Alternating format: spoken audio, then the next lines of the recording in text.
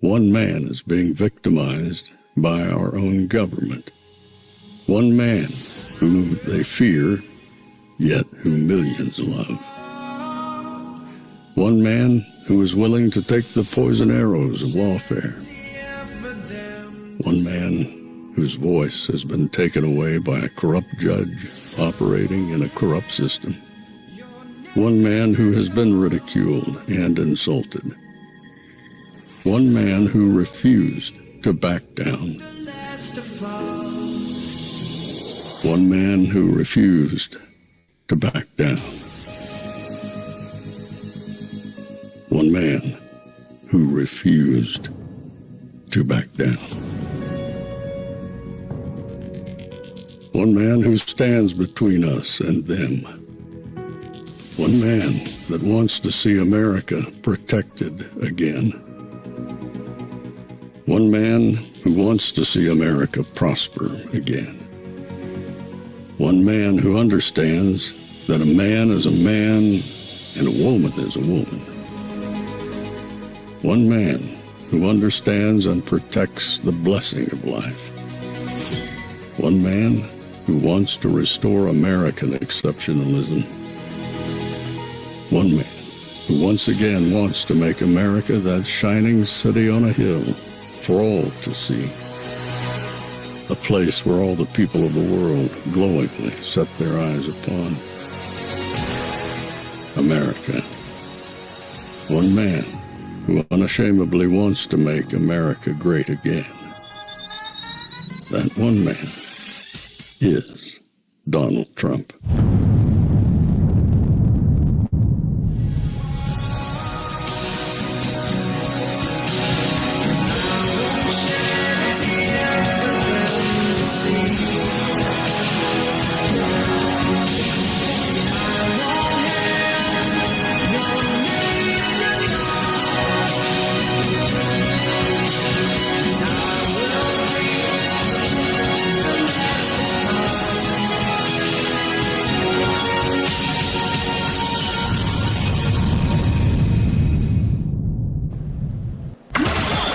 This is Fanfare with Barry Cunningham.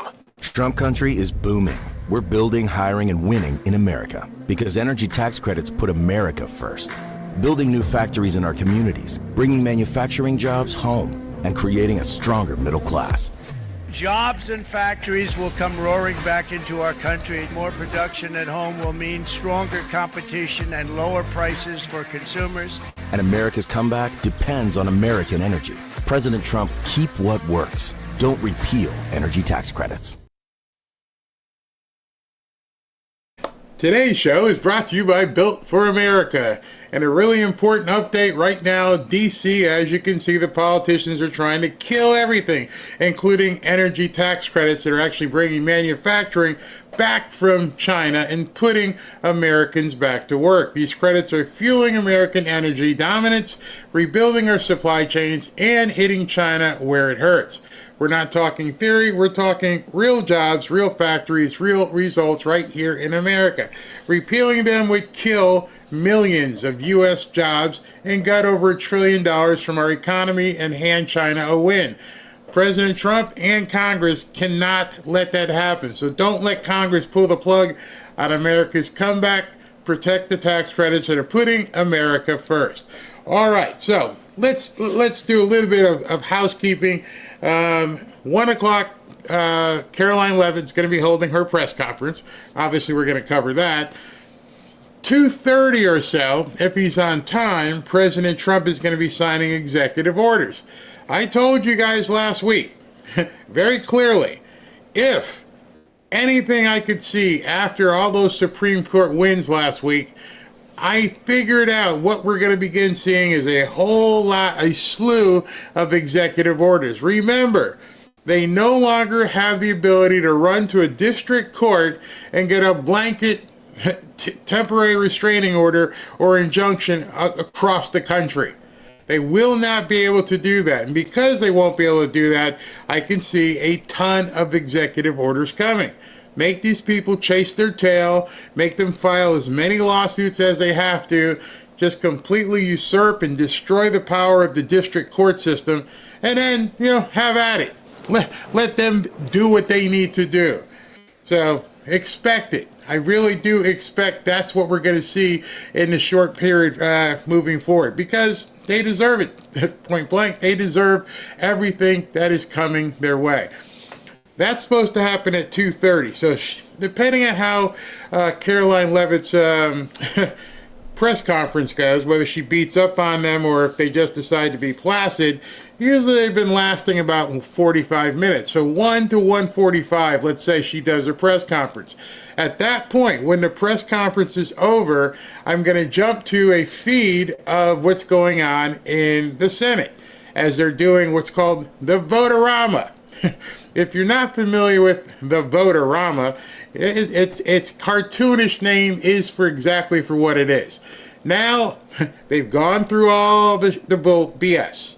You saw yesterday the Democrats got up and they cried and they bitched and they moaned for hours after hours after hours. Now we are at what's called a Votorama. The Votorama is now all the amendments that they stuck in and tried to change. Each one of these amendments are actually going to be voted on. So that's going to be a lot more interesting than what you saw yesterday and Saturday. They're actual votes. No more of this grandstanding and 5 minutes in and 5 minutes out. They actually have to vote on all these things. It's called the Votorama. And let me just show you what somebody has been posting. Actually, I'll show you this by Laura Loomer first, because she, it's pretty much what I told you guys. But in case you didn't understand that quick definition, she goes into it a little bit more detail. But basically, they take their time, one at a time, going through all this crap. So let me show this to you real quick here. Today, the U.S. Senate will hold what's called the Votorama, during which senators will vote on amendments to the big, beautiful bill. The process is expected to last all day and will reveal which senators support the MAGA agenda and which ones do not. Following the Votorama, the BBB, Big Beautiful Bill, will then go to its final vote in the Senate. Then it will go back, as I said to you, back to the House. So I hope I explained the entire process at length to everybody. It got passed in the House. It went to the Senate. The Senate screamed about it, and they did all their markups and amendments. Then it had to go to a vote for consideration, i.e. debate. Then it passed because Ron Johnson changed and flipped and it got it done. So now it goes to what? Yesterday they were going to go ahead and vote. Chuck Schumer says, nope, you're going to have to read everything. So they read the entire bill page by page. Then after that, then they get their 20 hours of grievances. They got to stand up and tell all their grievances, which is what we showed yesterday, until it became just futile to keep listening to these people. And that gives us to where we are today. Today, now they're going to vote on the amendments. They can't stop it anymore. Whatever's going to happen is now going to happen. There's no more procedural BS things that they can throw out there. So they're going to vote on each amendment, and then after they vote on the amendments, which Laura's saying will take all day, then they will actually vote on the bill. So today I will be doing the press conference at 1, and when she's done, we'll go and watch some of them amendment voting. Then President Trump is going to come out and we'll watch what he does for the executive orders, which should be very interesting. And then I'll do a night show, and hopefully by then they're actually ready to vote. Unless, of course, you're interested in the Votorama and you just want me to let it run, which I could do that too. So that's where we are. Whew, that's a mouthful. That's an actual mouthful. All right, it's 12:40. We got some time to cover some stuff. Let's talk first about what obviously the boss has been doing and what he's been posting, shall we? All right, so he posted this, and it says the Trump administration has gotten costs down very substantially for the American consumer. There's never been anything like this, especially not in 5 or 6 quick months. He's been doing it all, getting it done. Let's hear. Now, I don't know what happened with this guy from Forbes, but he went after this guy really hard. Not that it really matters, but a terribly untalented writer for badly failing Forbes magazine, Dan Alexander, who probably can't get a meaningful job in a business, has written so inaccurately about me that it's ridiculous. Many others also. The media is mostly fake news. Say that again. But Forbes doesn't even try to get things right. I haven't spoken to these sleazebags in years. They don't want facts. They're so inaccurate, purposely so, about everything. I would have thought Forbes would be dead by now, but it continues to hang around like a bad disease. And this is interesting. Isn't it owned by a hostile nation? I love when President Trump puts that stuff out there, because he's telling you, go dig. Go look at who Forbes is funded by. He's flat out telling you, isn't it owned by a hostile nation? He knows. He's wanting you to go find out. That's why I love talking about doing research. The more research we do as a group, the better. Because that's how you get informed and understand the craziness and are able to discern from the craziness that these people are talking. He also had something to say about Chris Coons. Chris Coons is being an idiot. Tell phony Democrat Senator Chris Coons that I'm not offering Iran anything, unlike Obama, who paid them billions under the stupid road to a nuclear JCPOA, which would now be expired. Nor am I even talking to them since we totally obliterated their nuclear facilities. See, they're not ready for this. They thought they were ready before, in the first term. But now you got a guy who just doesn't have one left to give. Not one F does this man have left to give. They've used up everything, and now he's just firing on all cylinders. Further, he says the Trump administration has gotten the cost down very substantially for the American consumer. There's never been anything like this. I read that at the beginning. And one more. One great, big, beautiful bill is moving along nicely. Make America great again. So that you are now caught up. They have released in other news, they have released the name and face of the shooter from Idaho. I'm waiting until I get more information. I always like to wait 24, 48 hours. I don't want to run out there with a story that ends up not being a story. So let's just see what transpires there. But what's very interesting is President Trump, and I don't think any of you think that this man by any means is stupid. And I've mentioned to you a number of times who owns the American debt. Everybody in these sentences, yesterday when I was playing all that stuff with those senators, they kept saying they were protecting the debt, the debt, the debt, the debt. Almost like they want, to protect the debt. As something's weird. And the more you start digging into who owns the debt, I think some things are going to be revealed to you. I really think eyes will be open. Many people don't want to talk about that because it's like third rail stuff. But back in my mind, I keep thinking something is going to happen with the debt. I'm almost at the point where I think he's going to go full von Clausewitz on these people. And if you don't know who von Clausewitz is, you might want to do that research. Total war. Not just a little bit of war, total war on America's adversaries. And one of America's biggest adversaries is those people who hold the debt. People can file bankruptcy, and it supposedly wipes off your debt, and you can do different things. What happens if America says, we're not going to pay this debt anymore? We think it's fraudulent. We think you've stolen from the American people. And now, in order for you to collect, you're going to have to come into a court and prove we actually owe this money to you. See, being in real estate, I have challenged personally bank after bank after bank. I can't tell you how many times Pastor JJ, has filed papers to sue a bank and make them prove that they actually are owed the debt that the homeowner has. Because once you make them prove that debt, and it's a very, I'll get into that when I start talking about real estate in the next day or so.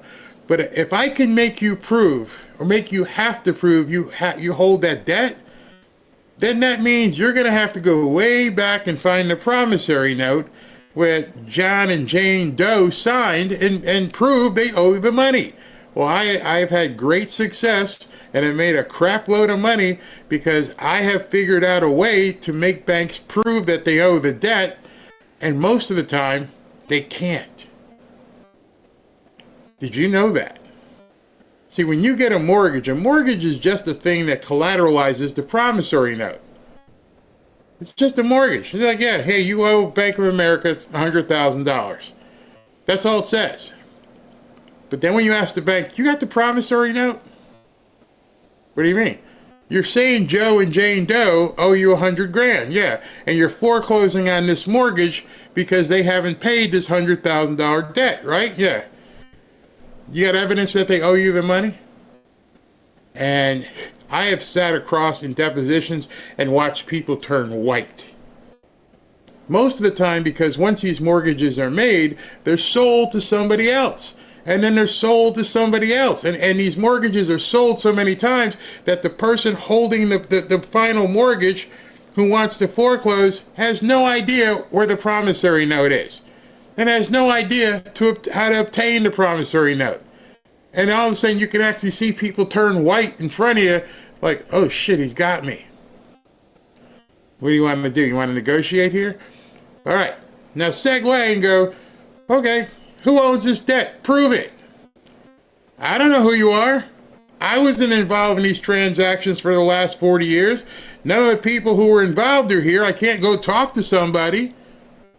So that being said, who owns the debt? Show me. Now I know some of you are like, Barry, you're absolutely crazy. I'm like, I'm not crazy in terms of the world I come from. And I'm not crazy in the world I know Trump comes from in terms of real estate. He's dealt with financial instruments.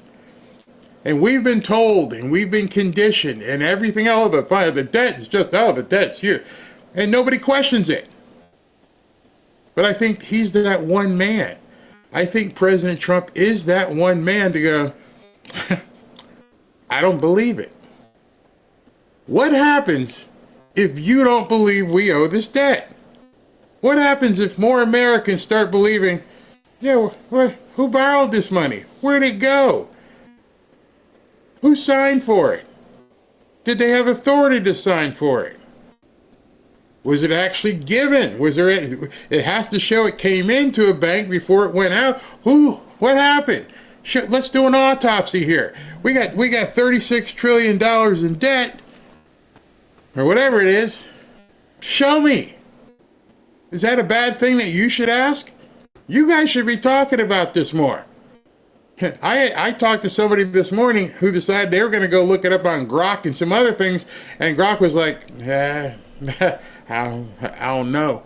I think some with the federal treasury and some with here. Nobody knows.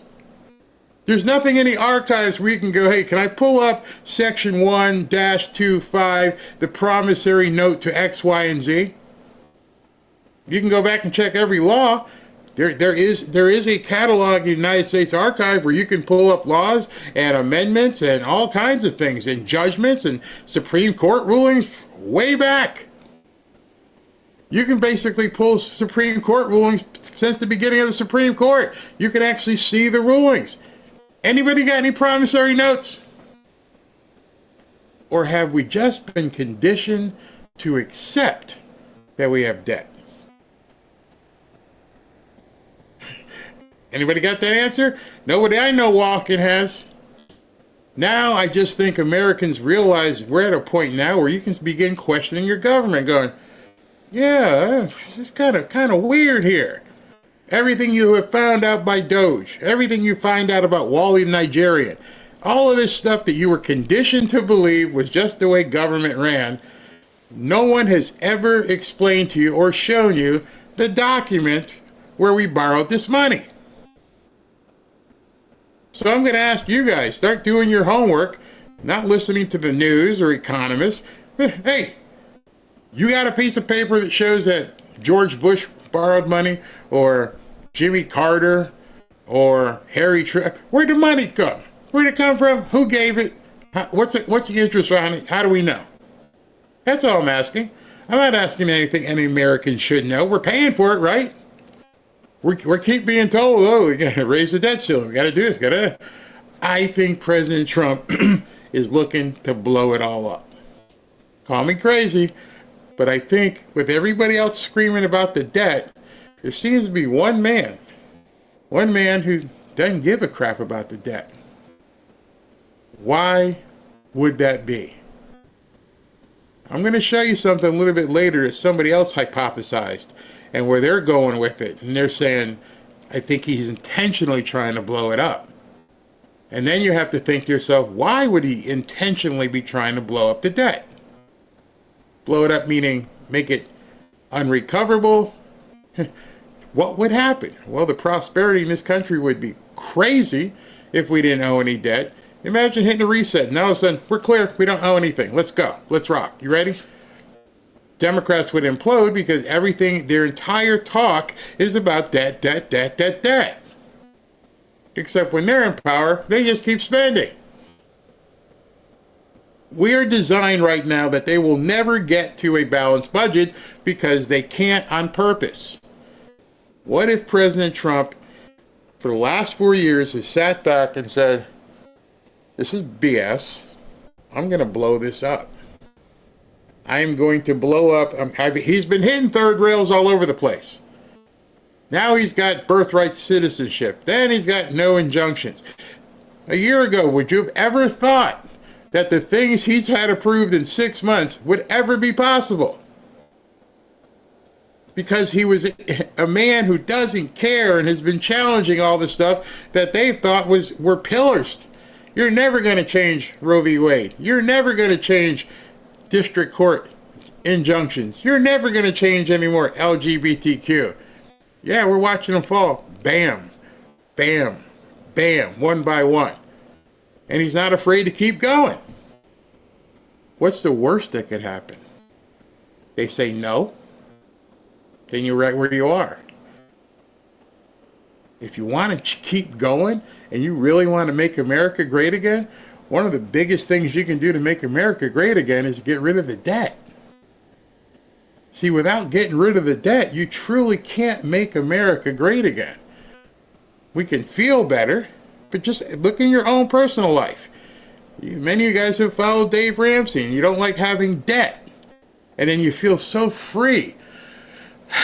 I don't owe anybody anything. I'm not a slave to debt. Imagine if the entire country felt that way. They woke up and went, we don't owe anybody any money? Nope. Far-fetched? Might be. Might exactly be. Yeah, I mean, I've been asking this question, and I just want you guys to be answering this question, just like he says. Who exactly do we owe the debt to? But I don't want somebody pontificating and telling me, oh, you don't understand economics. Oh, we owe the... Show me. Anybody who can answer that question with complete positivity should be able to show you. You can dig up the Dred Scott decision. You can look up Board of Education versus Alabama, Marbury. You can look all these decisions up, can't you? Yeah. And you can actually have the actual document. They call that precedent in a court. You can't go in a court and just make up a case or cite something. You actually have to have written precedent. Where is the promissory note? That's the only question I have. You can't call me crazy for asking the question. I guess you could, but then you make yourself look silly because it's a simple question. Any single one of you, whether it's a car note, whether it's a credit card, whether it's a house, whether it's a student loan, somebody had to sign. There's no money that ever changed hands. Yeah, I guess you might lend your buddy $20, but I don't think somebody's going to lend somebody a couple $2 billion on a handshake. There has to be a paper trail. Why? One question, why have we never seen it? And two, who has the paperwork? And it would make all this stuff go to rest. Nobody could ever question it again. Oh yeah, I can see right here, Harry Truman signed this. Oh, I can see right here. Yeah, I got George Bush the first did it. Yep, I see it. Obama signed it. I'm going to leave it right there. And you guys can decide for yourselves, have you seen a promissory note? Ever? Because that's where you start, and then you start where it wired in, how's it wired out, where it went. Crazy. All right, so it's 12:57. She's about to come out. Everything this morning is green. Stock market's doing well. Let me just make sure I'm not lying. Let me check the numbers here. I don't know if you guys have seen it this morning or even check. About to do another record. Another record's about to be broken. Let me just show you what they're saying on the financial markets before she comes walking out. But you know, it's all green, baby. It's all green. So now, again, now might be a time for you to begin looking. And I want to clear something up because there's been a lot of BS talked on X. Nobody really invests in gold. Gold is a hedge. Silver is a hedge. It's there to make sure in case poop hits the fan, you still have currency. And I say currency because down here in Florida, it is now the same. You can actually transact with gold and silver. And more people are coming online to accept it as well. So, and I don't speak of anything that I don't actually do. So I see them putting her cup up right now, so she should be coming out anytime soon. So let me take this message from Lear Capital. We're in a very volatile time right now. There's plenty of financial uncertainty. Now is not the time to be speculative. And I'm also speaking from a personal perspective. I'm buying income-producing real estate, and I'm buying gold and silver. A lot of people don't know the difference between the economy and the stock market. And too many people listen to the news and social media. That'll get you in trouble. Let's face it. It's obvious that a lot of people have an agenda they're not telling you about. Right now, your best bet is stability. And that means you might need to build a hedge against global volatility. May I recommend gold and silver to you? Real gold and real silver. Not paper, not certificates. Actual gold and silver. What gold and silver can give you is absolute peace of mind. A stock is only as good as the company behind it. It's merely a piece of paper. One of the things I can tell you is that many people are finding out the hard way that some of their investments were built on quicksand. Gold will never be worth zero. Silver will never be worth zero. If you want to calm some of your fears, give my friends at Lear Capital a call today at 800-601-5430 or go to learberry.com. Just so you know, Lear Capital has over 27 years of experience, thousands of 5-star reviews, and over $5 billion in trusted transactions. And Lear is the only gold company with a 24-hour risk-free purchase guarantee. You don't pay unless you're 100% satisfied. So go to learberry.com. If you want peace of mind, give my friends at Lear Capital a call at 800-601-5430. Or look down here below and go to learberry.com. And don't forget to ask about getting up to $15,000 in free gold or silver with a qualifying purchase. Don't wait. Do it now. Nobody knows what tomorrow holds. Be safe. I just want to say thank you to the Fanfare community. And if you're new here, I'd like to take a moment and welcome you. If you watch my videos, you've probably realized at this point that this isn't your usual podcast. The difference is that every single day I try to make this show an open conversation amongst friends.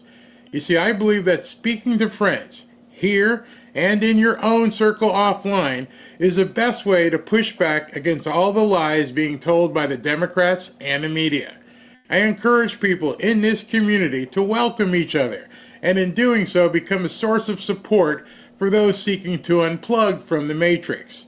If you'd like to communicate on a deeper level, I invite you to subscribe to the channel, but if you'd really like to surround yourself with like-minded patriots, Join our free and private X group by going to fanfareshop.org/group. When you join this free group, a few things will happen.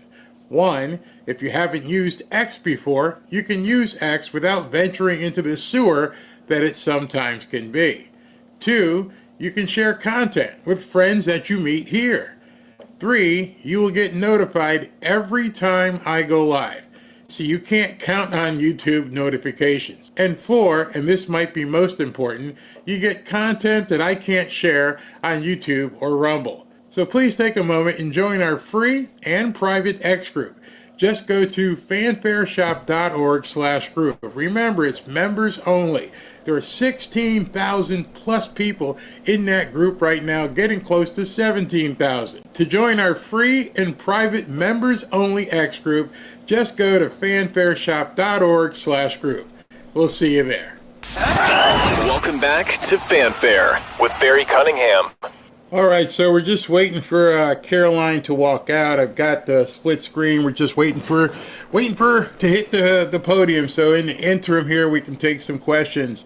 Susan says, "What a fantastic question. Who do we owe? Show me, prove it. We all know shadow government has been robbing us blind." Yes, exactly. Who do we owe? Who? That's not a bad question. You want the money? Tell me who I owe it to. A lot of debt is held by Wall Street hedge funds who invest heavily in Treasury securities because of the stability. Might not be who you think. I urge you to begin looking up who owns the supposed debt. Don't wonder. Go look it up. Let's see. If the debt limit is raised, there's a guarantee you need to accept the adjustment. I don't know. It doesn't make any sense. All the debt limit is that you're allowed to borrow more. So someone's going to be borrowing more on behalf of the United States. That would obviously have to come from the president. See, something happened yesterday. That is, yes, just to ask your question, Lear does buy back as well. Something happened yesterday that I want you guys, when I get done with the press conference, I'm going to explain a lot more. Something happened yesterday with Scott Bessent and what he's done that I think you're going to be quite amazed at. Just remember this conversation. Remember this conversation we're having right now about the debt, and start seeing again. You're going to have to pull back and look at things from a 30,000 foot view. Because if you're down here, you're missing it. You have to take into account everything Scott Bessent says, everything Howard Lutnick says, everything President Trump says. Go all the way back to the rallies. And you start putting these things together and what they've been telling us for ongoing basis. They keep telling us, hey, what if there was no income tax? Howard Lutnick, we'll be so rich. I think I do his voice pretty well. He's got such a cranky voice. You won't believe how rich he was. Tariffs. See what happened with Canada yesterday? Canada broke bad and said they were going to tax America. Trump said, okay, have at it yourself. We're not going to play with you. We are not going to play stupid games with you. What did Canada do? Oh, our bad. We was just kidding. Yes, Daddy, please tell us what we need to do. They keep trying him, and they keep finding out. They seriously do keep doing FA, and they keep getting FO. So when you start seeing all this stuff, it's not so much like Barry's coming up with this, or what's Barry thinking, hypothesizing here. You just have to wonder. There's targets that he's trying to hit. And I think some people have figured it out and they're trying to stop him. I.e. Tom Tillis. And then Tom Tillis, what happens to him? He gets taken out to go fishing in the lake. And if you've seen The Godfather, you know the reference I'm talking about. He got whacked. I don't know who did it, but he got put in the lake. And he will not be running for re-election. There are so many breadcrumbs. And if you just sit back and look at them, and I'm not even talking about the 17th letter of the alphabet stuff. I'm just the stuff he has actually come out of his mouth. The stuff that has come out of Howard Lutnick's mouth. The stuff that has come out of Scott Bessent's mouth. I don't care about MSNBC. I don't care about CNBC. Listen to what they're saying.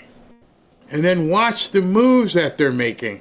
And tell me if you don't think these smart men. See, this is where it really this is where it will really get to you. If you believe that Scott Bessent is smart, which I do, if you believe that Howard Lutnick is smart, and of course I think you believe President Trump is smart, then you have to realize if he was driving this thing off of a cliff, you think these guys all would just go along with it? Or is there something bigger at play here that ends up going bam and smacks people because they don't see it coming? Now, I'll give you a little tidbit on who owns, I think it's 20 to 30% of our debt. And when I tell you this, you might get some light bulbs going off. The Federal Reserve owns 20 to 30% of our national debt. Jerome Powell's agency owns 30% or so of our national debt. Now, if you didn't know that, now you're sitting there and like, wait a second. The guy that we owe money to sets the interest rates? Think about that one. Yeah, I'm not going to lower it. Screw you. Keep paying me more. But I'm good for it. My credit's good. Our numbers look good. The economy's going down. And you're ignoring our credit rating. You're ignoring our income. Nah, yeah, just keep paying me more, and I'm going to raise it whenever I feel like it. I hope you digest that. The Federal Reserve, the actual company that sets the rates for borrowing, owns as much as 30% of our debt.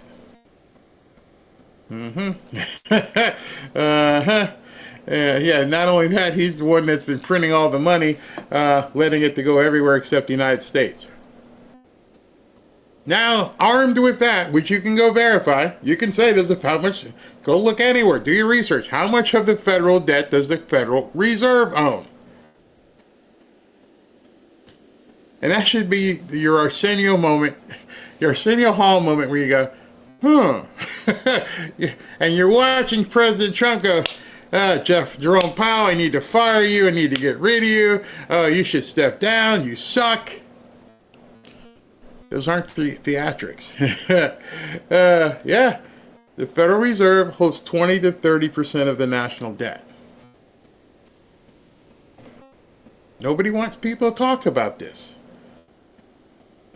I'm going to stop here for a second because there's so much going on, and she should be coming out any minute now, and the screen should come on, because otherwise I'd get into the show. I always call it the show. The show stuff is the stuff that's I actually compile and put together, which today I think is going to be pretty good for you. So we'll see what happens when she's done, how soon she gets done. Let's see here. Okay. I didn't even have to look that one up. I'll tell you, Social Security is going broke. I wonder why. Somebody says, how is that even legal? The Federal Reserve determines how much interest we got to pay them. Well, I mean, most lenders do. Most lenders say, I'll give you 50 grand on this house, but yeah, you're going to pay me 8 or 9%. But he comes across, they even named their agency the Federal Reserve, as if they're tied to the government. They're not. And so, yeah, I own your debt, which is also interesting. Notice what I just said. The Federal Reserve owns the debt. I did not say the Federal Reserve provided the money. See, as a central bank, they they have access to world banks and different things, and then they'll lend it out. But then again, who? Who? It would be interesting to know if, I don't know, Nancy Pelosi or Barack Obama or Joe Biden own shares of the people that you owe the money to. Let that sink in.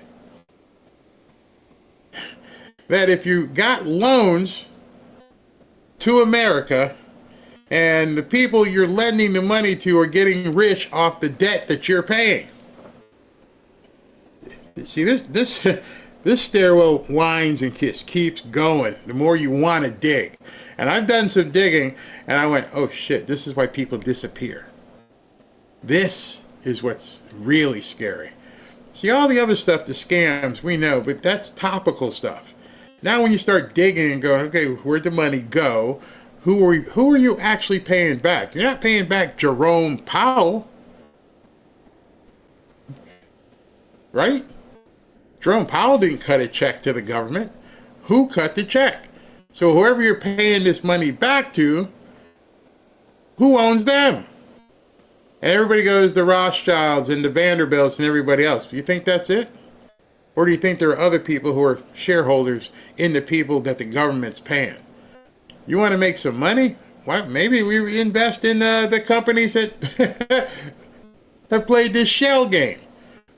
And if this shell game were to come to an abrupt halt, maybe that's why people are freaking out and want to take this man out.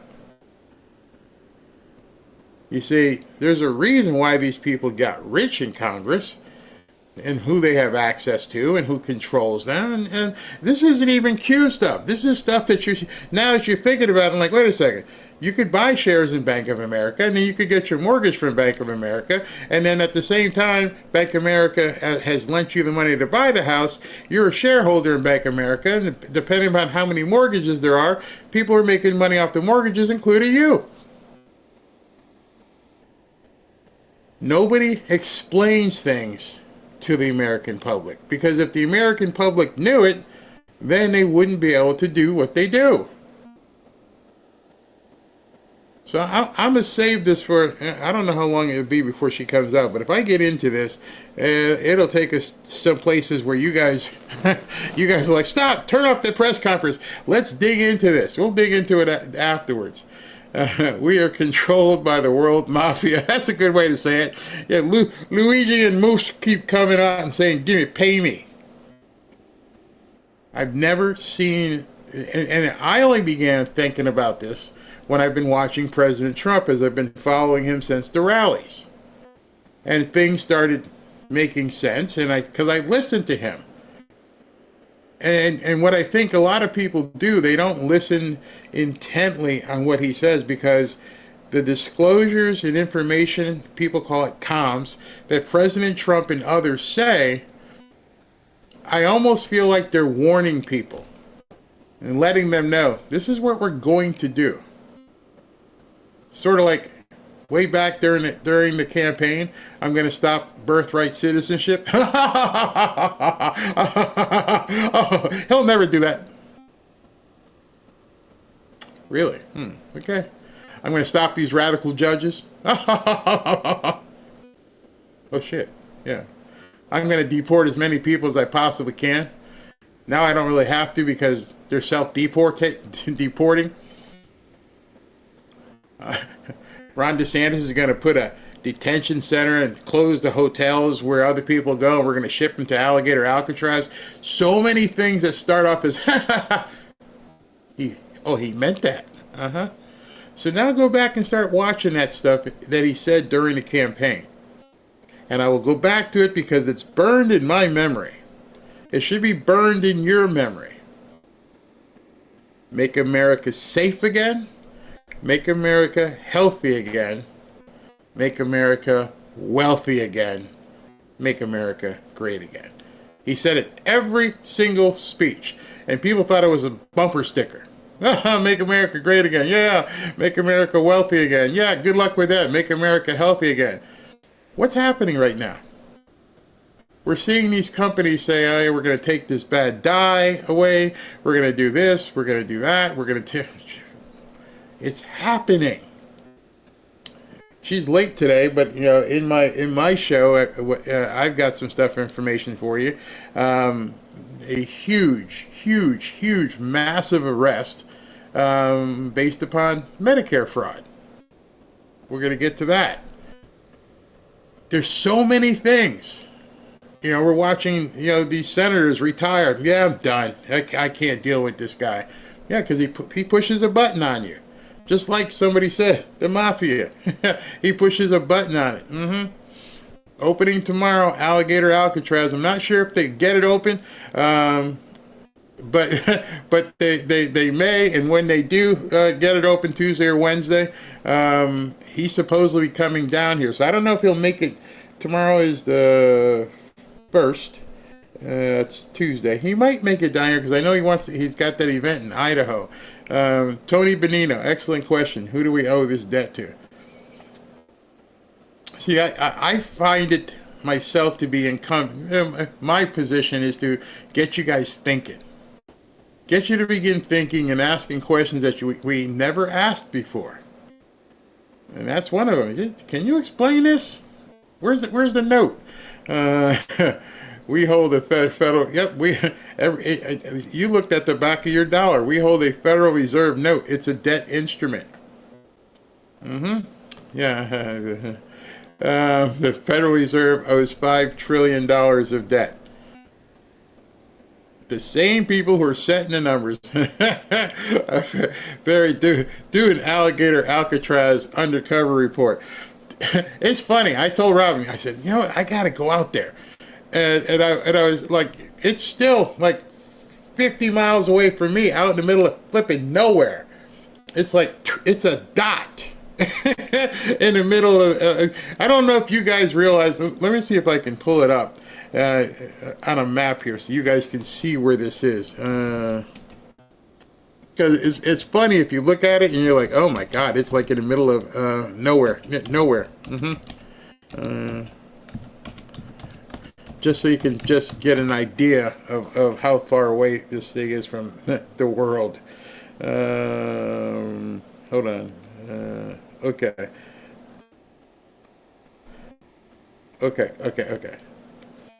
See if I can do this without messing up here so I can show this to you. Let me do this screen. All right, I can do this screen here. Where you see, I have to keep watching to make sure she doesn't walk out. All right. This is way out here, the area where this thing is. I mean, it's way out here. All of this area where you see nothing.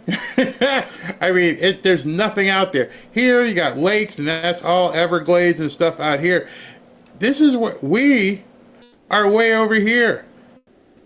This is south end of Miami, and this is the tip here, Miami, Homestead, and everything else. So all these places, Everglades Alligator Farm, Everglades National Park, it's way the hell out here.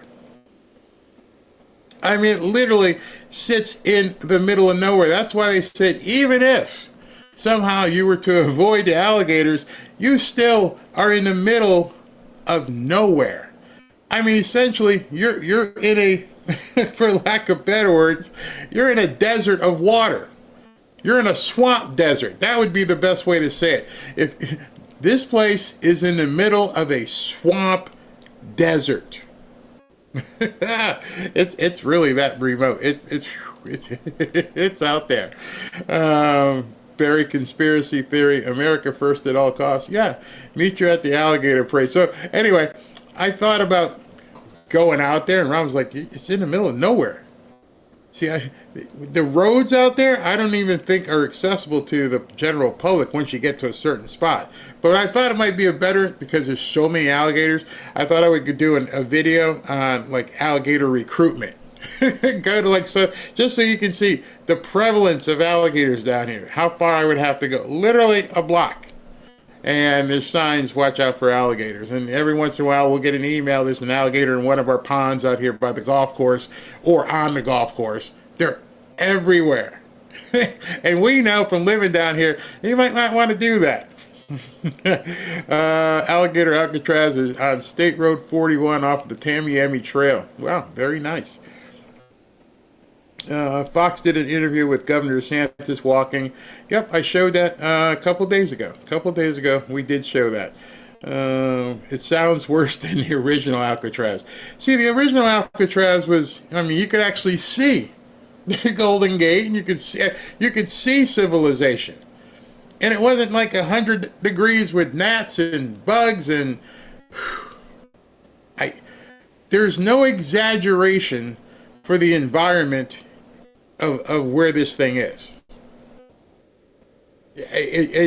All the stuff you've heard, all the hyperbole, everything, alligators, pythons, panthers if there's a landmass around, predator birds, crocs, monitor lizards, and here we go. Did everyone have a good weekend? Good. It's good to see you back here. We have another busy week. On a scheduling note, tomorrow, President Trump will travel to the great state of Florida to attend the opening of a new illegal alien detention center located at Dade Collier Training and Transition Airport, alongside Secretary Kristi Noem, Governor Ron DeSantis, Congressman Byron Donalds, and other state and local leaders. We hope to see many of you there. The facility is in the heart of the Everglades and will be informally known as Alligator Alcatraz. There is only one road leading in, and the only way out is a one-way flight. It is isolated and surrounded by dangerous wildlife and unforgiving terrain. The facility will have up to 5,000 beds to house, process, and deport criminal illegal aliens. This is an efficient and low-cost way to help carry out the largest mass deportation campaign in American history. We are truly coming off a historic week of President Trump racking up win after win on behalf of the American people. President Trump restored peace through strength and acted decisively as commander-in-chief to obliterate the immediate threat of the Iranian regime's nuclear capabilities, and then brokered a ceasefire between Israel and Iran, which continues to hold. Then, the president traveled to the Netherlands and achieved a monumental win for the United States and the NATO alliance by getting our allies to dedicate 5% of their GDPs to military spending. As a result of President Trump unleashing American energy dominance, summer gas prices are at the lowest they have been in 4 years, heading into the July 4th week.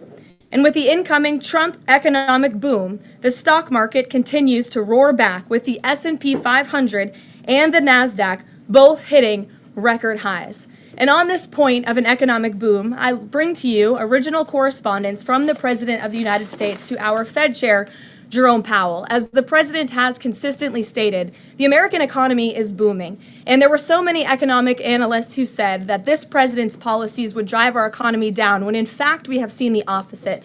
We've seen a massive deregulation campaign take place. We've seen inflation completely diminished from where it was under the reckless spending and the bad policies of the previous incompetent administration. I would remind the Fed chair, and I would remind the entire world, that this is a president who was a businessman first, and he knows what he is doing. He has a proven economic formula that worked in his first term as president, and it is working again. The one problem that remains is high interest rates for the American people. The American people want to borrow money cheaply, and they should be able to do that. But unfortunately, we have interest rates that are still too high. So the president sent this note to the Fed chair today. And if you look at this chart, this is a chart of all of the interest rates of many countries throughout the world. At the top is Switzerland. They're only paying a quarter for interest rates. Cambodia, Japan, Denmark, Thailand, Botswana, Barbados, Taiwan, Bulgaria, Cuba, Sweden, Morocco, Cabo Verde, South Korea, Algeria, Canada, Albania, Libya, Malaysia, China, New Zealand, Trinidad and Tobago, Czechia, Bolivia, Australia, Costa Rica, the Bahamas, Kuwait, Papua New Guinea, Bosnia, United Kingdom, and the UAE are all paying lower interest rates than the United States of America, which has one of the hottest and strongest economies in the world. The president sent this note to the Fed chair. It says, "Jerome, you are as usual too late. You have cost the USA a fortune and continue to do so. You should lower the rate by a lot. Hundreds of billions of dollars are being lost, and there is no inflation." And the president is right. There is historically low inflation thanks to his policies. And we will continue to drive down the cost of living in this country for Americans. We will continue to deregulate. And it's also incredibly important that we pass this one big, beautiful bill, which is the largest tax cuts in American history. And that's why the White House and the president himself have been in touch with lawmakers all weekend long, to get this bill passed. And they are working very hard to do so. It remains a top priority for the president. And this bill has exposed the clear differences between Republicans and Democrats in 2025. The Democrats are doubling down on craziness and radical policies that are undermining the very fabric of our country. Just look at the Democrat nominee for New York City Mayor, Zohran Mamdani. He's a Democrat socialist, really a communist, who proudly calls to defund the police, peddles anti-Semitism, praises pro-Hamas groups, wants Israel abolished, and believes wealthy Americans should not exist. Those are his words, just as recent as this weekend. Meanwhile, under President Trump's leadership, Republicans are fighting tirelessly for everyday, middle-class, working Americans who re-elected this president, and we're carrying out a revolution of common sense, and all of that is packed into this one big, beautiful bill. It delivers the largest middle and working class tax cuts in U.S. history. It keeps America safe by funding the largest ever one-time investment in border security. It's enough to reverse the Biden border invasion. And every single Democrat is against that, against securing our border and deporting millions of criminal illegal aliens. The One Big Beautiful Bill also strengthens and protects Medicaid benefits, despite what Democrats are saying, for eligible American citizens who rely on it, like pregnant women, children, seniors, and people with disabilities, by eliminating waste, fraud, and abuse that threaten to destroy this program that was intended for the most vulnerable in our society. And every single Democrat in Congress is against rooting out that waste, fraud, and abuse and blocking the 1.4 million illegal aliens who are currently improperly receiving these benefits that should be going to American tax-paying citizens. The Democrats in Congress are more concerned with defending illegal aliens than they are hardworking Americans. And the Big Beautiful Bill also revitalizes our military and enhances our defense capabilities, protects our country from emerging new threats by funding a cutting-edge missile defense system called the Golden Dome. And as we all know, the One Big Beautiful Bill makes the Trump tax cuts permanent. The White House and the president are adamant that this bill is passed and that this bill makes its way to his desk. Republicans need to stay tough and unified during the home stretch, and we are counting on them to get the job done. So with that, we will take questions. John Fredericks is in our new media seat today. John, thanks for being here. We'll kick it to you. Thank you, Caroline. Let's get to the One Big Beautiful Bill first. It appears now you're going to get at least 50 votes in the Senate. There'll be some amendments. What is the president's confidence level in getting 218 votes in the House by the end of this week in order for him to sign it on Friday? Well, look, we are very well aware, the president is very well aware, that this bill needs to not only pass out of the Senate, but it needs to go back to the House, and we need the full weight of the Republican conference to get behind this bill, and we expect them to, and we are confident that they will. The president has been working hand in hand with Senate Majority Leader Thune and also our House Republican leader, or the Speaker of the House, Mike Johnson, both of whom will be at the White House today to meet with the president yet again. I believe they were here this morning, actually. I have one follow-up. Sure. You outlined Jerome Powell and the note that the president just sent to him. There are many who believe that Powell has been politicized in a lot of different ways. The president has not been shy about acting on things that he believes in. Why not just fire Jerome Powell and put in somebody that is going to lower rates? Why wait? Well, it's a good question, and one you can ask the president, because that's a decision for him to make. But you're right to point out the politicization of the Fed, and it's very unfortunate for our country. But Jerome Powell cut rates numerous times ahead of the election when Joe Biden was in this Oval Office, but now he refuses to, and the economy is in a much better place. So there really isn't a good explanation for that, and the president is rightfully calling attention to it. Thank you. Kelly. Good afternoon. On Iran, the president posted on his social that he is not even talking to them anymore. When we were at NATO, he said he expected the U.S. and Iran to have talks as early as this week and that he might even want to see a written agreement. What is the update now if he's saying he's not even talking? So as I told you from the podium last week, I said the administration, and namely our special envoy Steve Witkoff, has been in communication both directly and indirectly with the Iranians. That communication continues. The president himself has not talked to Iran, which he pointed out in his truth statement. Peter. Thank you, Caroline. Does President Trump want Zohran Mamdani deported? I haven't heard him say that. I haven't heard him call for that. But certainly he does not want this individual to be elected. I was just speaking to him about it and his radical policies that will completely crush New York City, which is obviously a city that the president holds near and dear to his heart. There's this Congressman, Andy Ogles, he wants the Attorney General Bondi to explore denaturalization proceedings because he thinks Mamdani could have misrepresented or concealed material support for terrorism based on rap lyrics he wrote in 2017. Does President Trump think this is a worthwhile use of the Attorney General's time? Well, I'll let the president speak to that. I have not seen those claims, but surely if they are true, it's something that should be investigated. And could President Trump see himself, you said you just talked to him about this, could he see himself working with a Mayor Mamdani, somebody who on Meet the Press this weekend was given 3 chances to condemn the phrase globalize the intifada, but he couldn't? Yeah, look, the president is always willing to work with everyone. He's working with Democrats across the country, Democrat governors, and he said he'll work with people on the far left. He works with Republicans. He works with people in the middle. He wants to do what's right for America, but surely someone who holds these values and is quite literally a communist and condemns every value that makes this country great. Common sense, law and order, low taxes, working hard, and earning your keep in this country. He's against all of that, and I think the president would find it difficult to work with someone like that. If he is elected, I'm sure you'll hear more from the president on that, but we'll have to see. Hopefully the voters of New York City choose wisely. Sure. Thanks, Caroline. The president on Friday said that he was hopeful of a Gaza deal within the next week.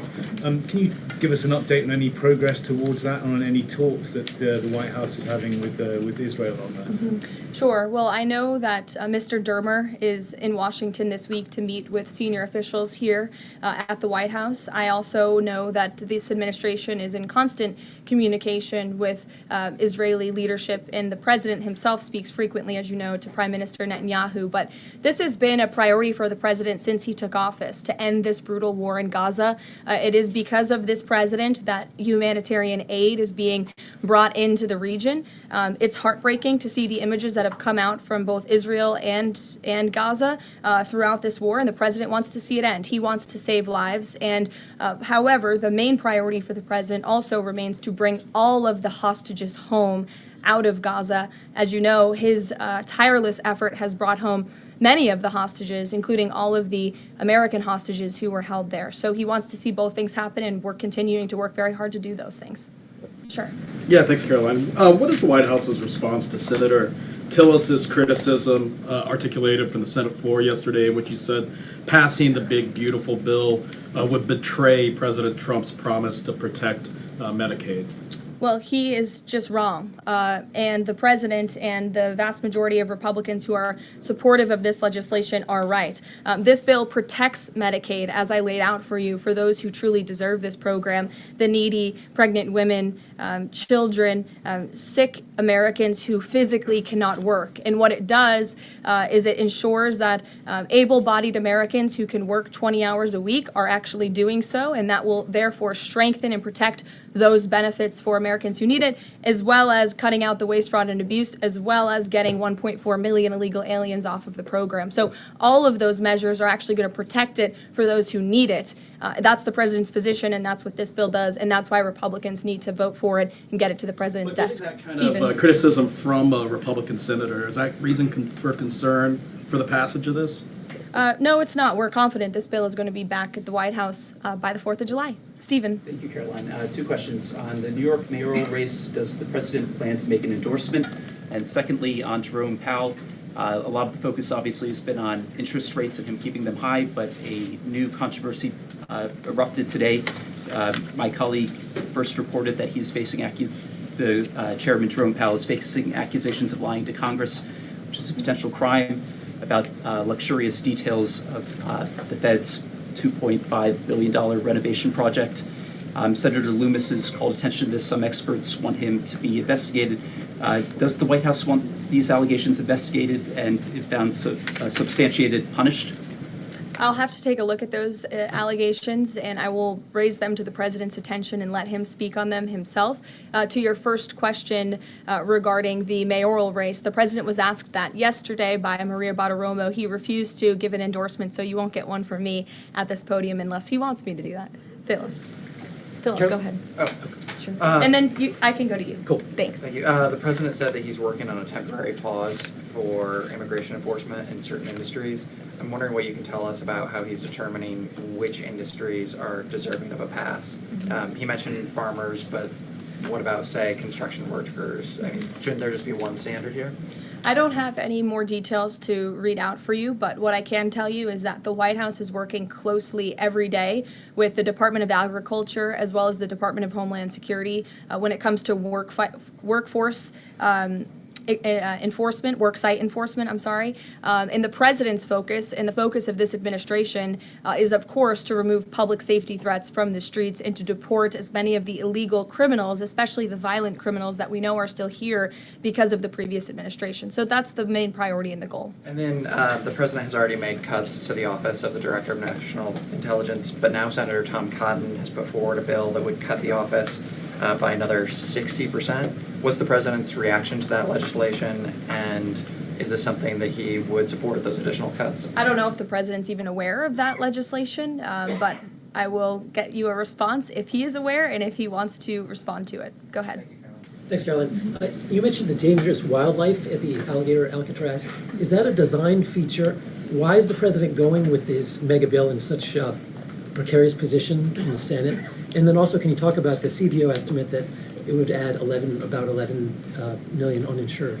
Well, look, when you have illegal murderers and rapists and heinous criminals in a detention facility surrounded by alligators, yes, I do think that's a deterrent for them to try to escape. We do know that some of these illegal criminals have escaped from other detention facilities, like one in New Jersey, which I know was recently reported on. So, of course, we want to keep the American people safe, and we want to remove these public safety threats from our streets, and we want to effectively detain them as best as we can. As for why the president is going, I think his trip to this detention facility actually underscores the need to pass the One Big Beautiful Bill, because we need more detention facilities across the country. The last administration let in nearly 20 million illegal people from all over the world, and this administration is focused on arresting and detaining them.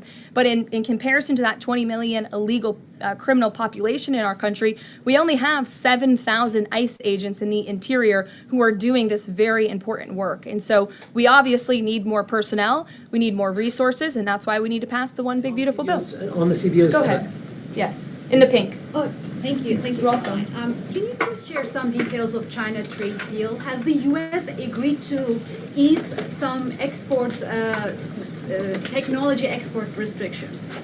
Sure. Well, the final language that was agreed upon in both Geneva and in London was signed just past week. We can get you that final text of the agreement.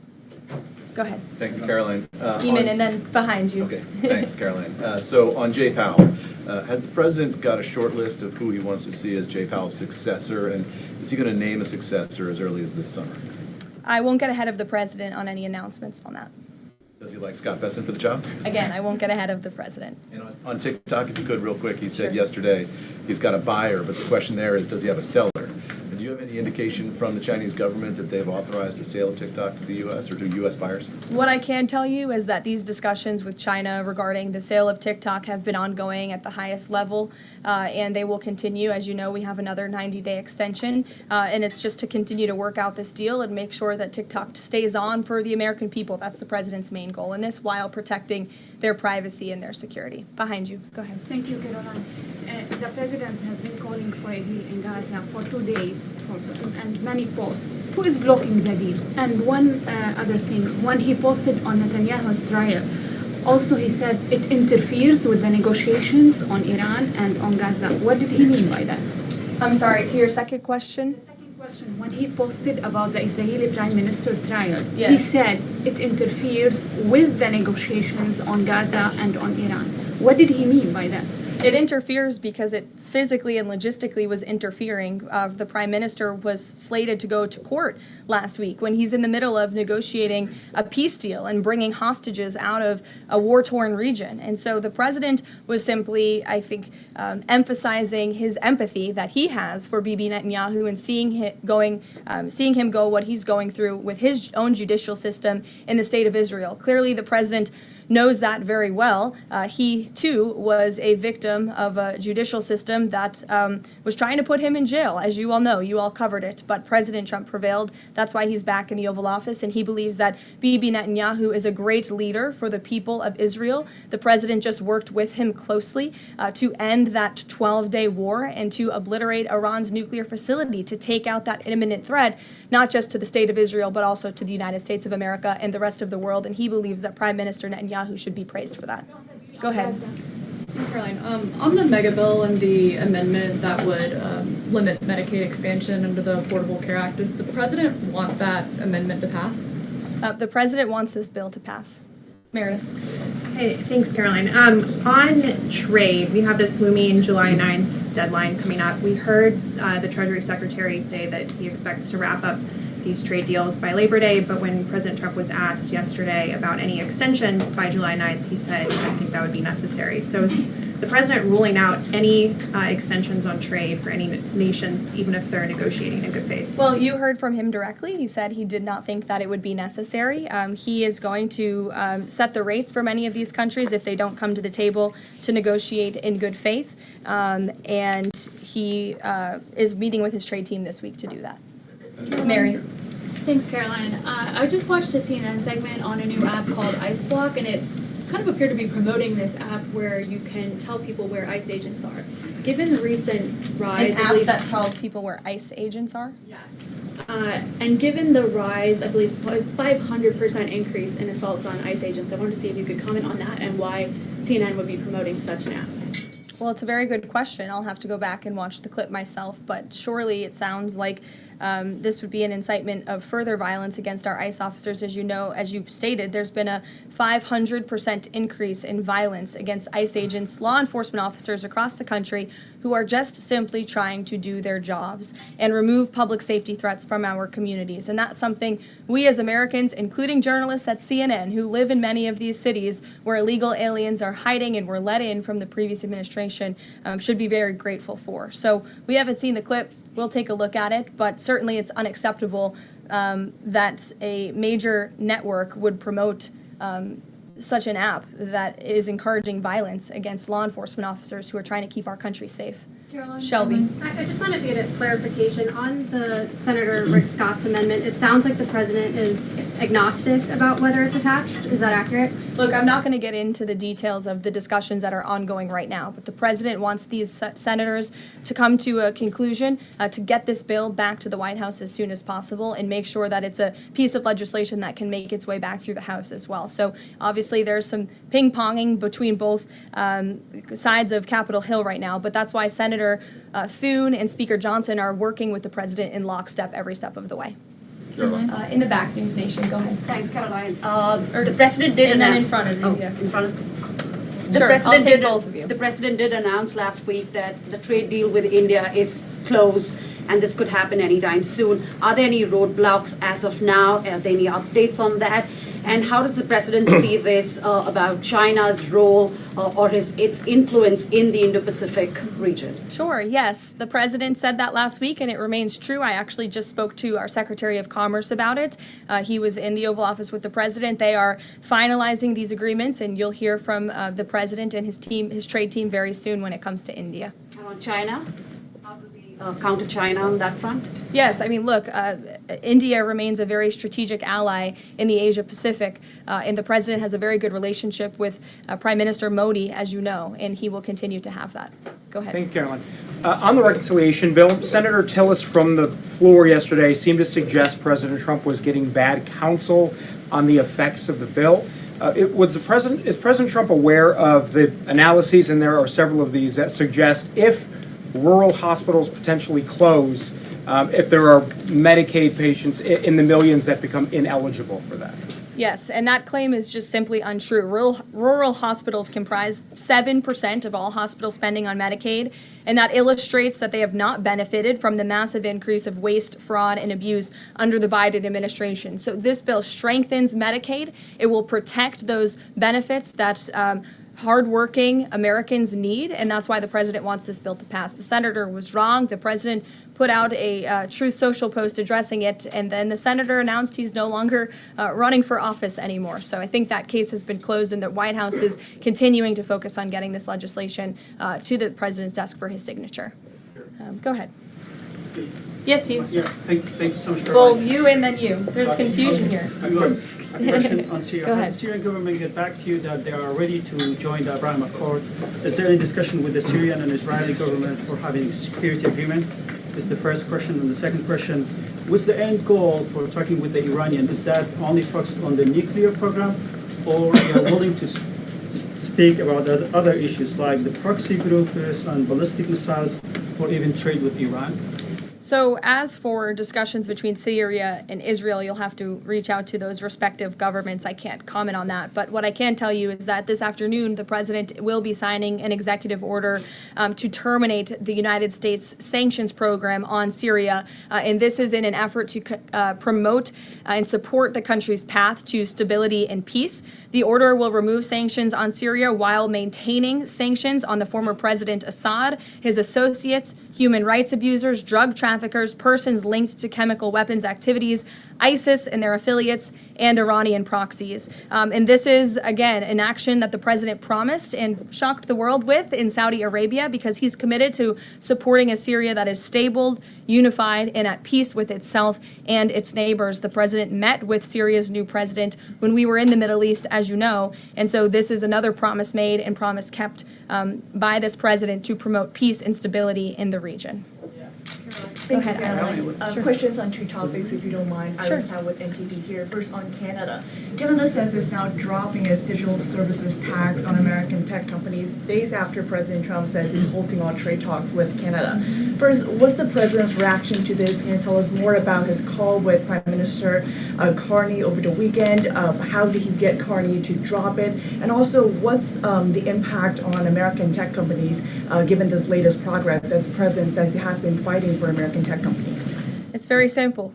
Prime Minister Carney in Canada caved to President Trump in the United States of America. And President Trump knows how to negotiate, and he knows that he is governing the best country and the best economy in this world, on this planet. And every country on the planet needs to have good trade relationships with the United States. And it was a mistake for Canada to vow to implement that tax that would have hurt our tech companies here in the United States. The president made his position quite clear to the Prime Minister, and the Prime Minister called the president last night to let the president know that he would be dropping that tax, which is a big victory for our tech companies and our American workers here at home. And on Harvard, if you don't mind, the administration today formally accused Harvard of violating civil rights laws by not doing enough to fight anti-Semitism. We know that the president has talked to us before about Harvard potentially having a deal with the administration in the coming days. Do you have an updated timeline for that? How's the negotiations going? And is more pressure needed for Harvard to take fighting anti-Semitism seriously? Well, there was quite a direct letter that was sent to Harvard this morning, as you know. The negotiations are taking place behind closed doors, so I won't comment on that. But what I will share with all of you, for those who haven't seen it, is the context of this letter, because I think it's very important. And this comes from the Department of Health and Human Services, which concluded after a thorough investigation that Harvard University is in a violent violation of Title VI of the Civil Rights Act, which prohibits discrimination on the basis of race, color, and national origin. And if you read some of the content of the investigation and what they found, the majority of Jewish students reportedly experienced negative bias or discrimination on their campus, while a quarter of Jewish students at Harvard felt physically unsafe. Jewish and Israeli students were assaulted and spit on. They hid their kippahs for fear of being harassed and concealed their Jewish identity from classmates for fear of ostracization. Images were widely circulated amongst the Harvard community that trafficked in obvious anti-Semitic tropes, including one that showed a dollar sign inside of a Star of David, and the campus was vandalized with anti-Semitic stickers, including one that showed the Israeli flag with a swastika. The Harvard campus was racked by demonstrations, as you all know, violent protests that violated the university's rules of conduct. The demonstrations called for genocide and murder, denied Jewish and Israeli students access to campus spaces. These are all facts that Harvard cannot dispute, and that's why the administration has found them in violation of Title VI and has threatened to withhold their federal funding, because if you break federal law, you should not be receiving federal tax dollars. And so I rest my case on Harvard. Andrea. Yeah, so President Macron of France earlier today said that tariffs levied by powerful countries are often a form of blackmail, and criticized the sort of process that's underway. Didn't mention the United States specifically, but said that these tariffs are really hurting developing countries. So there's this big UN conference going on. What do you say to that? What is the president, was he aware of that comment, and did he have any response? I think the president and the White House would certainly reject that characterization by Prime Minister Macron. Tariffs are an effective use of presidential power to bring back the middle class, to bring back our manufacturing industry, which was the backbone of our American economy and has been hollowed out by globalist politicians who have caved to foreign countries instead of doing what's right for American workers. That's why the president is effectively utilizing his authority to wage tariffs and to utilize tariffs, and continues to be in discussions and negotiations on trade to do what's right for America. And Europe and the rest of the world might not be used to that, but President Trump is back in town, and he's going to do what's right for our people and our country. Can I just follow up on Netanyahu? So there's a report in Israeli media that the Prime Minister will actually be here, that Netanyahu will be here today meeting with the President. Can you confirm that? I don't believe Prime Minister Netanyahu is here today. I think you guys would know about that by now. Unless there's something going on I don't know about, but I don't believe he is. I do know he has expressed interest in coming to Washington and meeting with the President, and we are working on a date for that. I do not believe it is today, but that would be fun. You never know in this White House, let's be honest. Go ahead. Thanks, Caroline. Does the President support this new measure in the big, beautiful bill that would impose steep new taxes on new wind and solar projects? I believe you're referring to the credits for wind and solar projects. No, and we're talking about the new tax. There's a new tax that it's estimated would add 10 to 20% to the cost of any new wind and solar projects that start after this year. Again, I don't want to comment on the specifics of provisions, but I'm sure the president will speak on that directly. Again, this is an ongoing process. The president continues to be very much engaged with the leadership in both the Senate and the House to get this bill back to his desk. Did the president ask for that provision? Because the National Building Trades Union is saying that it's the equivalent of terminating more than 1,000 Keystone XL pipeline projects. Is that something that would concern him? Well, the president spoke on this yesterday in his interview, and he said he understands that legislators want to protect jobs in their communities and in their districts. And so he understands why some of them are against this provision, but he also understands why people want the provision. So again, this is an ongoing deliberation and discussion, and the president is engaged in this very much. Go ahead. Thanks, Caroline. We've been hearing from White House officials for weeks that you're close on trade deals with a number of countries. Can we get any update on which countries will have deals by the 9th and when there may be any announcements? I'll let the president and the trade team speak on it. Can you respond to the CBO estimate that the Senate bill would increase the deficit by nearly $3.3 trillion? This is one of the most fiscally conservative pieces of legislation that has ever made its way through Capitol Hill. There's $2 trillion in mandatory savings in this bill, and not only that, the projected growth that this bill will bring to our economy. It will be an economic boom. The Council of Economic Advisors has an analysis that shows that the bill will generate $4.1 trillion in economic growth, and it will cut taxes, putting more money back into the American people's pockets. That's why this president wants this bill to pass, and I know he's busy working the phones and doing what he needs to do today to make it happen. So we'll see you all later. Thank you. We'll see you in Florida tomorrow. Thank you. Interesting, she said we'll see you in Florida, as if she's not coming back at 2:30 for the executive orders. So I will keep an eye on that to make sure, and see if they're actually going to be coming back at 2:30. But on the president's schedule is I don't know if you want to call it an event, but he's supposed to be signing executive orders at 2:30. But her closing statement was, "We'll see you in Florida." So maybe she overlooked that, and not really sure, but we shall find out. Interesting press conference, 1:55, so she talked probably for about 40 minutes. In jest, no, I didn't know that Jerome Powell was going to be, and the Federal Reserve was going to be that much of a subject. But I understand why, because I'm going to refer you guys back to the breadcrumbs that I was talking about. I've been seeing a lot of stuff that Scott Bessent has been saying. You've been hearing what President Trump has been saying that leads me to start questioning this entire debt thing. And so I'll table that for now. Let me get into the show so you guys can hear some of the stuff I want to show you in regards to the big, beautiful bill. So it's 1:55 now. I think I'll take you right up to about 2:30.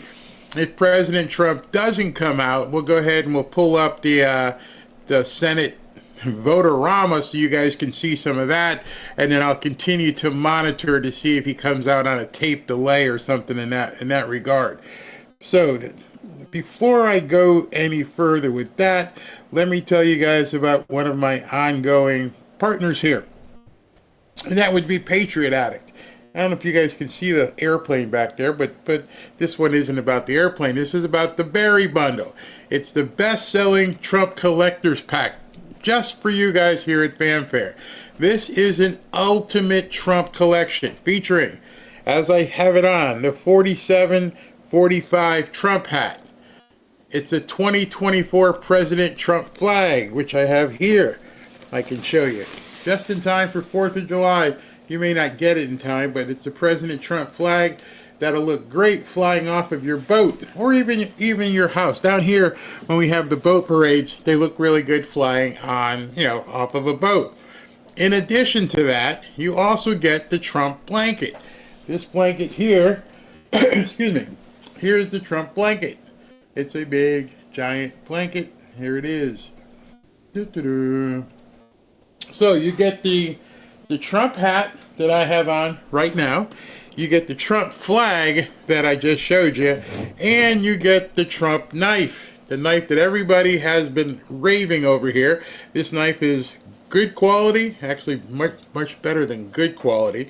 It's a strong knife. It's not flimsy. It's quite sharp. It's a big knife.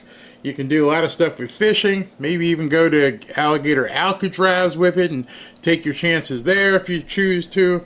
It's got a window breaker right there, and it also has a seat belt cutter right there.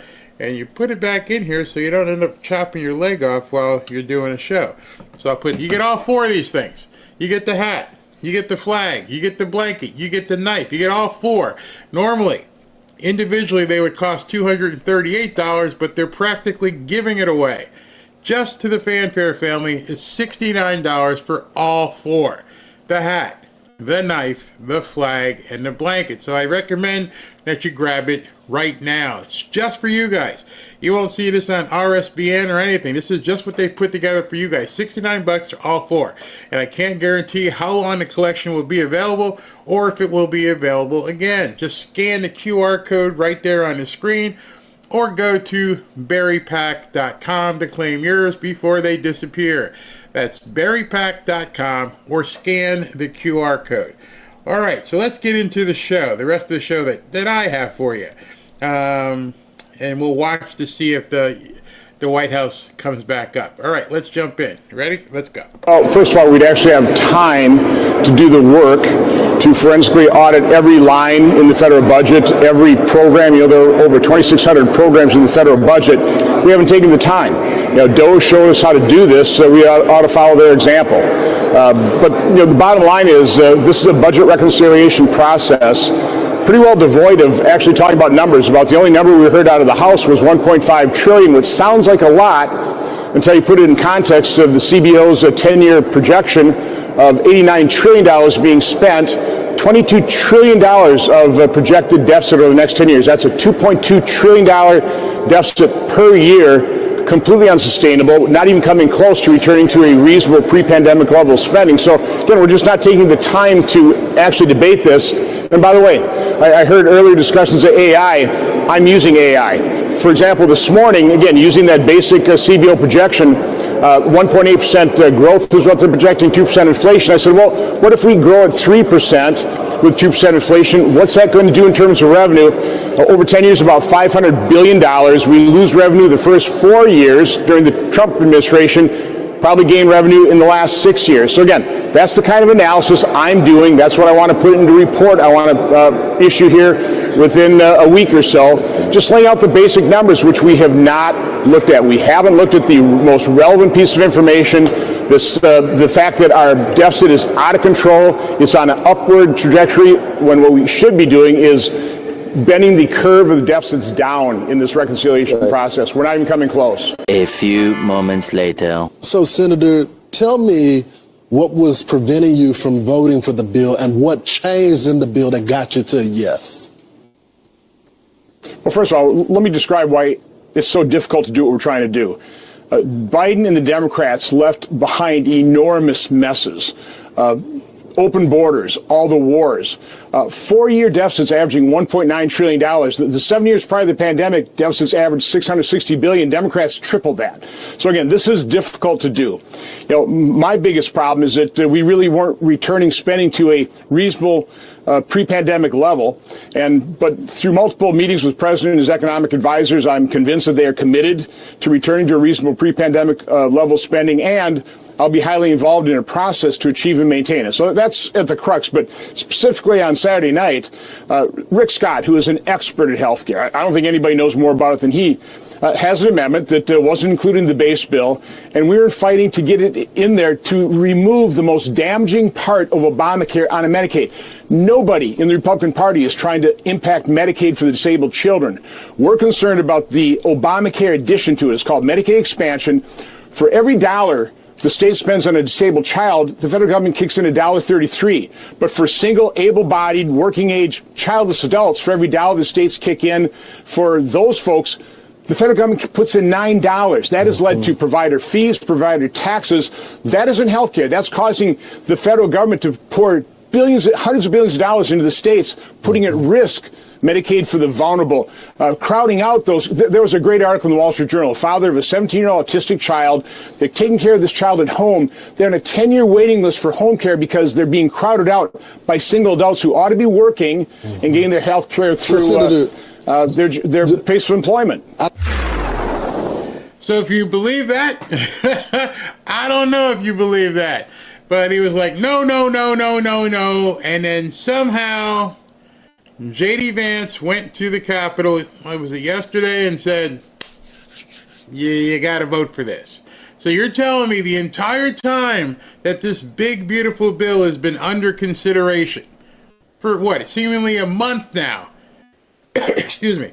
It took you to 11:55, theoretically speaking, and for J.D. Vance to show up at the Capitol to go, yeah, you twisted my arm, and I got something in that I want. You just negotiated it at the last minute. That's what you want everybody to believe? Or perhaps were you like showing the door like Tom Tillis? So you can either vote for it or you can just go into oblivion. We'll never know, but for some reason he changed his mind at the last minute. All of a sudden the doors opened up and he decided to vote for the big, beautiful bill. I think everyone believes that this is a start. So it's an 11% cut in non-discretionary spending, and we're going to go from there. So we didn't get here all at once. We've gotten here 20 or 40 years, and we are going to bend the curve, bring the debt levels down. I'm a fiscal hawk. I've had a lot of very good meetings with that group, and I think we're all on the same page on how to grow the economy while controlling and bringing down expenses. All right, so that's Scott Bessent talking about how, again, we're going to reduce the debt.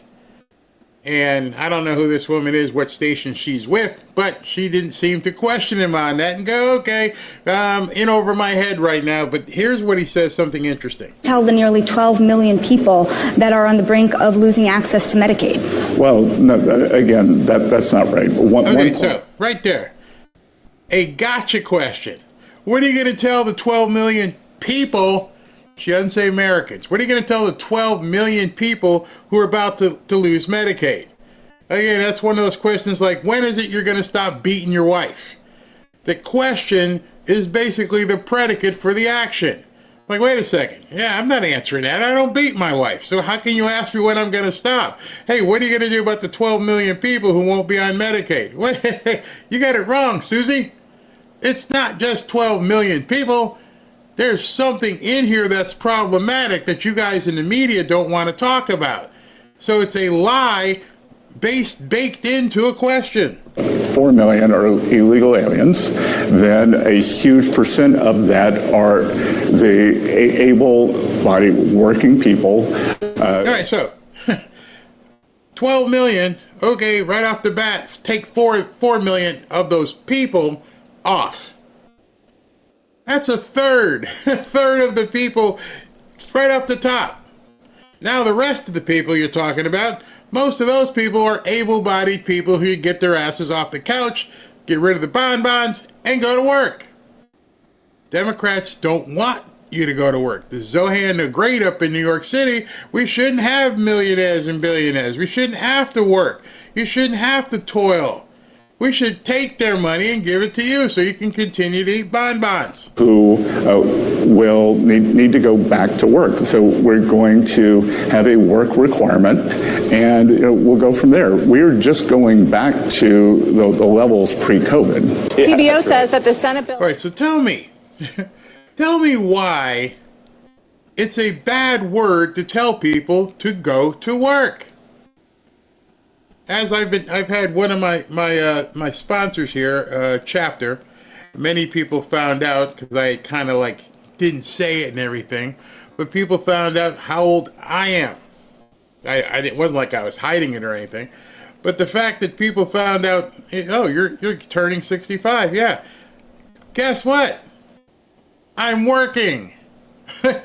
Why the hell can these people not work? What is it that they don't want people to work? I can't figure it out. Are they trying to promote communism, laziness, people who are just dependent on the government? I can't tell you. Increases the deficit by $3.3 trillion from 2025 to 2034, and that is $1 trillion more than the House bill. There were already concerns about the deficit in this bill. Do you disagree with those numbers? Oh, I 100% disagree with those numbers. You remember that in the House bill, there were a bunch of things that were temporary, that were there for the first 4 or 5 years, but then looked like they raised money in the out years. But of course, a big tax hike in the 5th year is going to cause a recession and reduce growth and increase the deficit. The number that I think is the best number to think about when you're looking at that $3.3 trillion is that if we get 3% growth instead of 1.8% growth out of this bill, then that adds $4 trillion to revenue, which means that this thing is a big deficit reducer. This is the biggest spending cut in history, the biggest tax cut in history, and with a little bit of growth, it's going to be incredibly positive for the budget. And finally, don't forget, this isn't the only bite of the apple, that we've got lots of discretionary spending that we're planning to send up to the Senate to rescind. Russ Vogt, the OMB director, suggests that maybe that's going to amount to about $160 billion this year. If you get the $160 billion of rescissions, then multiply that by 10 to think about what the deficit impact is. Hold on. Again, this is something that the Democrats and the media aren't talking about. It's as if they have no clue that the next stage here, and I want you guys to be aware of it, the next stage after this is the rescissions package. The rescissions package is to take another, as he said, another bite at the apple and include more basically tax cuts and incentives. So he's not done. They're already planning. See, the BBB is already going to get voted on. That's going to be in place. But they're not sitting back and looking for dessert. They're still looking at they're still after the meal here. The second course is coming up, and this is the rescissions package. So now, all of you who are unaware of the rescissions package, you need to start Googling and researching what's in the rescissions package, because as soon as this thing gets voting on, the media is going to start lying about the rescissions package. And you're going to be caught flat-footed like, what, a rescissions package? What the hell is that? That's the next thing coming. He's foretelling you. He's telling you very succinctly something else is coming too, by the way, people. Be ready for it. Be absolutely ready for it. And I think that's the problem, is that they don't want you ready for it. They want to keep people off their kilter. It's up to you to begin understanding the breadcrumbs and where they're going. It's a very fiscally responsible bill. What does America get from the big, beautiful bill?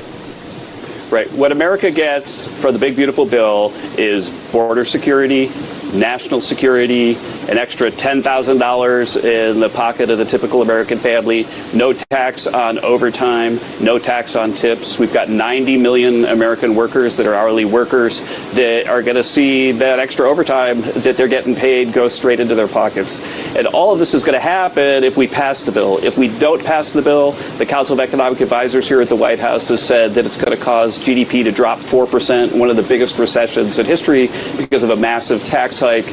And honestly, that's why this bill is going to pass. I've got a few Senate staffers on my team that did a little poll today. I told them to tell me what time is it going to pass tonight, and the average of the 4 votes was about midnight. Okay, all right, we'll see.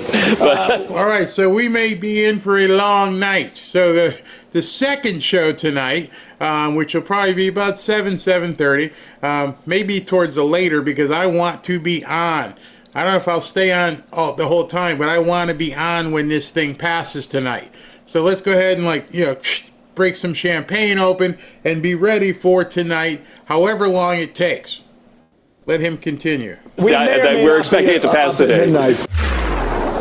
All right, so let me just make sure. What's the next piece here? Hold on.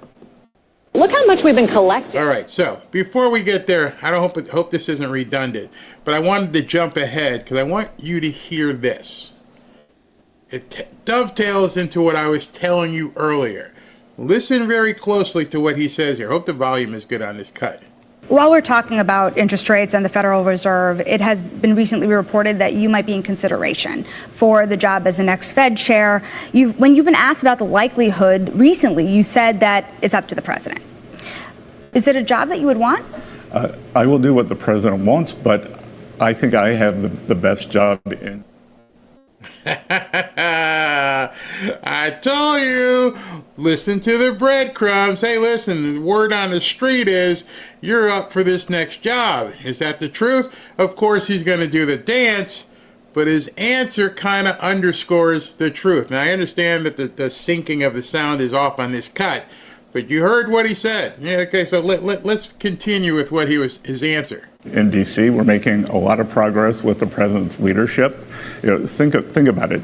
We're going to have the tax bill on his desk by July 4th. We're going to be wrapping up the trade talks. So I think we've had great momentum, and we will be working on Chair Powell's successor over the coming weeks and months. You had. Huh? Huh? We'll be working on his successor over the coming weeks and months. Does Jerome Powell know that?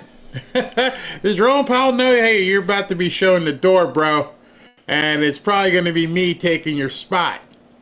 And now it's starting to get out there. I'm looking at X, and if you put in there, this is really funny, if you put in the search, Bessent replaced Powell, there are just post after post after post. Treasury Secretary Bessent says they are working to select new Fed chair to replace Jerome Powell in coming weeks. This is the video I just showed you right now. See, everyone's passing this cup around. I'm ready to replace Jerome Powell if Trump wants it. Of course he wants it. And it's everywhere. It's official. Jerome Powell will be replaced in the next few weeks. Breaking Treasury Secretary is working on replacing Jerome Powell in the next coming weeks. It's happening. So now you guys are all sitting back going, oh shit, excuse my language. It's happening. Something is going on, and if you just keep following these breadcrumbs, you know what's coming next. You could almost say, okay, so they're going to get rid of him. And then when Scott Bessent gets in there, all right, let me just ask you, what do you think Scott Bessent, or whatever the successor is going to be, what do you think the first order of business will be with the person who takes Jerome Powell's job? So if you've been told, and he keeps talking about it over and over, what he wants to see happen. And then he says, if that happens, the economy is going to take off like a rocket ship. So we get the big, beautiful bill passed. We get the rescission. And then we bounce Jerome Powell. And then it's to the moon. Be ready. Be absolutely ready. However ready you need to be, or however ready you can get to, be ready for what's about to happen. You now have the benefit of foresight. You can see the roadmap. You cannot be surprised any longer. We haven't had the ability to do this for a long time in our government. Everything was secretive, behind the scenes, didn't want to do press conferences, and only Nancy Pelosi and people like that could take advantage of what's about to happen. And you're watching all of this transpire in public. Even ancillary stuff. Hey, we're going to take Bibi Netanyahu to court. You sure about that?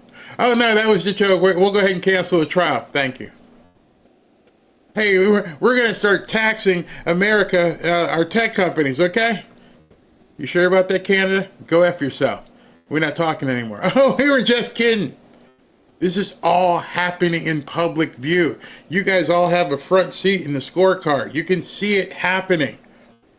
And I want you to think to yourself, when's the last time you've seen all these moves happen in public?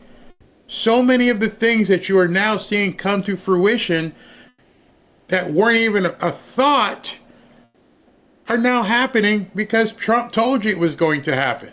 I'm not making it up.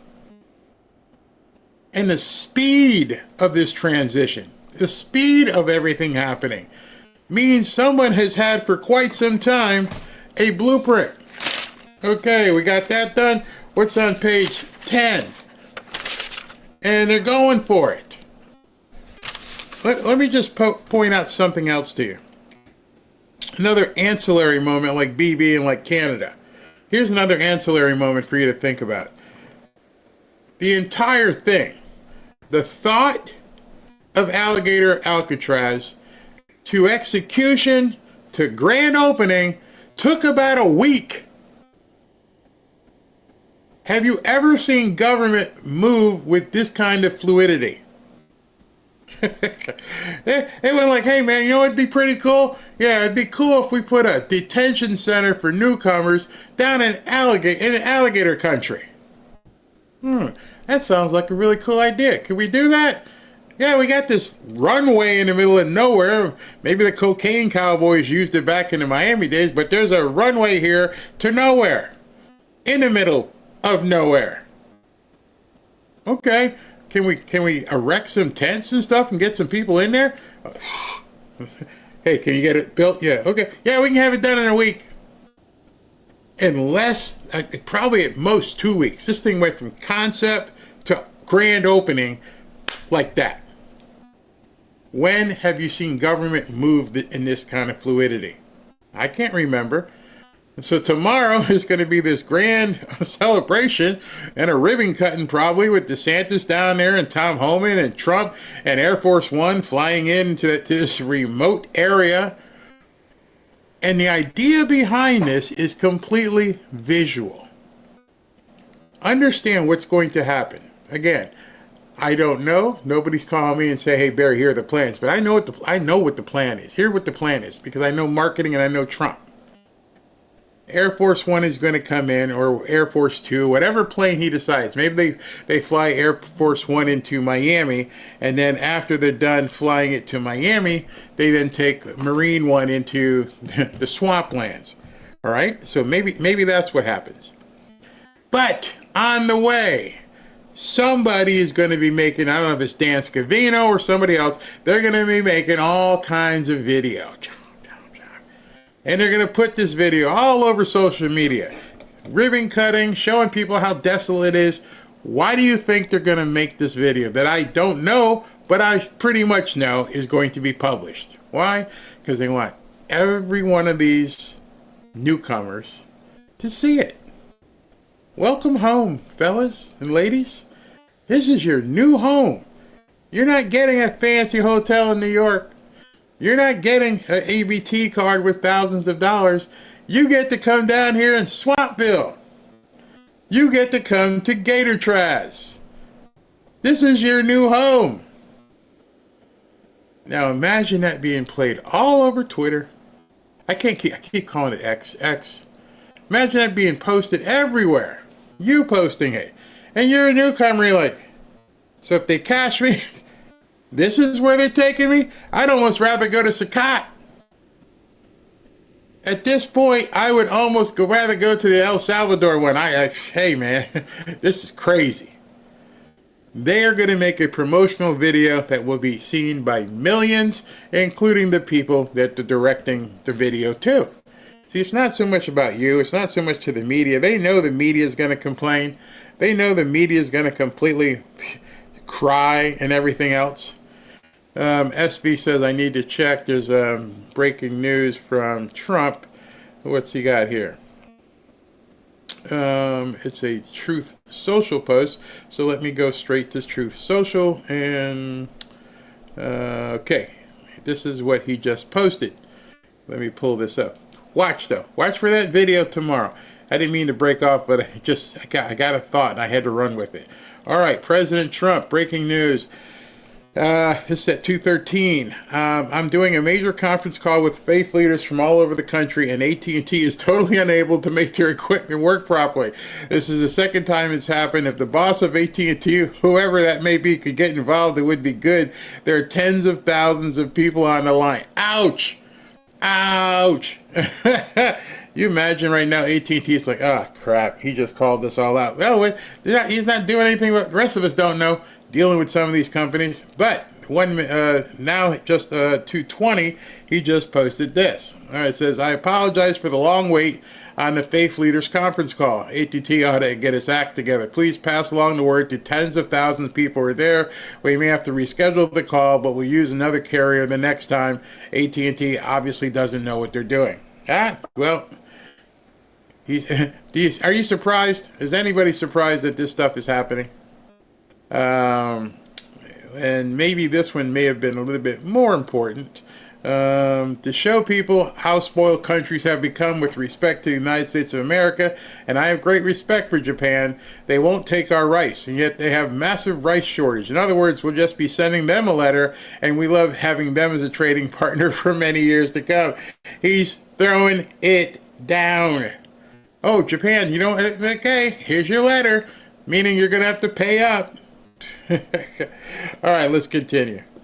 In revenues. And I did this in part because Wilfred's here and he can talk about the UK trade deal, but just this is the monthly numbers and they have gone up a lot. June is actually set for another big increase of $27 billion. That is money coming into U.S. coffers from tariffs. We are collecting a lot of revenue. So far, guys, $121 billion has flowed into the U.S. government since the start of the fiscal year. It's still a tiny portion of the overall revenues that the U.S. government gets, but it's increasingly a lot, especially.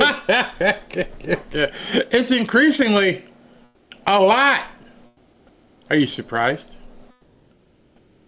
This is CNBC. They do nothing but talk about numbers and money 24/7, basically. And he told you what was going to happen. Howard Lutnick, we're going to be so rich. Tariffs. How are these people surprised? Who were they listening to for so long that they doubted that this was going to happen? Every person in economics has to know the number one consumer market in the world is here. Every country wants Americans to buy stuff. And they will pay extra to be able to sell to America. But somehow these people just don't get it. Our media just doesn't get it. Democrat politicians just don't get it. Many people on the right just haven't gotten it. If you have the best, people are going to want the best. And they will pay more to obtain the best. Think for yourself. Why do people live in waterfront properties by the beach and are willing to pay $10, $20 million, $40 million? They want the best. They're willing to pay more. They could live in a smaller house in the hood. They want much more. Why do you drive the car that you want? I'm pretty sure it doesn't matter what car you have in your garage, there are cheaper cars out there. No excuse. Even if you drive an F-150, you could probably drive a little, old car, old truck. You choose, you want it better. You're willing to pay more. Why will some of you go to a certain restaurant instead of just going to McDonald's? Because that's what I want and I'm willing to pay more. Why are, having been in the nightclub and entertainment business, I never understood why people would come to nightclubs. You're going to pay $6 for a beer. Now, I haven't been to a club in so long. I don't know, maybe it's like $8 for a beer. You can go to your local liquor store and get almost a 12-pack. Because you want to pay more to enjoy the entertainment. But somehow that simple concept of people are willing to pay more for stuff that they want, it just seems to have lost it on CNBC and many others. We haven't seen it in terms of the consumer paying off higher inflation. Guys, good morning. Besson was just speaking to Bloomberg TV and made a few headlines, made a few bit of news on a couple of different topics. The first is on Fed Chair Powell, and he talked about sort of the timeline moving forward for a Fed nomination. He was asked about news he had made on CNBC on Friday that nomination could come in October or November, even though Powell's seat doesn't expire. His term doesn't expire until May. Besson saying today that there is a seat opening in January. That's Adriana Kugler's seat for a 14-year term. And so he says the administration is considering nominating someone to that 14-year seat who would go on to become the Fed chair. He was asked. Breaking news. Trump's taking over the Fed. Trump's taking over the Fed. They're going to put somebody in on a 14-year term. And then we also know Jerome Powell is going away. It's slowly happening. Hey, why don't you fire him now? I don't have to. I don't need to cause waves. I don't need to do all this stuff. He's gone. And I'm going to put somebody on anyway, and I'm going to effectively neuter him. And the person I put in there is now going to be in all the meetings. We're going to get all the data, and we're going to know what these people are talking about behind the scenes, and we're going to let everybody else know.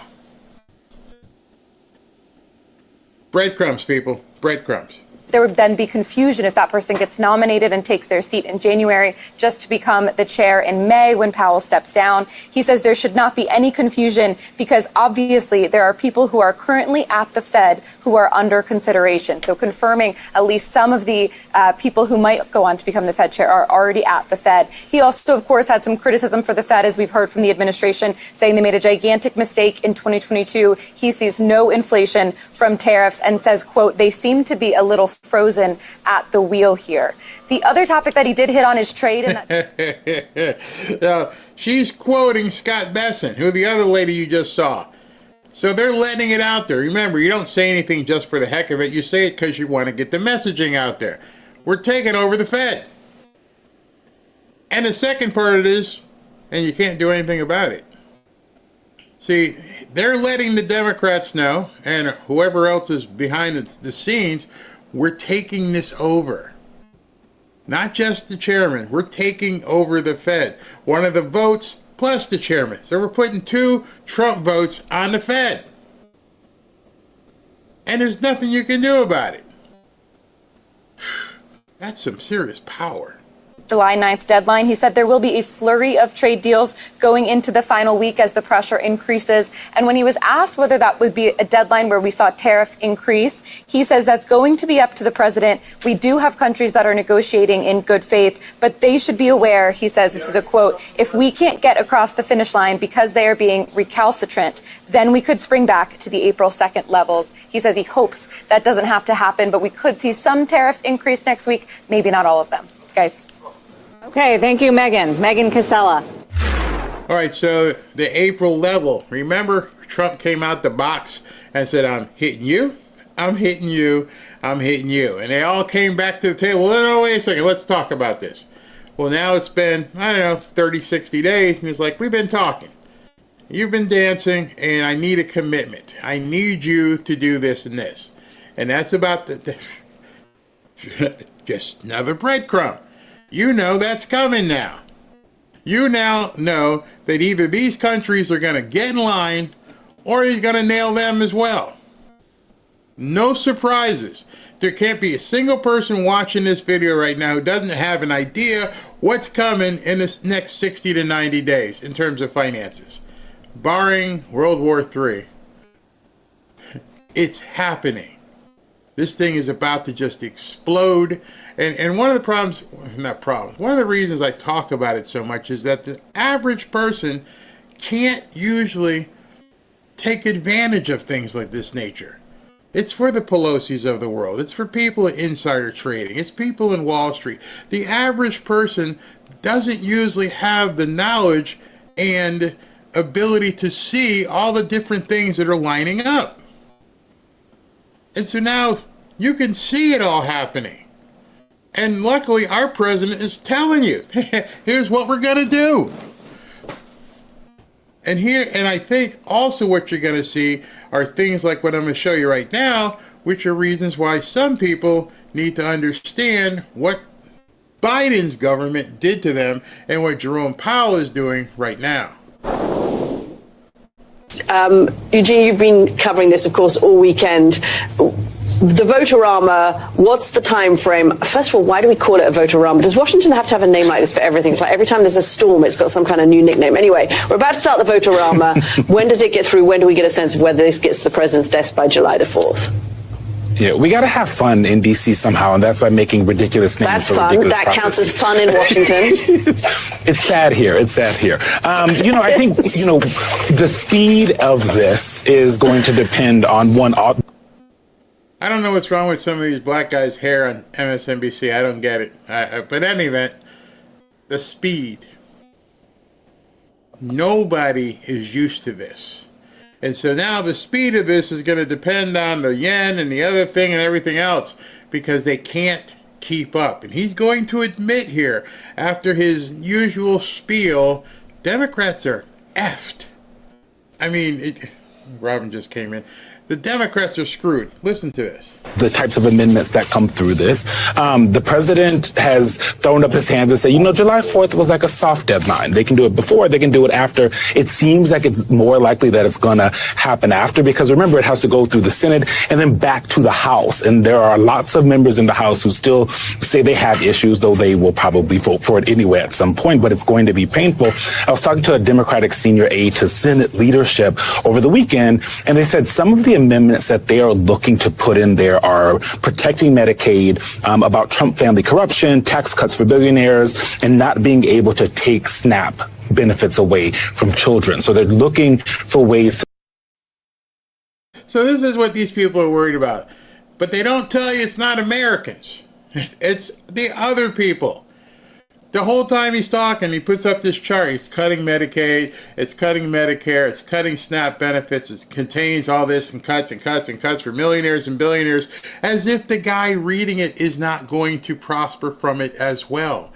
But they don't tell you is that it's newcomers and able-bodied people.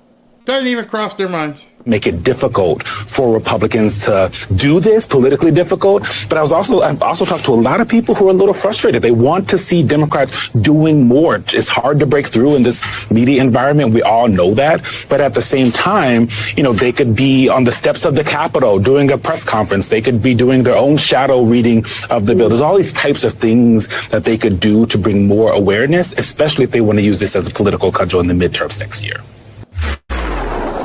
Oh, so it's about being a political cudgel. It's not about helping people. If you listen to what these people say, you realize what their agenda is. Their agenda isn't to help people, it's to help them politically, which is why they omit that it's the newcomers being taken off these rolls. Here, let me show you something. Funny, they don't talk about this at all. Breaking, roughly 1.4 million newcomers to be removed from Medicaid if Trump's spending bill passes the Senate. You won't even hear that on these liberal networks. They won't tell you that 1.4, just imagine that number. 1.4 million people times however much they've been paid or their bills have been paid, their Medicaid. It must be an enormous amount of money that you and I have been paying for these people. So you just imagine, Wednesday morning you're waking up and you're seeing this video of Alligator Alcatraz, and by then the big beautiful bill has been passed, and so no, you're not getting EBT. No, you're not getting the luxury hotel room. No, you don't have the cell phone. Nope. Now you don't have Medicaid. And by the way, your fate awaits you in the swamp. Or you could take $1,000 and get the hell out of here. It's up to you. And right now, MSNBC knows what messaging can we give?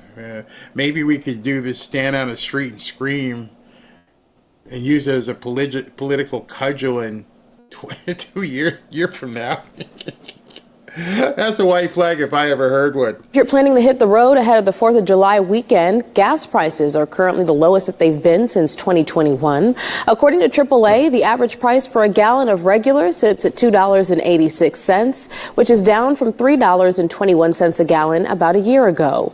AAA expects a record 62 million people to drive this week alone. Well, it looks like gas prices are about to get cheaper. According to Gas Buddy, the app that tracks gas prices, the national average could fall below $3 as early as September.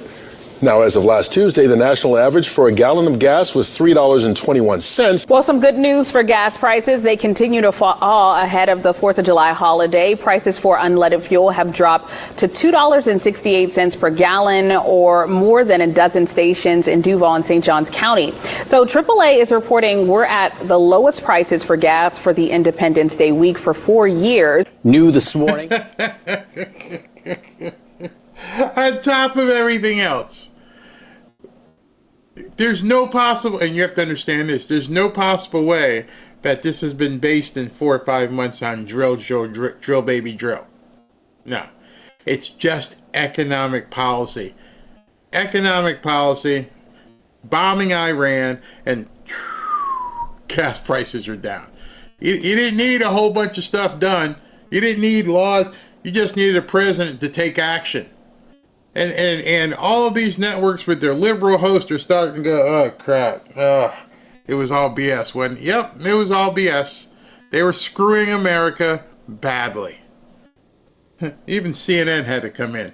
It's pretty good news for millions of drivers expecting to hit the road for the 4th of July weekend. CNN's Matt Egan is here. Gas prices, they're pretty low. Yeah, John, they're pretty low and they're trending lower. And this is good news because it should be relatively cheap to fill up your tank this holiday weekend. So Gas Buddy is projecting that the national average is going to be $3.10 to $3.15 a gallon. That is significantly cheaper than $3.49 a gallon last 4th of July. This translates to Americans spending about $500 million less on gasoline this holiday weekend versus last. And when we look at $500 million less. Trump, just by being president, has saved Americans $500 million. I don't know how the Democrats can, like you saw the other day, stand up and whine for hours and hours and hours and have people actually believe them. So this week is going to be one of their worst weeks ever. You know, remember last year when Biden put up you're going to save 19 cents on your barbecue this year. And people are like, you're going to save 19 cents? Okay. Imagine what it's going to be like this year. How much gas you're saving. All the different... Ashley's on vacation right now. Everything is going well for America, but they're trying to convince people that it's not. Robert and I went to go see Mission Impossible last night, which, you know, it was a decent movie. It was fantastical. It went from being, you know, a regular Mission Impossible to a superhero type thing, but it was okay. But the most important part about it was we go to this luxury sit down cushy foo-foo theater where you can have food and everything, and it was packed. There wasn't an empty seat. Packed. So things are going well. And they want you to feel like, oh my God, the people aren't doing well. You know how it was doing so well that people from the Pride people were running around naked up in New York. They were so happy. And you can see that gas prices, they spiked 3 years ago. We're looking at almost $5 a gallon on 4th of July, right? That was a nightmare. Trending lower since then. In fact, this would be the lowest on 4th of July for gas since at least 2021, perhaps even since 2020 during COVID. Well, you know who was president back then too, right? Yeah. Mm-hmm. Let's see, 21, 22. Oh, those are the Biden years. What exactly were they doing to screw America so bad? And what were they doing so bad that the media didn't want to say, hey, listen, it's because of the pandemic. People weren't driving. That's why we were able to save gas prices. But then, of course, when people started driving, the demand took off, and so we could charge and gig you more. And because you thought that you got a $2,500 stimmy was so great. I couldn't believe when I would see people on X and they were screaming about getting the stimmy. And I'm like, you haven't got the stimmy yet. The stimmy is the foreplay. They're about to bend you over and show you what that stimmy is really going to cost you. They paid you $2,500 to take $10,000 from you. Everything got more expensive, and everybody thought, we got that stimmy, man. I got my stimmy. Yeah, you got a stimmy, all right. You got a carrot in front of you that said, oh, this looks great. And you didn't see what was coming up behind you. That's what Biden did. And of course, people are making more money on average than they did back then. So on an inflation-adjusted basis, gasoline is swallowing up a smaller and smaller chunk of paychecks. And some drivers in some states are seeing even bigger drops in the price of gasoline, including in Michigan, where it's about 42 cents cheaper to fill up than it was this time last year. Pennsylvania, Illinois, Nevada. So you're a lib nut. And you're a lib nut in California and Michigan and some of these blue states. And you're seeing your gas prices go down. You're like, wow, this is pretty cool. We're going to have a great 4th of July.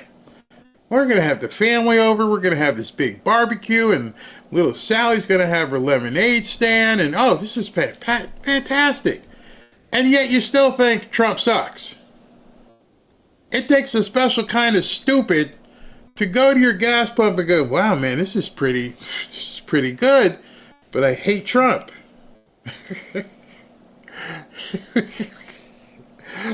How does that happen? How can you be so intellectually dishonest? How can you look at things and go, look at the map. These people are going to drop down 40, 50 cents a gallon, and that is blue states. How can those blue states not go, hey, man, this dude's okay. I don't like him. He's got mean tweets, and but this works. How do you disavow that and go, yeah, let's go ahead and get ready for 2026 or 2028. We got to vote in some more Democrats to stop the stuff that's good that we like. Who does that? A number of other states seeing significant drops. And, it's not like people are not expected to travel this weekend. They are. AAA is forecasting that almost 62 million people are going to travel by car. That is more than a million increase from last holiday weekend. And what's also notable here is we almost saw a very different story, right? It was just a couple of weeks ago that oil prices were spiking because of the Iran-Israel crisis. Look at this spike that we saw in June, and then they came all the way down, almost straight down, because thankfully this ceasefire does appear to be holding. We're actually looking at about a $20 cheaper price for oil than it was at this point last year. So you put it all together, and this is some positive news heading into the holiday weekend. At least it is today. Things have been moving so quickly, but it. Look at the chart. As you don't even have to be an economist to look at that chart. And what you have to understand with the chart is not the arrhythmia, it's the trend line. So you look at the highest point, which is before President Trump took over. It looks like it's sometime about August of 2024. And you look at where we are right now, and you can see it going like this. And as you see that number, you think to yourself, he's only been in office 4 or 5 months. It is great news for people hitting the roads. All right, Matt, appreciate it. Sarah. All right, so one of the things that I want you guys to take a look at is that some people in the chat say, I'm not feeling it yet. And then you have to, the next question is, or what somebody should say when they comment, they should say, I live in blank, blank, blank, and I'm not feeling it yet. Because what you have to look at is it not so much in a granular aspect of things, but as a whole. The country is seeing so much cheaper gas. And so if you tell someone, hey, I'm not feeling it yet, well, let us know where you are. For 2 reasons. One, maybe we can check and see why you're not feeling the relief. 2, to see if you're real. See, if you said, hey, I live in Baltimore and I'm not feeling the relief yet, well, we could just log on a couple of sites and see what the gas prices are in that area. Oh, by the way, yeah, Baltimore is a blue state. See, that's the other thing.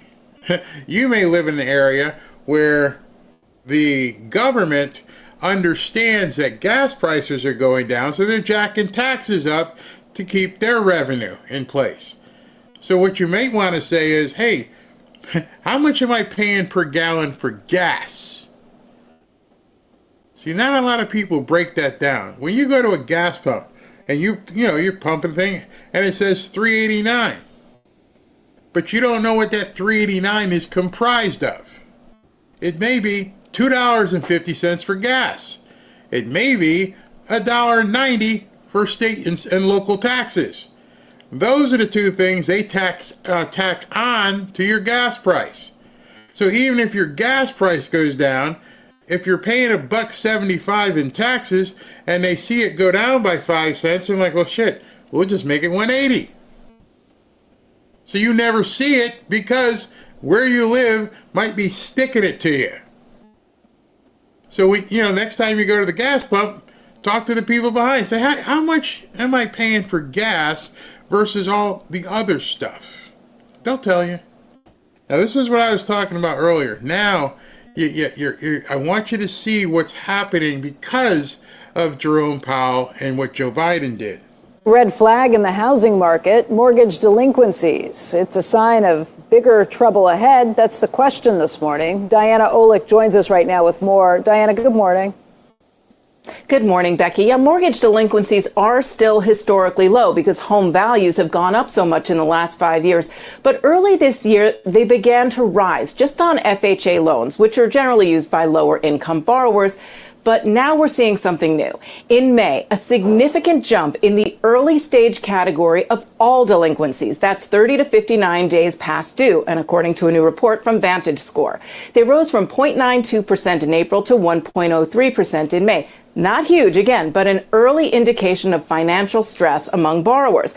What's more concerning, though, is that these delinquencies were led by borrowers in the near prime, prime, and super prime segments. That is, the least risky borrowers with the highest credit scores. So that suggests that this short-term financial stress is possibly beginning to affect even them. And a separate report from ICE Mortgage Technology looking at overall delinquencies showed them rising 5.2% in May from May of last year, with the most serious delinquencies, those more than 90 days past due, up 14%.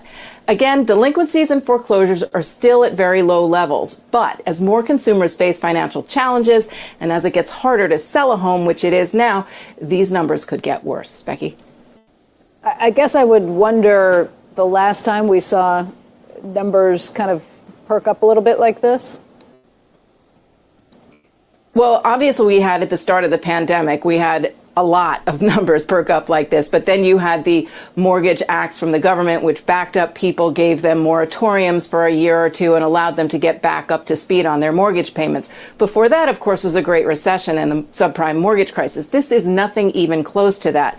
But it is showing distress in the market. And more importantly, it points to distress among consumers. They do have options. They could sell their home because they have so much equity in it. But it's getting harder to sell a home now, as I said. They could also, though, rent the home because we're seeing very, very strong single-family rental demand, and they might possibly be able to rent it for more than their current mortgage payment. But again, seeing these numbers tick up is just not a good sign for the consumer right now. All right, so I can address that personally, being in real estate, which I have to say kind of makes me smile when I know people are going to have to sell. When I say have to sell, you see, a lot of people got involved in buying homes that they were marginally could afford, even good people. And a lot of times what people do, they will buy a home with the hope that they could refinance it in a couple years. So if you buy a home for $500,000 now, you're hoping that now this property is going to be worth, I don't know, $700,000 in a couple years, and then you can either sell it and cash out or refinance and cash out. So you push the limit on what you could borrow, and now there's nobody showing up to buy your house at $700,000. Ooh. And on top of that, now you can't refinance again because Jerome Powell has got you bent over a barrel. I.e., President Trump saying lower the damn rates because there's not enough people out here who want to pay 5, 6, and 7% for a mortgage. And so even if your house is just the most beautiful house, it's not in a hood, it's gorgeous, it's very appealing, people right now are gun shy in terms of wanting to buy these properties because the interest rates are too high. And with the interest rates being high like they are, your available buyer pool begins to shrink. You see, if interest rates were like they used to be, 2.5% and 3%, you got a whole bunch of buyers that are going to come in.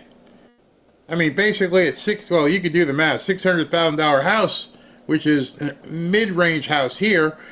If you were doing it at 2%, hey, I might be able to swing this. It might be a decent. That's a lot different if that mortgage is 5%. It means it's double. And so we need, in real estate, we need to have lower rates to help these people sell their homes so that there be a bigger pool of buyers. And right now, that buyer pool is shrinking.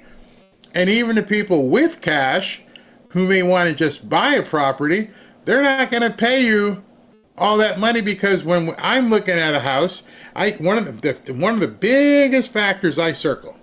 In fact, I won't look at, here's a little hint for you, I won't even look at a house unless it's 3 times the days on market in a particular area. What the hell does that mean? Well, if the house is in a farm area that I'm looking at buying, when I say farm, place where I work, if I see that the houses normally sell within 25 to 30 days, and I'm like, okay, it's a healthy market, they're selling. But wait a second, there's a house in here, or there's a few houses that have sat for 3 times that length. And I'm looking at 75 or 100 days. Now I know these people are starting to feel antsy. They can't get their house sold. And then the second thing you look at is how many times have they reduced the price, and then how big was the price reduction. So if you're seeing people start to chase the market down, they're basically chasing a falling knife. So at that point, what was 600 in January, maybe they say, okay, we didn't sell, let's go to 580 on January 15th. Oh, that didn't work. Hey, February 15th, we're dropping it to 550. That didn't work. Hey, on March 1st, let's drop it to 510. It's still sitting there. What do you think the house is worth? Not 510. Not 510 because it still didn't sell. So you kept chasing the market down, and you're telling people like me, that ain't worth it. If it was worth it, people would be buying it. So I'm going to come in and tell you I give you $400,000, and you're going to scream at me saying you're getting lowballed, and I'm like, okay, well then I'll check back in 3 months then, okay? Because you're going to have to keep lowering it. And then what happens when you do that? Okay, yeah, we'll take that $450. That was back then. Now you've just showed me it ain't worth that. That is called chasing the market down. And because interest rates are too high right now, people can't unload properties in certain areas, and they end up foreclosing because the property, they can't get out of it. So that's why we need, a very quick lesson, that's why we need to have the interest rates get lower so people who are willing to buy and have the capacity to buy and they have the down payment, they just don't want to pay more. And that's what we're seeing right now. Let's see here. We built some FHA homes, wow, for $13,000 that originally sold for $20,000. Now they want $200,000. Yep, that's the value. That's where it goes. It's absolutely crazy. My car insurance went from $48 a month to $71 in a month, and never had any claims at all. And this is going to explode things down here. Somebody said my property tax doubled in 4 years. That really happens in blue areas, because now they're trying to find all kinds of adjunct ways that they can go ahead and take your money. Yep. So all of these factors combined, and then you're seeing what's happening. All right. So that's just a little bit of some real estate news that's happening out there. Let's continue. The Trump administration steps up ICE raids and mass deportations. One tech developer is pushing back with an app designed to track ICE activity in real time. It's called ICE Block, and it's controversial to see. All right, so this was the app that came up during the press conference, and for once, Karoline Leavitt was caught completely off guard. She didn't know anything about this app. And she's like, an app? Yeah, an app. And she goes, CNN's promoting it. And she's like, really? And this is what they're promoting. Police. CNN's Claire Duffy is with us now. How does this work, Claire? And what are the legal implications? Yeah, John, I talked with Joshua Aaron, who is the longtime tech worker who developed this platform, and he said he really wants it to be an early warning system for people about the location of Immigrations and Customs Enforcement officers. So he says he does not want people interfering with those officers' activity, but he does want people to be able to avoid them altogether if they want. So you open the app, it looks like a map, and users can tap the map to report an ICE sighting in their area, and then everybody who uses the platform within 5 miles of that sighting will get a push alert. This is a free iPhone app. It is anonymous. Aaron says he doesn't collect any user data. And what I think is really interesting about this in this moment is we've seen so many of the biggest leaders in tech supporting President Trump, but Aaron is sort of an example of the fact that there are people within the tech industry who are really resistant to Trump's policies. I asked him what he would say to those tech leaders who, for example, were at the inauguration. Here's what he told me. Take a listen. I understand that you have shareholders to report to. Does he not look like what you expected he'd look like? Now, I want you to understand, if you look at his surroundings there, you can tell he's not a tech developer. This is probably a very rudimentary app that he actually probably used AI to help him build. And this guy, they're calling him a developer. I don't think so. No developer I've ever met lives like this. Understand that you have employees that need their paychecks, but at what point do you say enough is enough? And John, I should say that ICE did not respond when I asked them about this platform and about Aaron's opposition to their activity. Aaron better get a good lawyer. That's all I can say. I'm thinking Aaron might end up, getting a visit. Knockety knock knock. Hey, listen, Aaron, I'm going to introduce you to this place down in Florida. We're also have an area for people who interfere with ICE removals. So pack your crap and let's go. Where we go? We're going to introduce you to some, reptilian type prison guards. You'll see them. You'll get to know them. See if this shows up on your app out here in the middle of nowhere. That guy needs to go to jail. That guy needs to be raided tomorrow, as far as I'm concerned.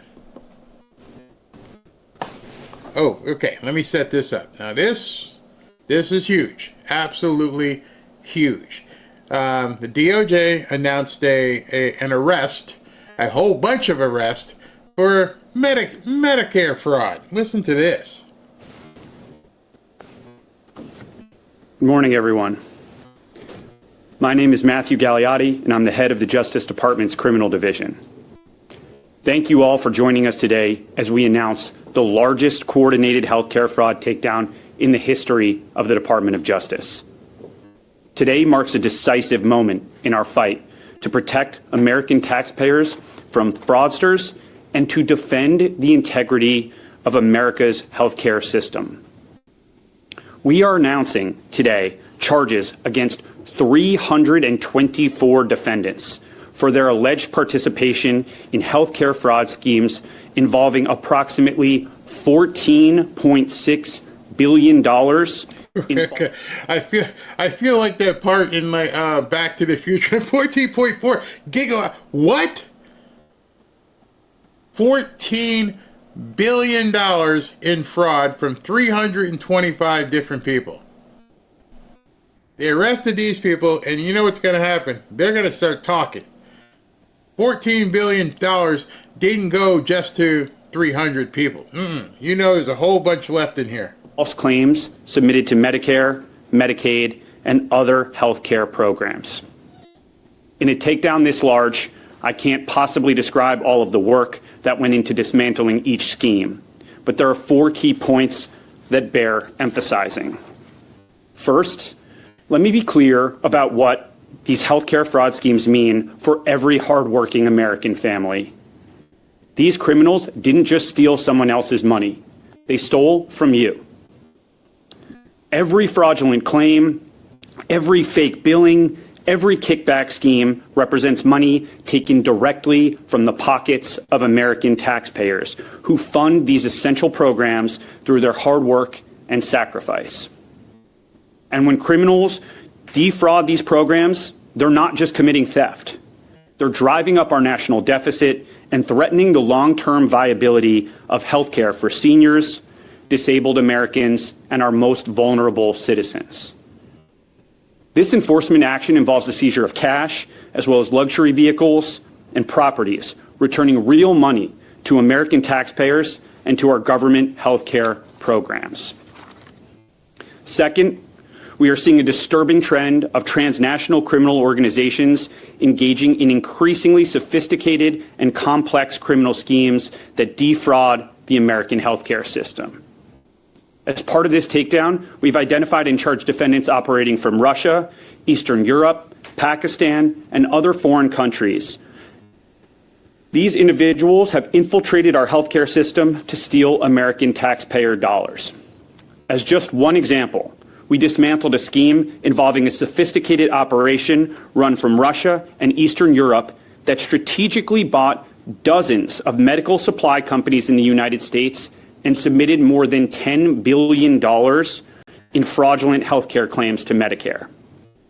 To make matters worse, these perpetrators used the stolen identities of more than 1 million Americans spanning all 50 states to perpetrate this scheme and submit these false claims.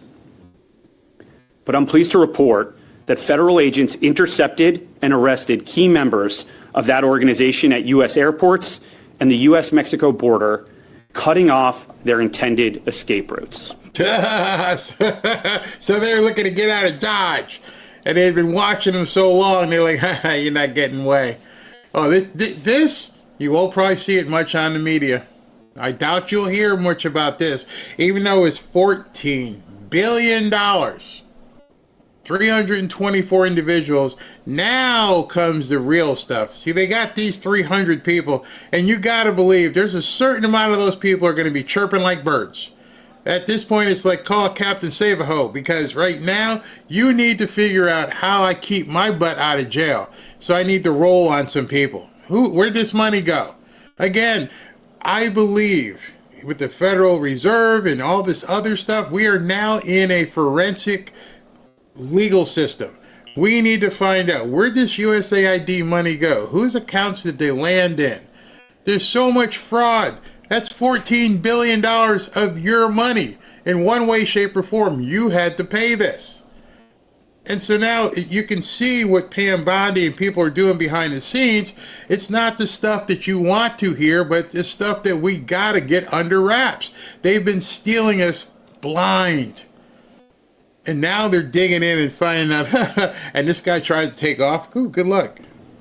The days of transnational criminal organizations using the American healthcare programs as their personal piggy bank are over. It's over. It's over. And I think what happens as well is people begin to see this stuff, it freaks them the hell out. They're like, if he got arrested and he's got my phone number in his phone and he know, I better leave. It's over. It's too late. By the time they've gone public with the arrest, they already know how this tree works. And some people are going to be getting a knock on their door and they just don't know what to do. I want to see something before I wrap up here. I want to show you something. How sad our government is. This is John Fetterman talking about the big, beautiful bill and the vote that's going on, the Votorama. Oh my God! I just want to go home. I've missed our entire trip to the beach. My family's going to be back before we that. So, and again, I'm going to vote no. There's no drama. The votes are going to go. In fact, the only interesting votes are going to be on the margin, whether that's Collins or Johnson and those. But all the Democrats, we all know how that's going to go. And I don't think it's really helpful to put people here till when some ungodly hour. And again, thank you, sir. Appreciate your time. I just want to go home. I didn't get to go to the beach or anything. The American people elected you to be a senator. I understand you don't dress like one, but now you're telling people, this sucks, man. I didn't get to go to the beach. My family's going to be home before I even got to go. Did you really just tell that to the American people? Because this is what we think about you not being able to go to the beach. I don't care. I don't care. I don't care. I don't care. I didn't get to go to the beach with my family. Oh my goodness. All right, so I'm going to do... I can't believe he said that. I cannot believe those words came out of his mouth. SV sent that to me. I'm like, this is AI, right? He didn't really go up to a media person and goes, I can't believe I can't go to the beach. Hey, bro, I think people are happy you didn't get to go to the beach, if you know what I mean, and I think you do. Oh, hey, can you put that back on, bro? Yeah. I'm sorry. I couldn't resist. I just couldn't resist. Oh my gosh, that guy is crazy. All right, so I'm gonna do super chats, and then instead of doing the normal after party, doesn't look Trump's 45 minutes late, so I'm not sure there's gonna be a signing. If it is, I'll break in. But it appears at this point that whatever executive orders are going to be signed are probably going to be signed, and then a video is going to be released later. So whatever time they release this video, because he's going to be in Florida tomorrow, so I'm not sure when he leaves. But what I do have is the Votorama we can put on instead of the after party. So it's the same thing. You guys can chat and watch this thing, and then it should be a little bit more interesting than yesterday. This is not going to be, just to let you know, the Votorama, as they're voting on the amendments, as they're getting ready to go through to the vote later on tonight, these are people voting on amendments. So you're going to hear the amendment. This is the amendment to strike this and strike that. Okay, and you'll hear the actual votes. They have to keep voting on all the amendments. So right now, I can't tell which one they're on, but there's senators there. They're just waiting for the roll to be called so they can do it. And then you guys can watch this, and then, you know, what I'll do is I'll probably let it run till, I'll just let it run until I got to do that, get ready for the evening show. So I'll probably cut it at 5 or so. I'll come back on because it's a stream, so I can just come back on. What's this? You can't openly talk MAGA around here. I speak my mind. I'm not really sure what that means. He voted no because he couldn't go to the beach. Yep, that's it. Can't even go to the beach anymore in Chicago. They're breaking into cars in broad daylight. Crazy. Absolutely crazy. Let's see if this makes news on the blue states, the DOJ stuff. Nope. They won't even talking about it. CNN is helping newcomers. Tom Homan be pissed off. Absolutely, he will be. I'm in Georgia, not seeing the gas prices drop yet. You know what? Let me just tell you guys. Go to a site called Gas Buddy, and when you go to, well, you know what? I got a second. Let me just take you there. I'll take you there. Okay, hold on. Because this is what you can see around you. Hold on, let me find it. Find gas. Search. All right. So, if you... Let me pull this up by itself so you guys can see it. Let me go here. If you guys have never been there, this is a pretty cool site to go to. This site is called Gas Buddy. And if you go to Gas Buddy, somebody just said they were in Georgia. Let's put in, I'll put my zip code here, and we'll put 33498. And we'll just look. And it tells you, and this would be interesting for you, because if for some reason you people are saying to each other, gas hasn't changed in my area, well, find a gas pump in your area that is cheaper. Like right here, there's a Mobile on State Road 7, $2.91.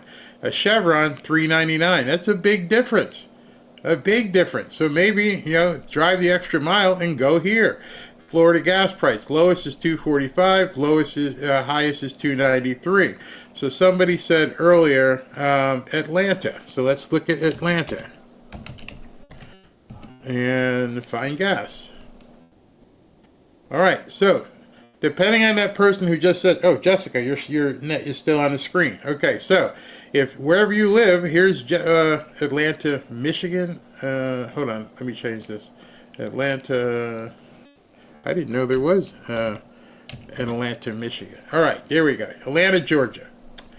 You got $2.48 at this Chevron, $2.49 in Peachtree, $2.51, $2.50. Those gas prices look pretty good to me, Jessica.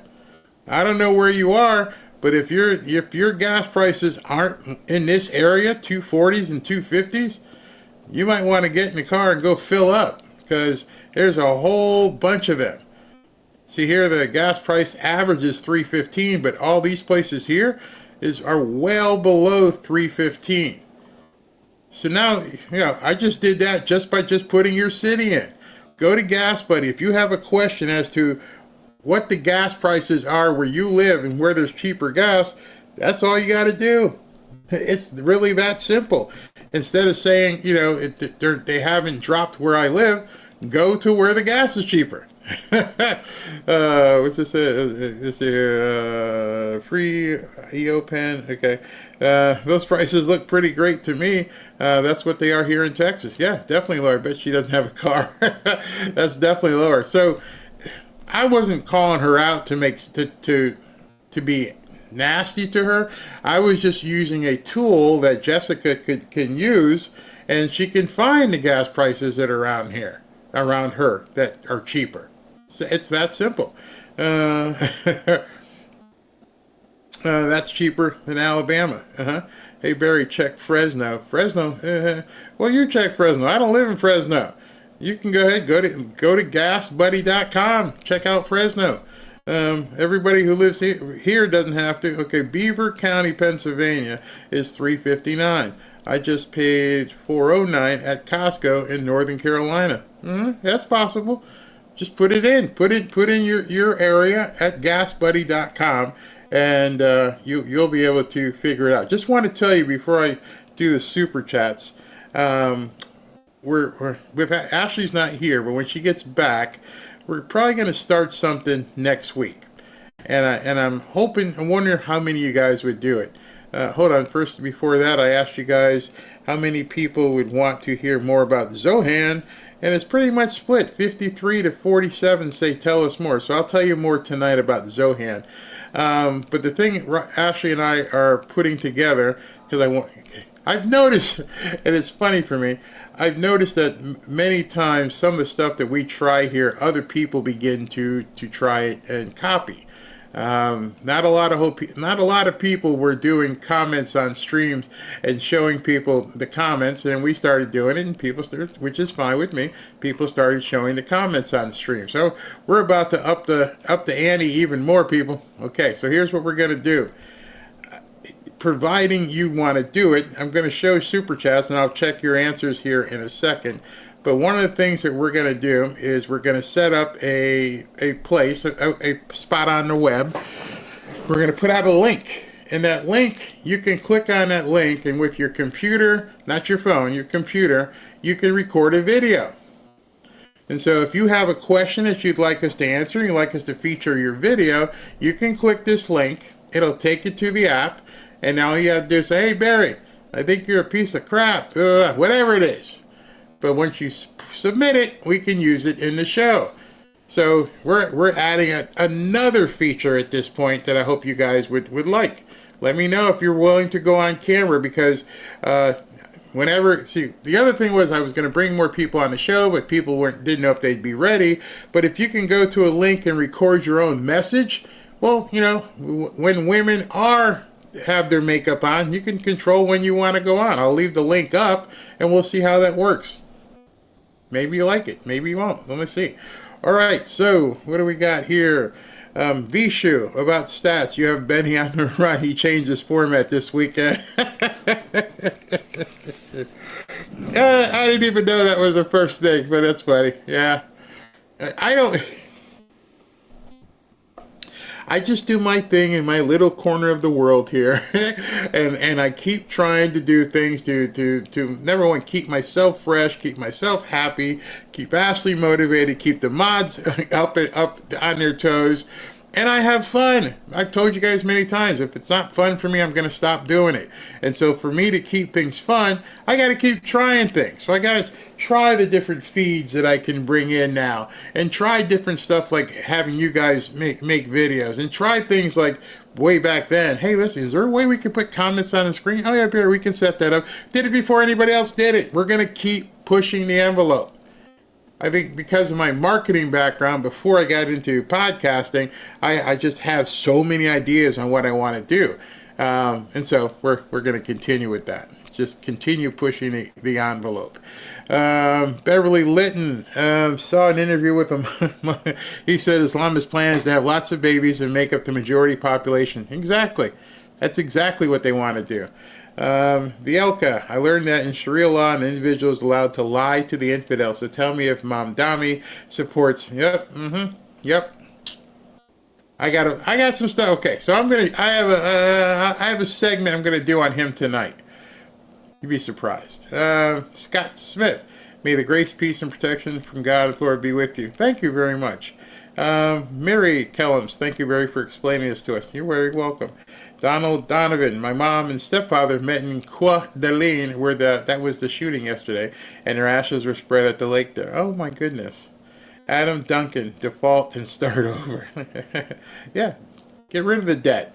Barry, your thoughts, he gets rid of the debt and then goes to gold standard? Possibly. Possibly. Thanks, Job for 9. Del Hole, I want to see Trump move the embassy in El Salvador to the prisons. That way the prisoners are on U.S. soil. That would be a boss move. That would definitely be a boss move. Ken Ramalino, the debt payments have to be going somewhere. How do we not know where we're paying our debt to?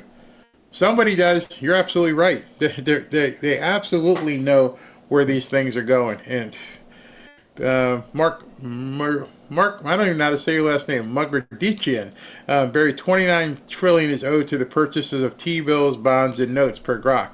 This is non-governmental agencies. Right. Yep. Now, ask yourself the next question. That next question is, got a receipt? So every time somebody would say something like that, my next question is going to cause you problems. I understand. I did it on Grok too. I looked it up. And now my question is, you got a receipt? The incongruity of all of this financially makes no sense to me. How come I can look up every single Supreme Court decision? I can look up every single law. I can trace back laws to George Washington. the Library of Congress. All of this stuff is written. How come none of this stuff is available for the public to see? So when Grok tells you this, okay, we'll show you. Grok, you got the receipts? I mean, the transaction happens, right? I buy gold from Lear. They send me an invoice. I got an invoice. Hey, here's your gold. Where is the paperwork? That's what you guys got to start asking yourself questions, because you get data and information and then you don't ask the next question. So I am happy, very happy that Mark did that. Mark looked it up and said, oh, there's 29 trillion is owed to the purchaser. Okay, where's paperwork? And then Mark goes, oh, yeah, that's all I'm talking about. Prove it. And too many people take that initial explanation and go, that's it. Well, yeah, hey, 29 trillion is owed to all these people. Who are they? How much did they buy? How much are they getting paid? The 10-year yield, the 5-year yield? Which ones did they buy? Nobody knows. That's what I'm talking about. Now you're starting to get it. Some of you. When you see the data, yeah, hey Barry, we know who did. Ask. You know damn well if it was your own personal finance, you got a safe somewhere, you got a safety deposit box at the bank, and you have everything. You guys even keep the warranty for your flipping washing machines. Hey, the washing machine's not working. Hey, let's go get that warranty because we'll have the people come over and fix it. You buy a car, hey, I got the dent, I got the tire, hey. But with regards to the national finances, people just take statements. Yeah, that's it. And what I'm asking you is to begin asking questions to see if people can give you the information. All right, 29 trillion was given to or bought by this person, that. Who are they? And nobody's going to answer those questions. So the incongruity that means something doesn't make sense is, why can you see all of this? You can go onto the SEC. You can see every filing from every corporation in the country. Everything. Even down to their marketing department. How many people, employees, blah, blah, blah. Why is there nothing available for you to look at in regards to our country's finances? And that's a big question. And don't take my word for it. Go look it up. See if you can find it. VX Mark, last person to go after FR was, Federal Reserve was JFK. Annie, which tells you a lot. Annie, 1963, all the newcomers should be deported and never allowed back in. We must become safe and wealthy again. Exactly. Chuck Bryant, thank you. Naomi McCormick, I was gifted a half Florida Goldback. How cool is that? Do people actually use them? This is Michigander. Ron DeSantis just made gold and silver legal tender. I understand Texas did as well with Greg Abbott. So the retail establishments are getting ready for all this. Music for All, thank you. Chuck Bryant, God bless Trump. We were doomed under Kamala. Exactly. Music for All again. Tom Homan needs to cut the tape with first newcomers. George Rivera, as far as labor shortages due to deportations, violent criminals or not, we already know what happens. HRM at these companies are inundated with applications from actual United States citizens. Indeed. Georgia Budney, Barry, you do a great job finding us what we need to know and when it's happening. Thank you. Thank you very much. Charito Rivera, thank you, Barry and Company, for all your work. Thank you. Tilly, hey, Fanfare family. Hello, Tilly. Jose Bazil, I have a feeling the owners of the massive debt we owe is going to get colonic. Bankruptcy will be done. Clean slate. Love you, Barry. Just watch the breadcrumbs. You see what's happening. Jose, again, wasn't there at the Chupacabra running around there in the Everglades. God only knows what's out there. I can't even tell you. Just imagine, uninhabited, there's no men, there's no humans out there, and this thing has been allowed to have its own ecosystem forever. Jay in Vegas, so if the mortgage company cannot provide the promissory note on the mortgage to prove the debt is the mortgage voided, and would you then own the property outright?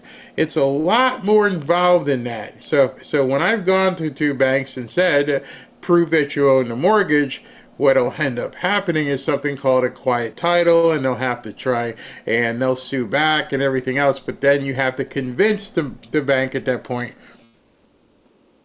do you want to settle this or you want to just keep going legally? Because it's just like any other lawsuit settlement, is take the discount on take the hit, and we'll just get this settled, okay? And we'll go away.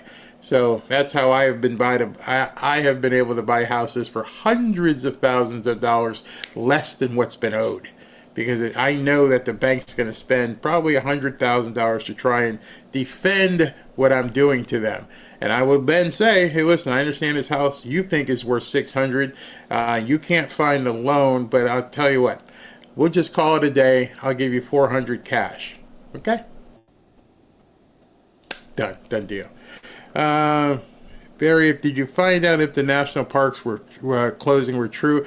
I found out that that's not true. Mama Mima, here in California, my 3-year-old has been on a waiting list for speech therapy for 2 years. The list is still 2 years long. System is overwhelmed. Wow. Renee, people stealing it and putting newcomers in it. Renee Jewel, please tell me how to get in touch with Patriot Addict. It should be a email that you can go ahead and send to their customer service. If not, go ahead and ask one of the mods to email me, and we'll get that to you. Del Hall, with all this and no one's looking at Greenland. Good point there. Just another knucklehead. Oh my God, Trump, you're going to kill my AT&T stock value. At least he did it publicly. Now you know, again, he does it all publicly, transparently. He just went after AT&T. Yeah, who knows? Fazul, alligator, Alcatraz bid equals self-deporting frenzy. I bet. Patty's paper designs. Hey, Barry, how long after the Fed's lower percentage do you think banks will lower mortgage rate? Shortly thereafter. The banks are in it to make money. If they can make money and give loans, that's what they want to do. So the more people are going to be wanting loans, they'll be happy to give it to them, provided they qualify. Tilly, my very first time I ever had a comment taken away, and all I said was Besset, woohoo. I'm not sure. I don't do that. Gen V, with the mainstream media show how many amenities Alcatraz has, and they are free: air conditioning, which I can't use because of energy costs, nice cots, food, clean bathrooms, Medicare. That'll be very interesting. You make up a good point. If President Trump is flying to Alcatraz, then all of the reporters that are on his plane go to Alcatraz. He doesn't fly alone. So all of them will see for themselves. And this is probably part of the marketing of it. Go ahead, go look. Oh, it's air conditioned. Oh, these cots are nice. No, they're not the big cushy beds like a hotel in New York, but there's no problem with that, right? Let's see here. Is the Federal Reserve able to inspect Fort Knox? That's a good question. I don't think they can. They don't have that right. I'm pretty sure they don't have that right. Christina Mozart, hello. I passed my CCNP certificate doing paperwork this afternoon for job upgrade, plus a management supervisory position. Huge increase. May I say the word? Prosperity. Boom. I'm going to give you a double here. We got to go double with that one. And then I got to hit you with this. You way to go, Christina. Very way to go. God bless. Barry, please bring Bridget Gabriel. Yeah, she'd be interesting. I'd have to do her with a nighttime interview because YouTube wouldn't like what she would say. Tim Salter, get that ICE app and post ICE everywhere and watch them scramble. That'd be a good idea. Have them run around like chickens with their heads cut off trying to figure out what the heck to do. That would be kind of funny. All right, everybody. Somebody says, Marcus, you love your XRP. I don't even know how to buy it. These ICE facilities are getting XRP is exploding now, he says. Okay, all right, so I'm going to put on the it's not a hearing, these are actual votes. I'm going to put this on instead of how soon will there be a movie called Escape from Alligator Alcatraz? No, that's a one-way motel there. You can get in, but you can't get out. It's like the opposite of Hotel California. That's too funny. All right, so I'm going to, instead of after party, I'm going to just put on this. Again, this is not a hearing. These are actual votes, which is different than the BS we saw the other day. There's no grandstanding. It's just up or down. And as they go through the amendments, it's going to lead, all this leads up to the vote tonight. So we're going to put this on. I'm going to go have some lunch. You guys can watch. They'll probably end this about 5:30 or so to get ready for tonight's show. Tonight's show I might want to push later because let's just see how close these guys are getting, because I want to be on when they actually vote. So take a look and let me know what you think, and I'll see you in a little bit. Fanfare family. Oops. I'm B-Bonkel Nace, one of the members.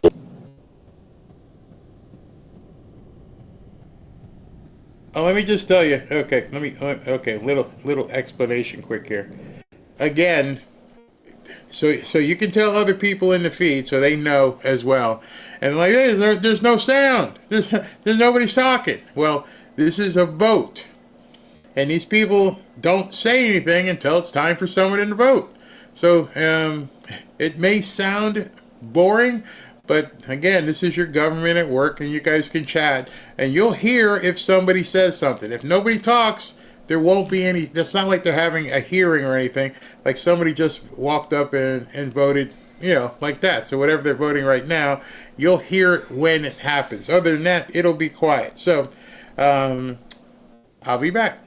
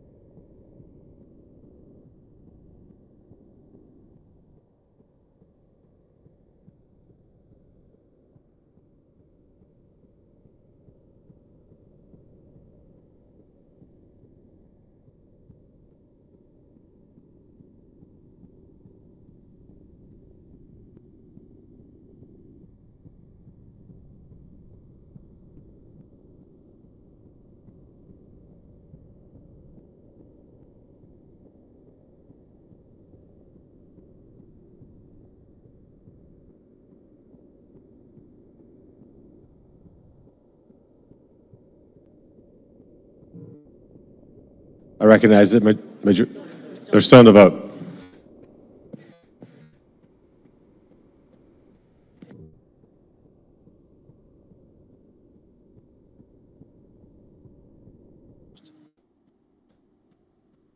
On the vote, the yeas are 47, the nays are 53. 3/5 of the senators duly chosen and sworn not having voted in the affirmative.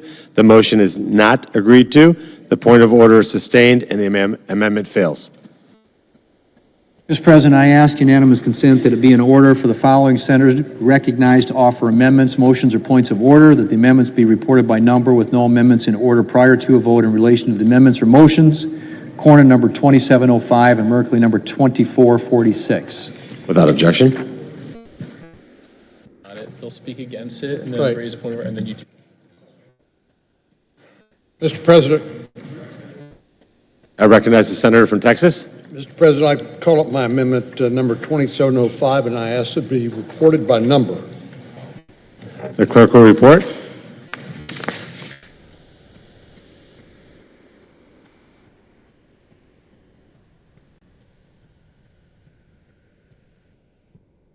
Senator from Texas, Mr. Cornyn, proposes amendment number 2705 to amendment number 2360. Not be used to fund health care for illegal immigrants. Border Patrol talks about push factors and pull factors. One of the pull factors for illegal immigration is the knowledge that people will be able to receive various benefits once they make it into the country. We need legal immigration, which has been one of the greatest gifts to our country we've ever had. Illegal immigration has been an unmitigated disaster. But here the problem is that states are using their Medicaid funds to pay for health care for illegal aliens. We don't want to, for the safeguard for our citizens, our seniors and most vulnerable individuals to be dissipated on behalf of people who should not be here in the United States in the first place. It's only common sense to reduce federal funding to states and provide state-based Medicaid dollars for illegal immigrants. At least we should be able to agree on reducing federal fundings for state to provide Medicaid to criminal aliens convicted or charged with sex offenses, human trafficking, domestic or child abuse, murder or manslaughter, or child pornography. Senator's time's expired. I recognize the senator from Oregon. Mr. President, I raise a point of order that the pending amendment violates the Byrd Rule, Section 313B1D of the Congressional Budget Act of 1974. Senator from Texas. Mr. President, pursuant to Section 904 of the Congressional Budget Act of 1974, I move. Mr. President, once again, Republicans have chosen the comforting embrace of partisan politics, but here's a few facts to cut through the noise. 0 federal dollars are spent on health coverage. Second, this policy dictates how states spend their own funds. What happened to states' rights? Third, this policy violates innocent until proven guilty, because it even talks about those charged with a crime.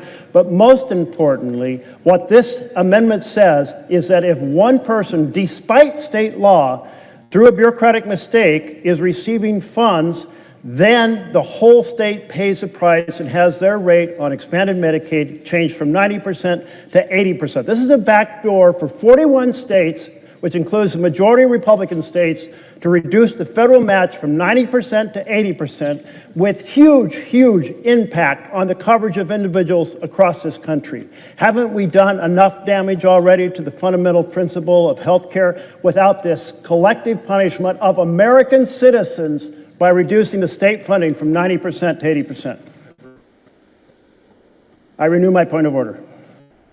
Mr. President. Senator from Texas. Pursuant to Section 904 of the Congressional Budget Act of 1974, I move to waive and ask for the yeas and nays. Is there a sufficient second? Yes. There appears to be. The clerk will call the roll. Ms. Alsubrooks, Ms. Baldwin, Mr. Banks, Mr. Brasso.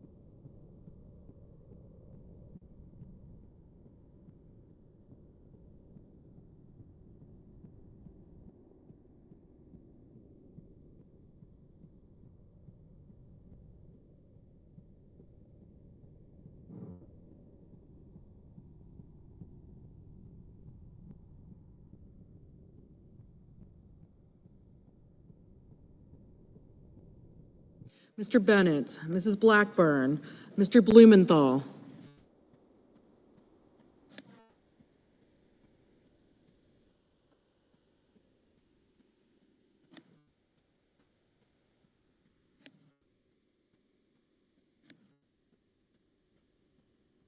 Ms. Blunt Rochester, Mr. Booker, Mr. Bozeman,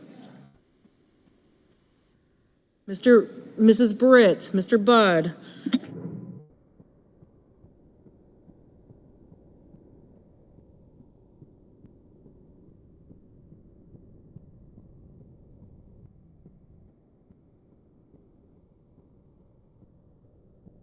Ms. Cantwell, Mrs. Capito, Mr. Cassidy, Ms. Collins, Mr. Coons, Mr. Cornyn, Ms. Cortez Masto, Mr. Cotton, Mr. Kramer, Mr. Crapo,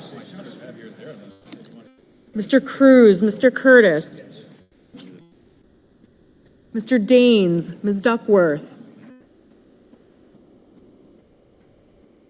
Mr. Durbin,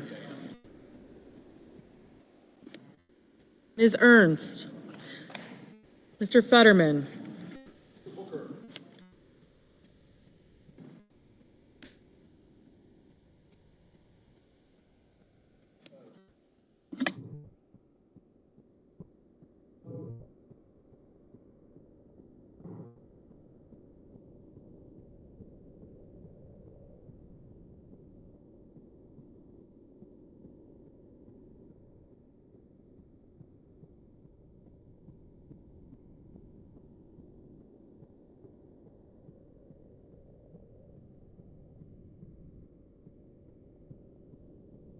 Mr. Fetterman, Mrs. Fisher, Mr. Gallego, Mrs. Gillibrand, Mr. Graham, Mr. Grassley, Mr. Haggerty,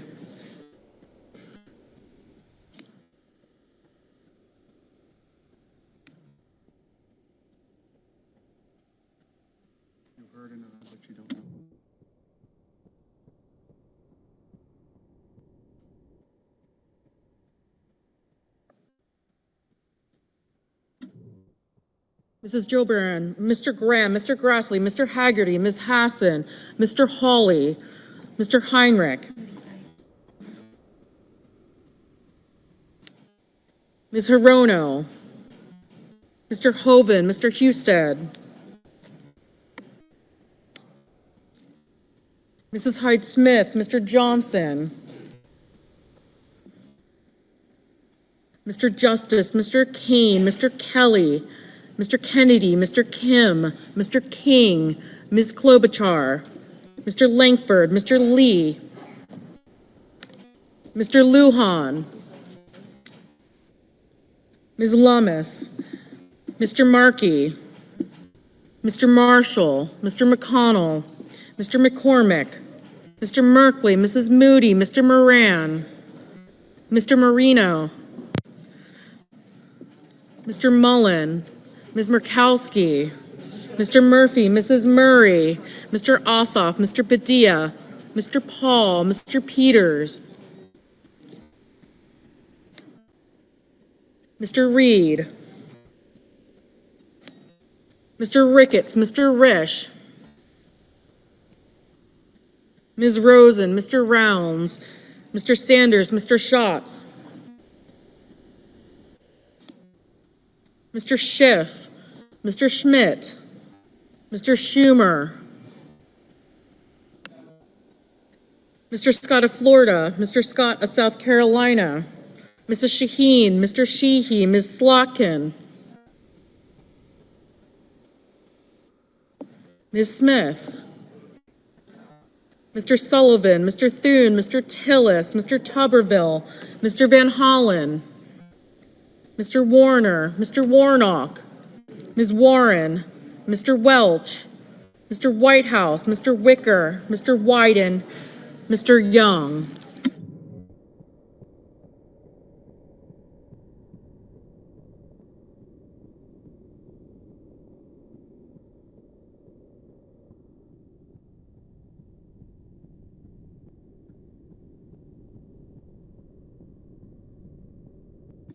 Senators voting in the affirmative: Barrasso, Blackburn, Bozeman, Britt, Cassidy, Cornyn, Cotton, Ernst, Fisher, Grassley, Hoven, Hyde-Smith, Justice, Kennedy, Langford, Lummis, Moody, Marino, Ossoff, Paul, Ricketts, Rounds, Schmidt, Scott of South Carolina, Sheehy, Thune, and Young. Mr. Crapo, aye. Senators voting in the negative.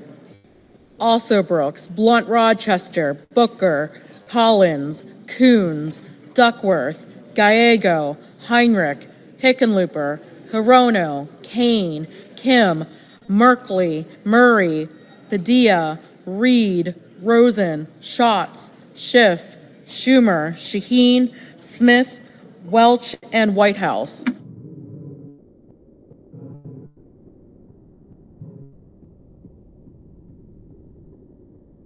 Ms. Klobuchar, aye. Mr. Mullen, aye.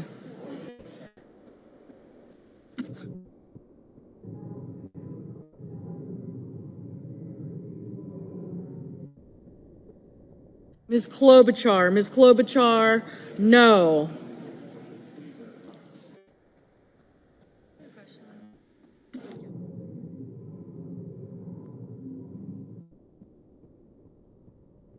Mr. Banks, aye. Mr. Durbin, no. Mr. Moran, aye.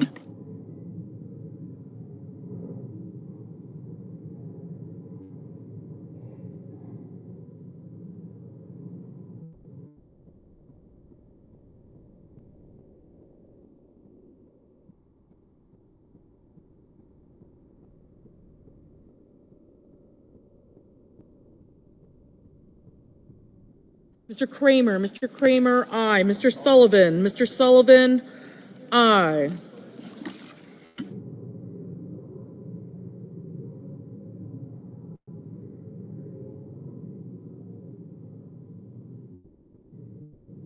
Mr. Sanders, no. Mr. Fetterman, no. Ms. Cantwell, no.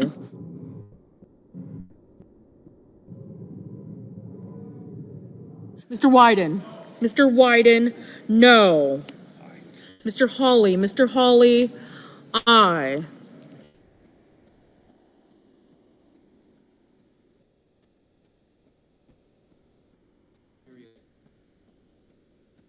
Mr. Husted, aye.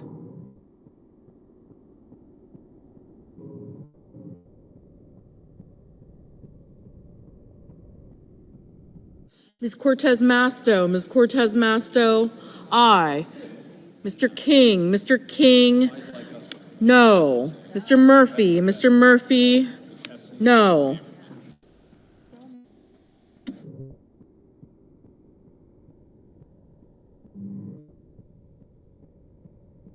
Ms. Warren, no.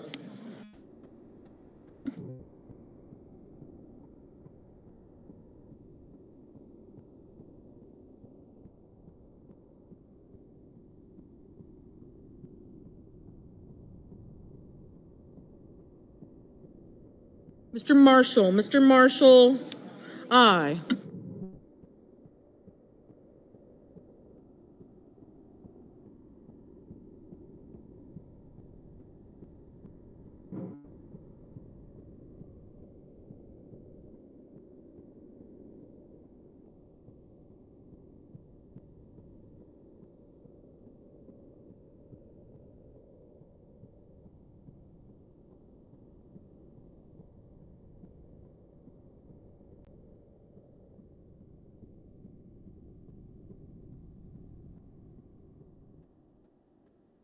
Mr. Tuberville, aye.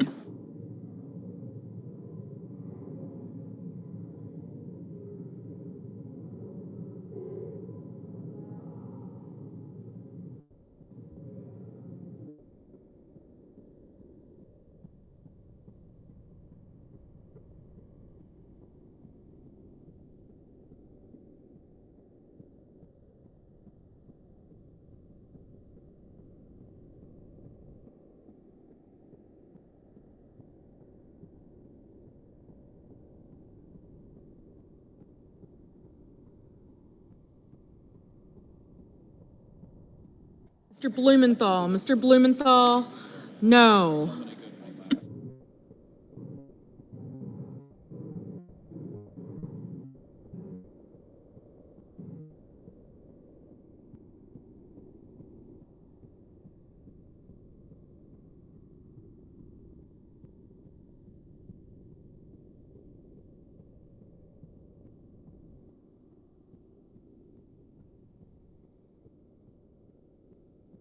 Mr. Warner, no.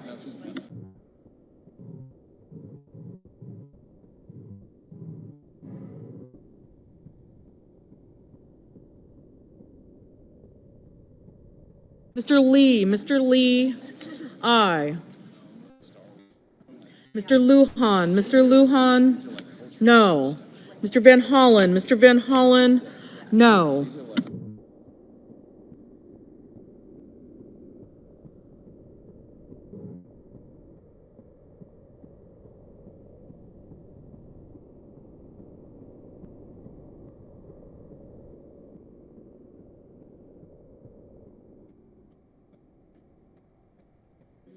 Mr. McCormick, aye. Mrs. Capito, aye. Mrs. Gillibrand, no.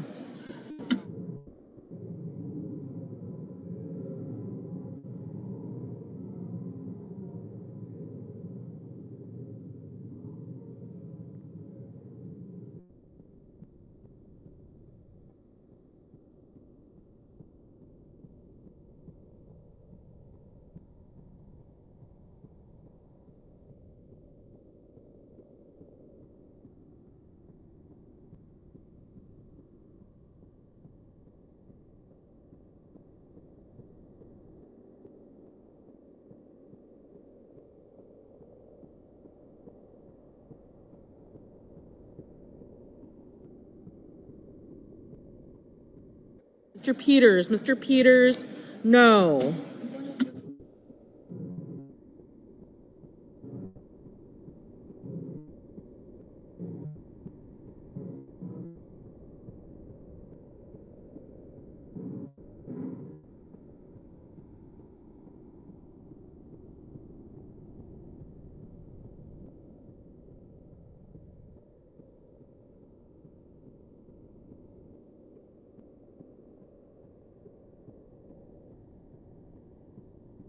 Mr.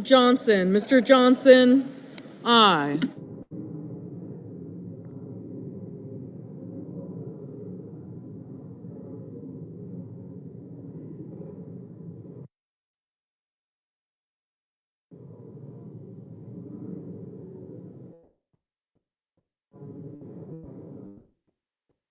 Mr. Graham, aye. Mr. Tillis, aye.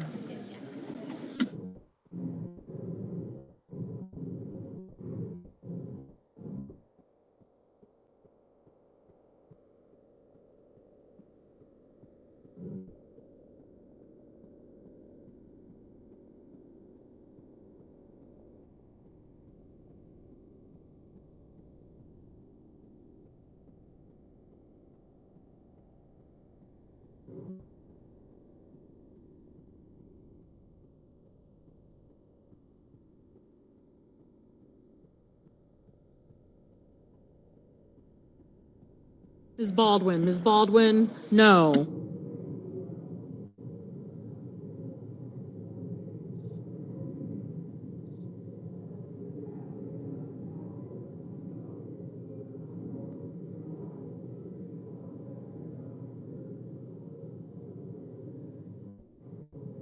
Mr. Curtis, aye. Ms. Murkowski, aye. Mr. Bennett, no. Mr. Haggerty, aye.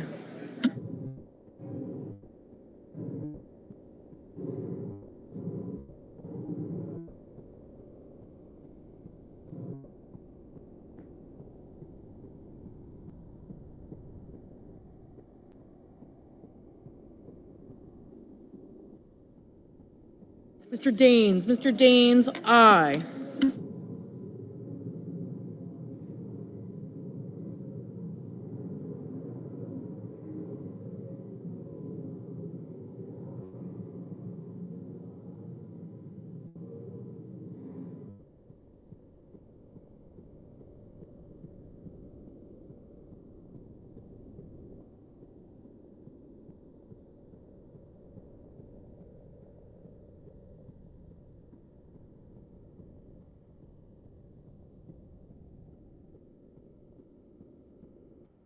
Mr. Markey, no.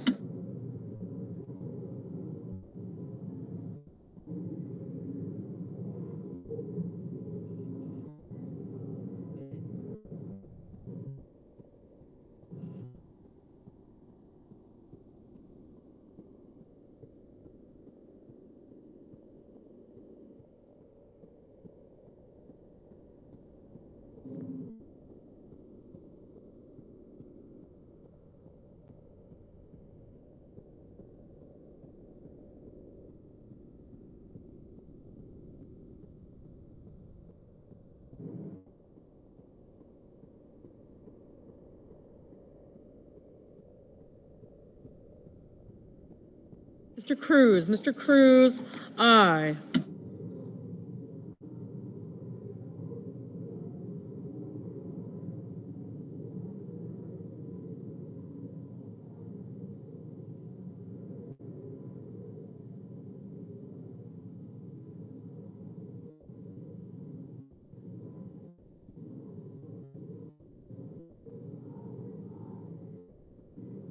Mr. Wicker, aye. Mr. Scott of Florida, aye.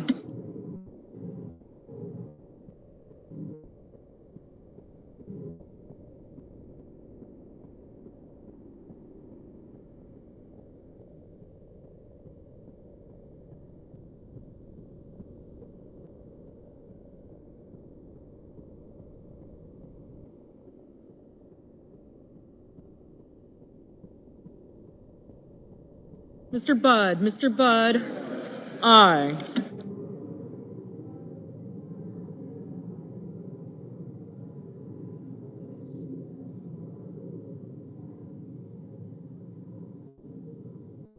Mr. Kelly, no.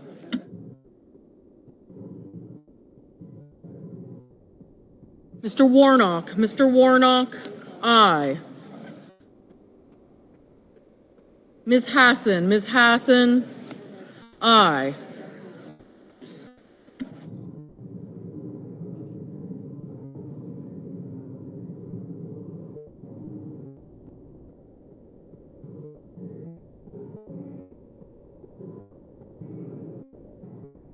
Mr. Risch, aye.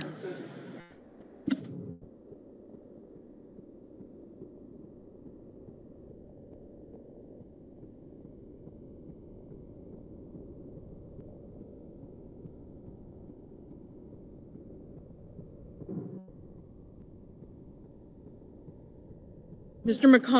McConnell, aye.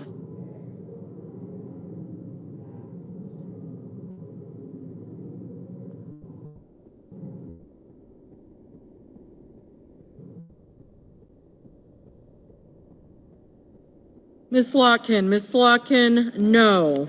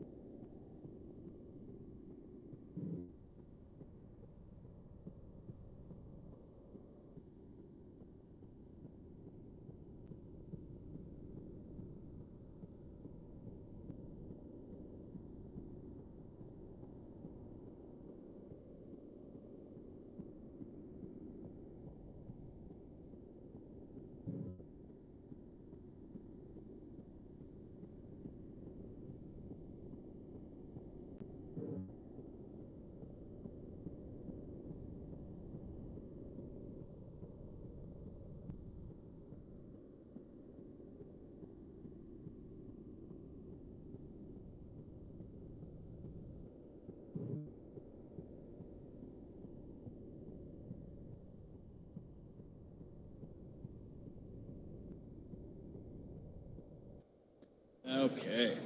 What do we got?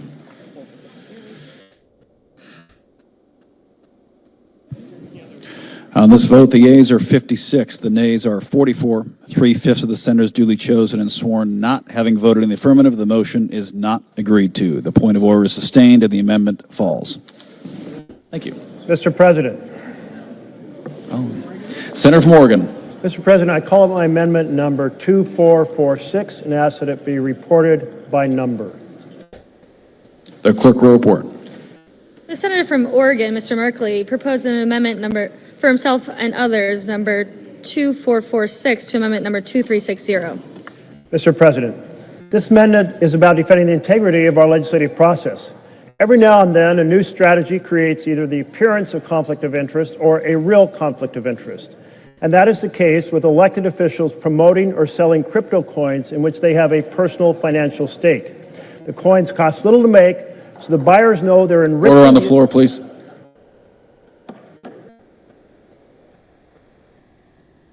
Excuse me, Mr. Chair. Yeah, please continue. Thank you.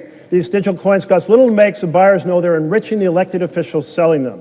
Some people believe, therefore, that perhaps they can influence government policy by buying these coins, enriching individuals who serve in government and therefore change policy. In fact, a buyer of $2 million of meme coins announced that he bought the coins to get favorable consideration of a change in freight policy. My friends, the sale of crypto coins by any of us for the financial benefit is corrupting our responsibility to govern by and for the people. Vote aye to defend the integrity of our We the People government. Mr. President, Senator from Wyoming. I rise to express my opposition to the amendment proposed by my colleague from Oregon and others.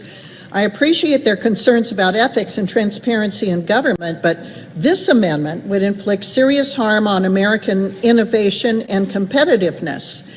And for that matter, it applies to the adult children directly or indirectly of elected and non-elected officials. It goes too far.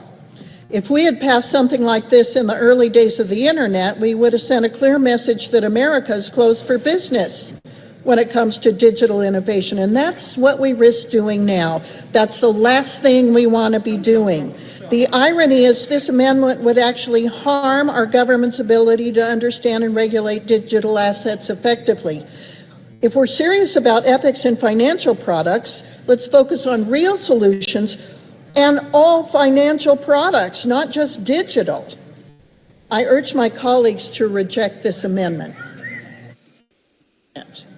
I raise a point of order that the pending amendment violates the Byrd Rule. Section 313B1D of the Congressional Budget Act of 1974. Mr. President, pursuant to Section 904 of the Congressional Budget Act of 1974, I move to waive Section 313 of that act for the purpose of the pending amendment. I nays. Is there a sufficient second? There appears to be. Clerk will call the roll. Ms. Alsobrooks, Ms. Baldwin, Mr. Banks.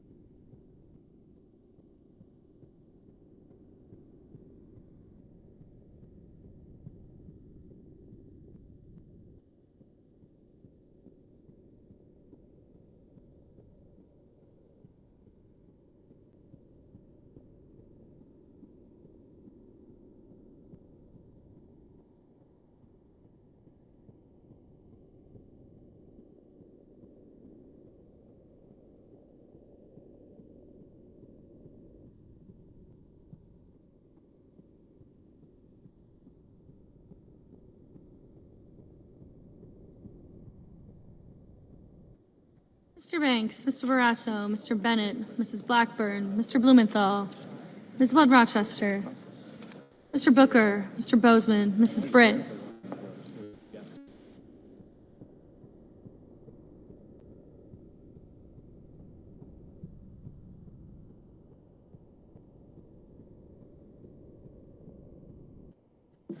Mr. Budd, Ms. Cantwell, Mrs. Capito, Mr. Cassidy, Ms. Collins, Mr. Coons, Mr. Cornyn.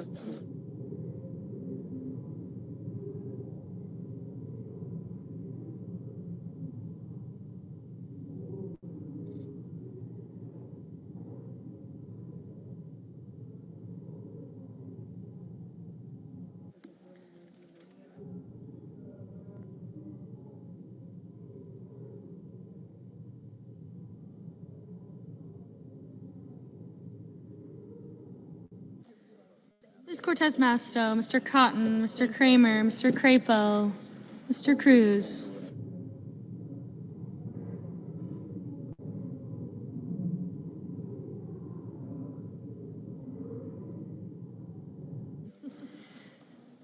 Mr. Curtis, Mr. Daines.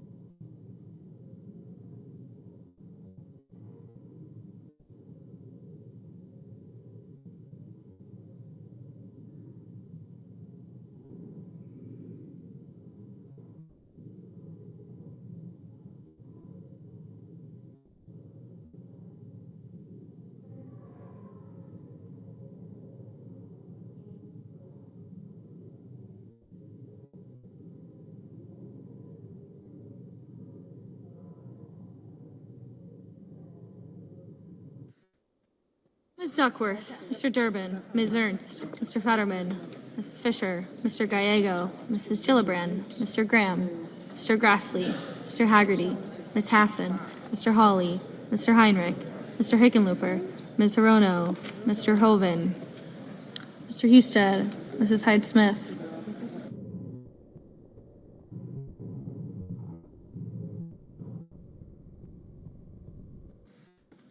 Mr. Johnson, Mr. Justice, Mr. Kane, Mr. Kelly, Mr. Kennedy, Mr. Kim, Mr. King, Ms. Klobuchar, Mr. Langford, Mr. Lee, Mr. Lujan, Ms. Lummis, Mr. Markey, Mr. Marshall, Mr. McConnell, Mr. McCormick, Mr. Merkley, Mrs. Moody, Mr. Moran, Mr. Marino, Mr. Mullen, Ms. Murkowski, Mr. Murphy, Mrs. Murray, Mr. Ossoff, Mr. Padilla, Mr. Paul, Mr. Peters, Mr. Reed, Mr. Ricketts, Mr. Risch, Ms. Rosen, Mr. Rounds, Mr. Sanders, Mr. Schatz, Mr. Schiff, Mr. Schmidt, Mr. Schumer, Mr. Scott of Florida, Mr. Scott of South Carolina.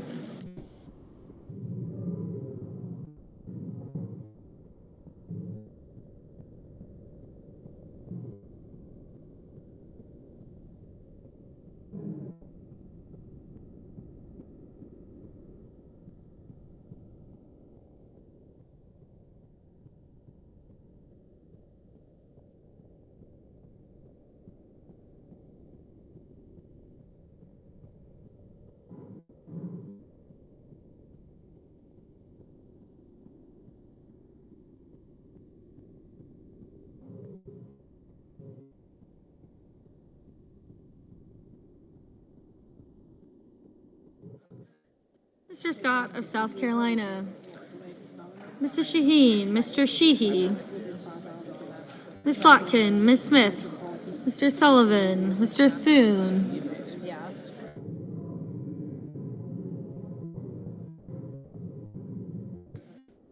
Mr. Tillis.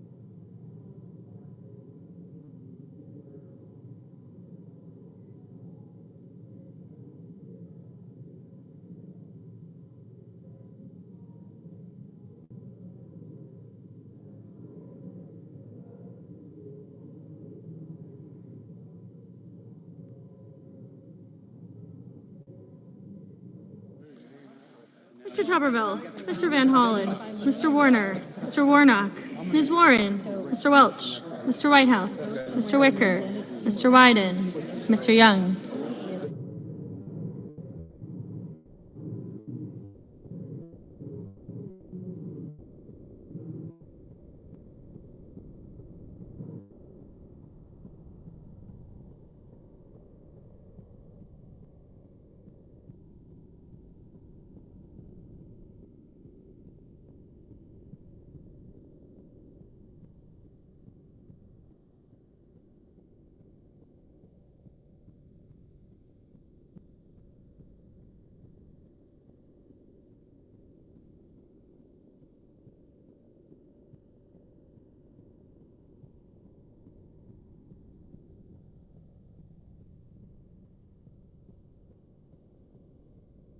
Senators voting in the affirmative: Alsobrooks, Baldwin, Bennett, Blumenthal, Blunt-Rochester, Booker, Cantwell, Duckworth, Durbin, Fetterman, Gallego, Gillibrand, Hassan, Heinrich, Hirono, Kane, Kelly, Kim, Klobuchar, Lujan, Markey, Merkley, Murphy, Murray, Ossoff, Padilla, Peters, Reed, Rosen, Sanders, Schatz, Schiff, Slotkin, Smith, Van Hollen, Warner, Warren, Welch, Whitehouse, and Wyden. Senators voting in the negative: Banks, Barrasso, Bozeman, Budd, Cassidy, Collins, Cornyn, Cotton, Kramer, Crapo, Cruz, Curtis, Daines, Ernst, Fisher, Graham, Grassley, Haggerty, Hawley, Hoven, Husted, Hyde-Smith, Johnson, Kennedy,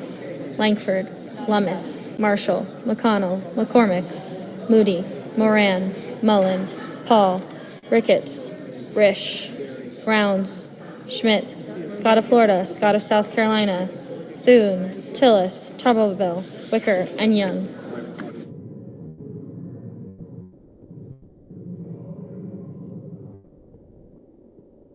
Ms. Cortez Masto, Ms. Cortez Masto, aye.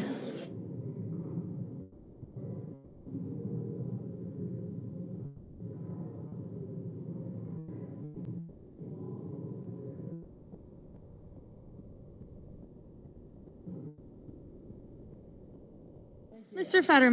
Fetterman, no.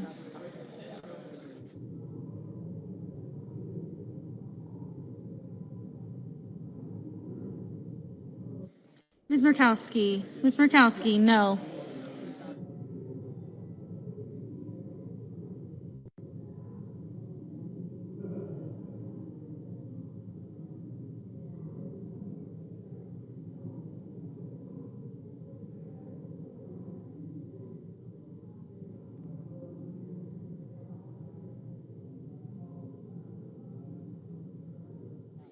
Mr. King, aye.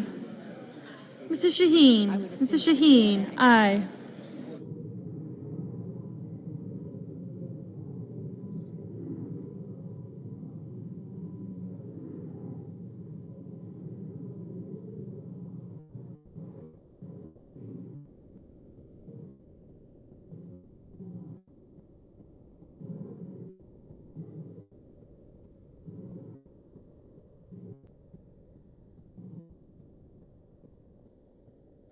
Mrs. Britt, no.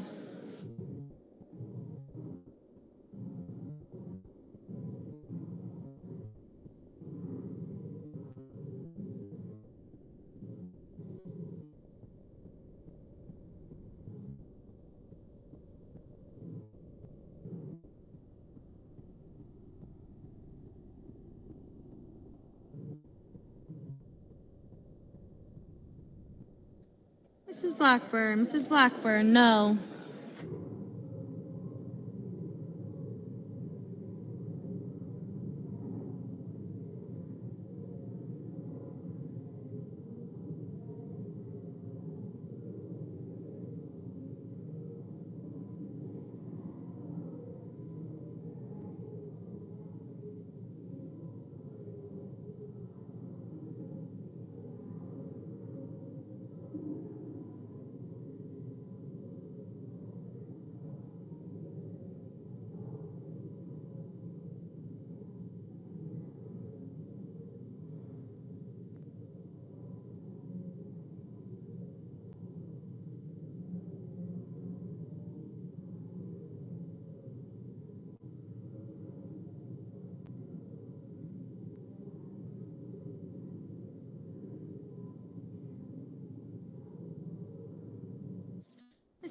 Mr. Lee, no.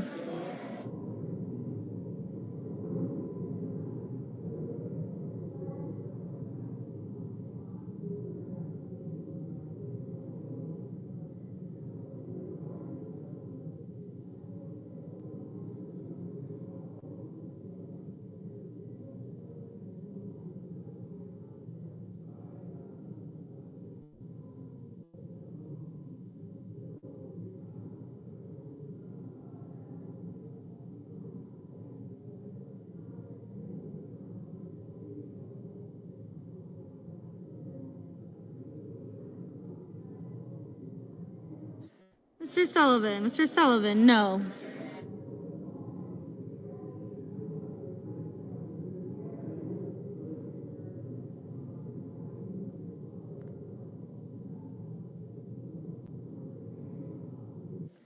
Mr. Justice, no. Mr. Coons, aye. Mr. Marino, no.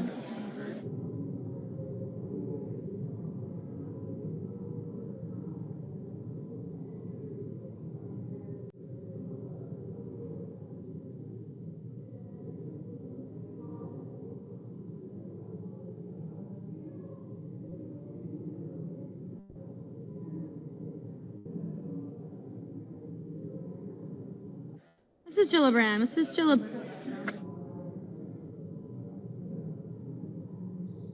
Mr. Hickenlooper, aye.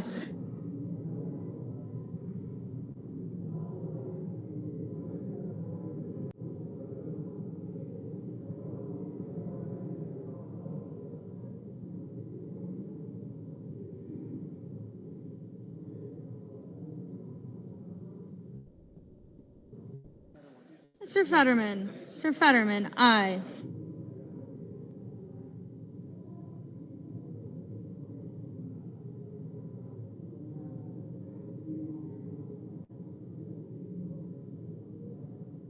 Mr.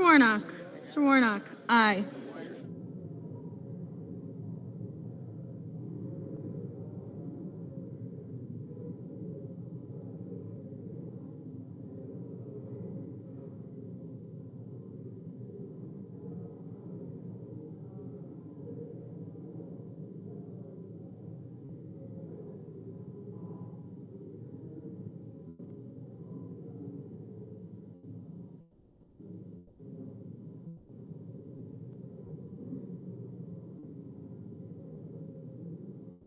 Mr. Sheehy, no.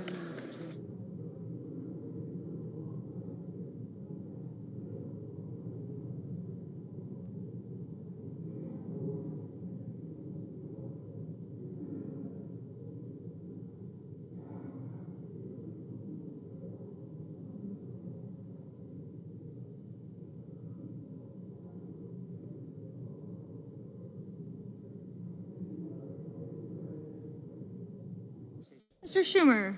Mr. Schumer, aye.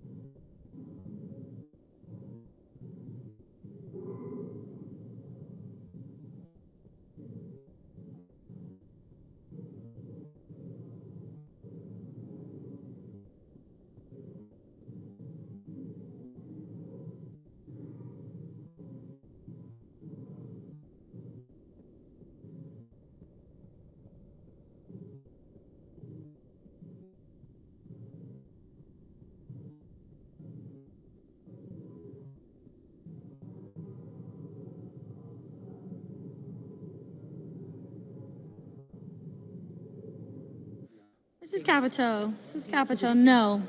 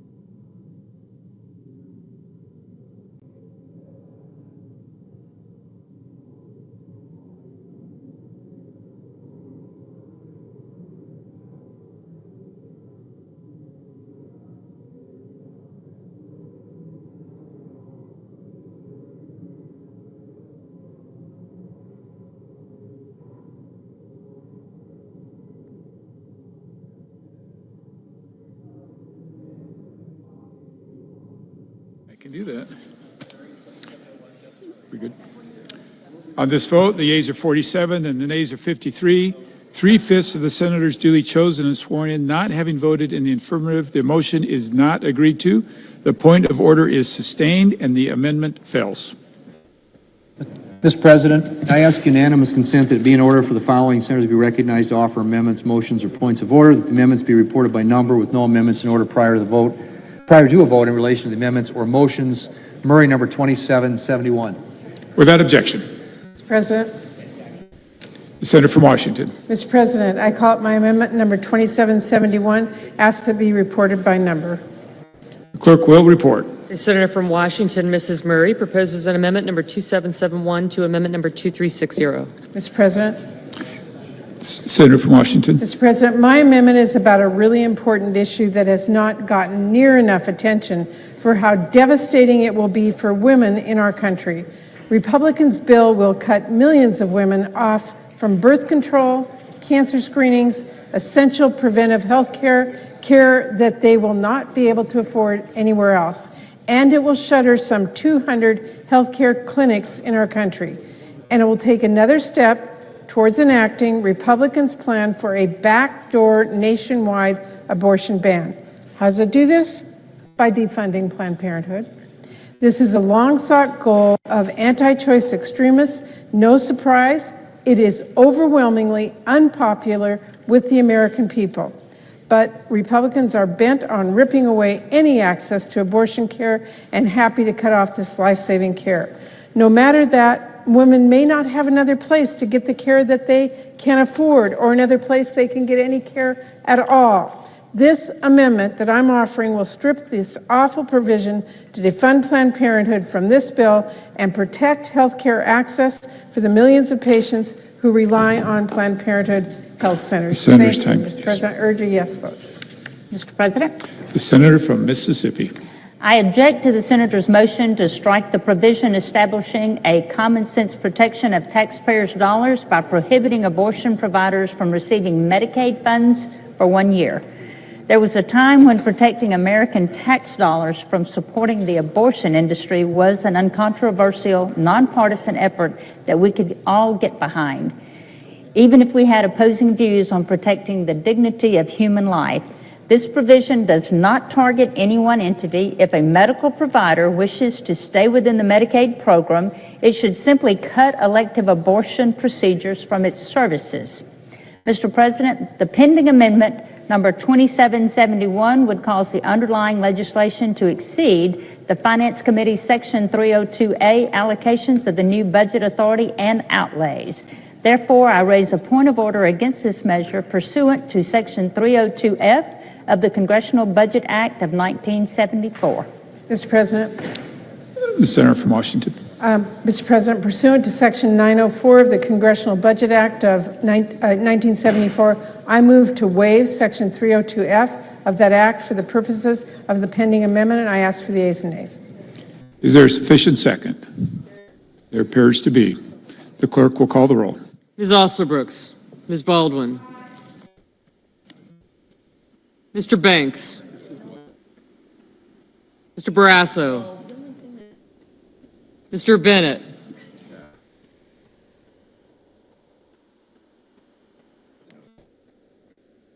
thank you, thank you, thank you, thank you. I got him.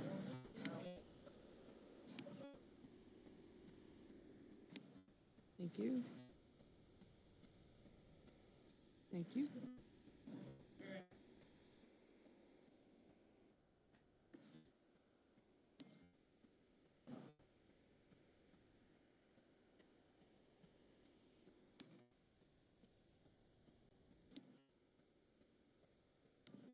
Thank you. Mrs. Blackburn, Mr. Blumenthal, Ms. Blunt Rochester, Mr. Booker. Thank you. Mr. Bozeman, Mrs. Britt, Mr. Budd, Ms. Cantwell, Mrs. Capito, Mr. Cassidy.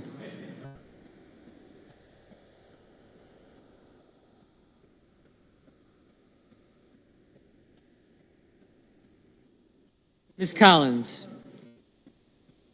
Mr. Coons. Thank you. Mr. Cornyn. Ms. Cortez Masto. Mr. Cotton. Mr. Kramer.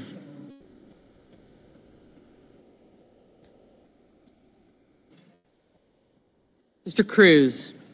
Mr. Curtis.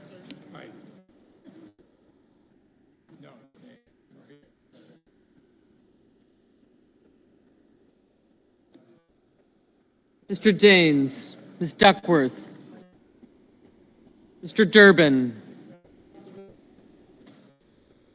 Ms. Ernst, Mr. Fetterman, Mrs. Fisher,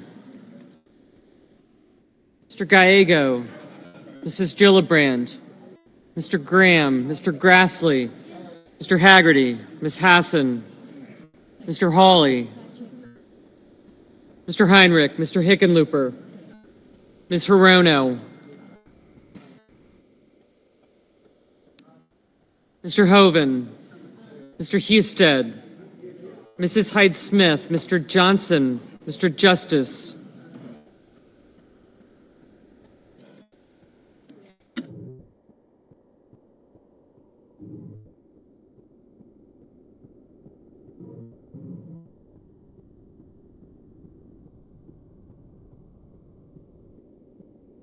Mr. Kane, Mr. Kelly, Mr. Kennedy, Mr. Kim, Mr. King, Ms. Klobuchar,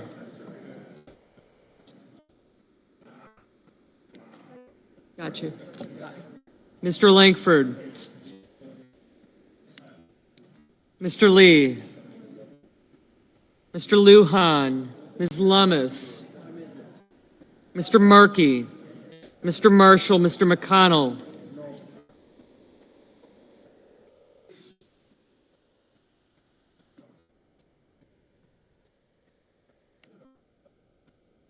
Mr. McCormick,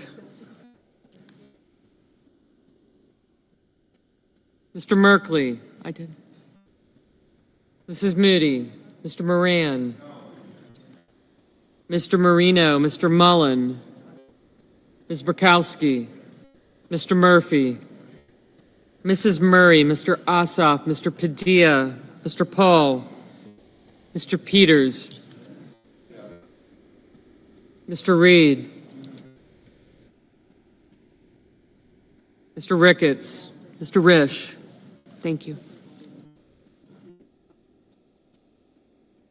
Ms. Rosen, Mr. Rounds, Mr. Sanders, Mr. Schatz, Mr. Schiff,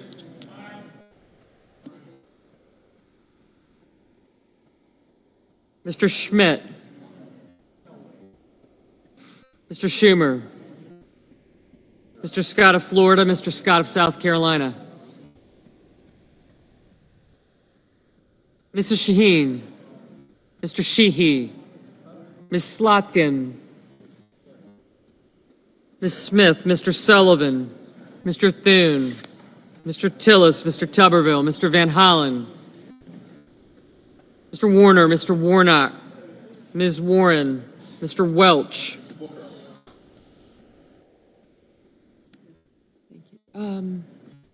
Senator Black.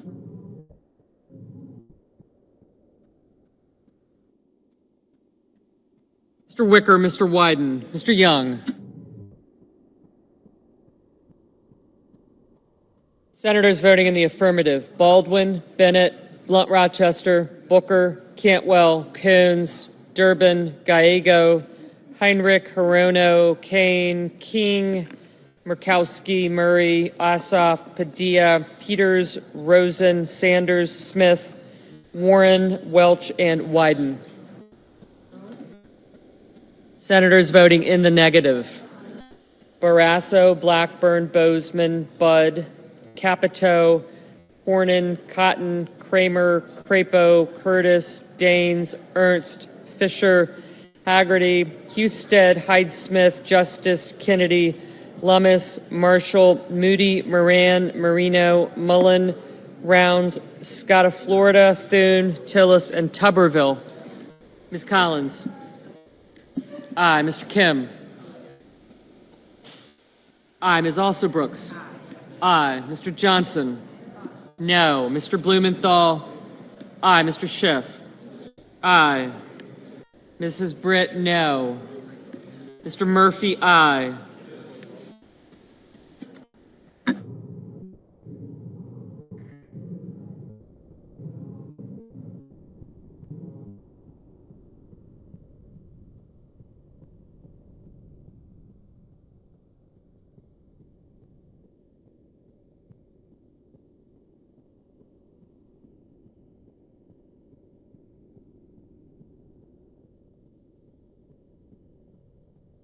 Mr. Schmidt, no. Mr. Wicker, no.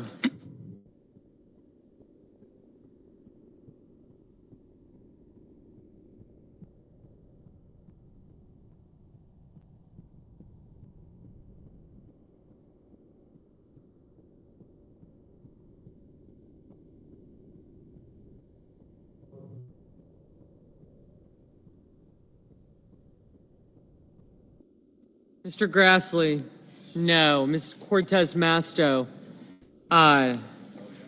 Mr. Fetterman, aye. Mr. Hickenlooper, aye.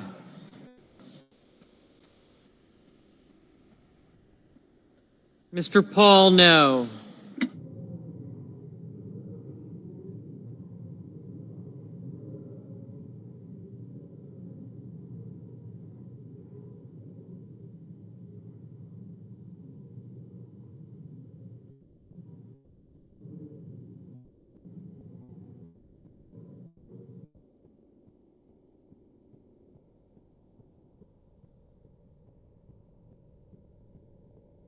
Mr. Merkley, aye.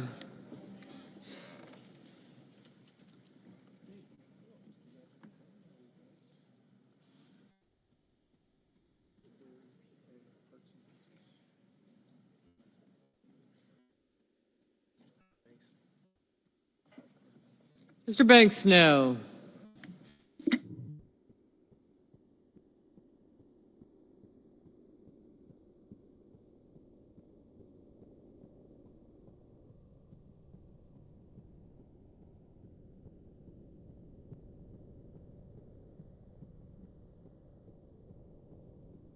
Ms. Hassan, aye.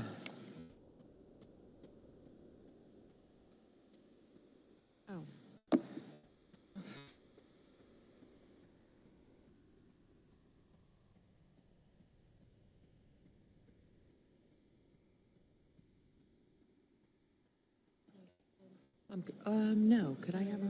Yeah. Do you mind? Thank you. Thank you.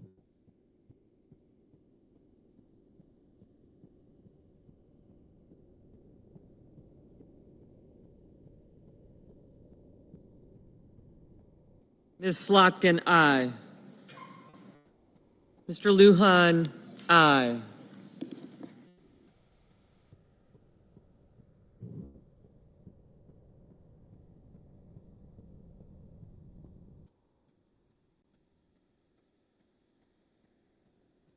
Mr. Reed, aye.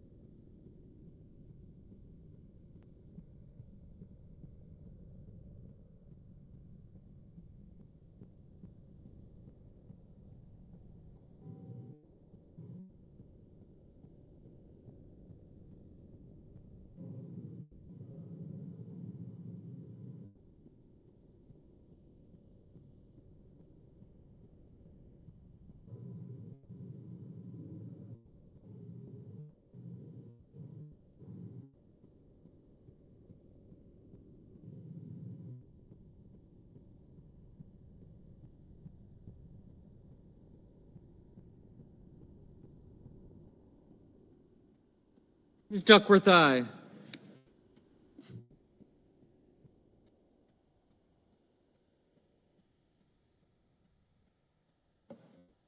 Mr. Markey? Aye.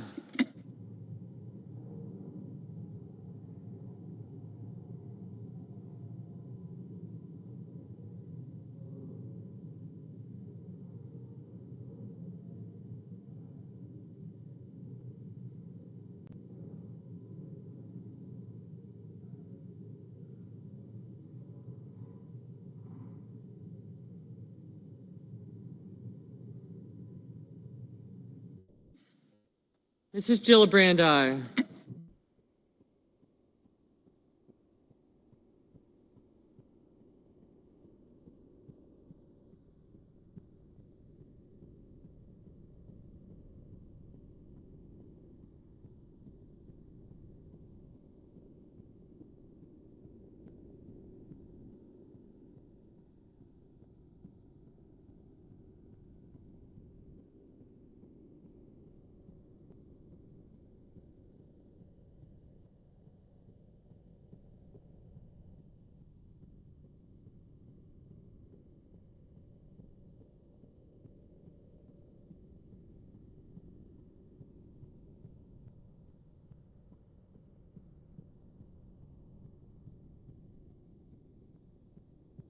Mr. Hawley? No. Mr. Graham? No.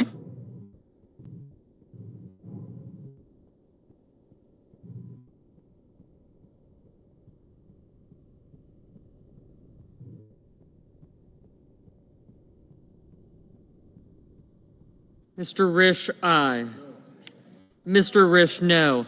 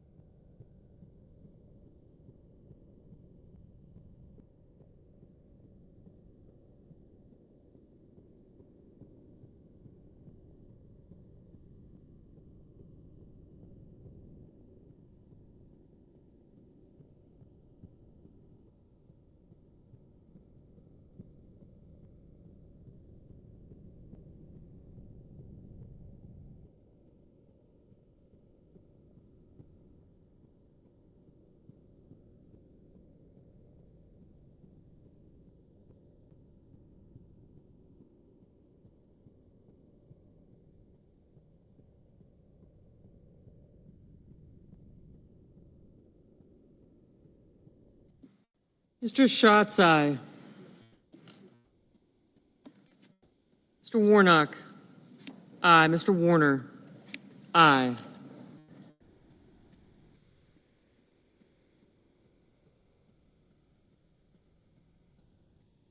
Mr. Cruz, no.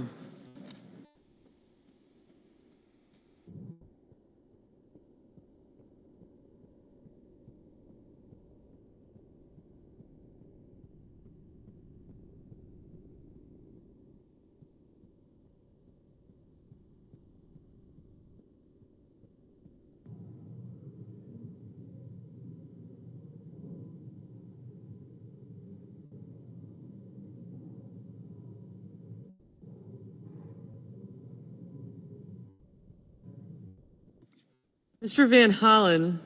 Aye. Mr. Langford? No.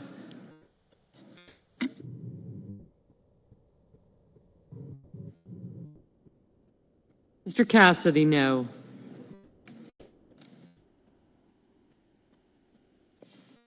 Mr. McCormick? No. Mr. Sheehy? No.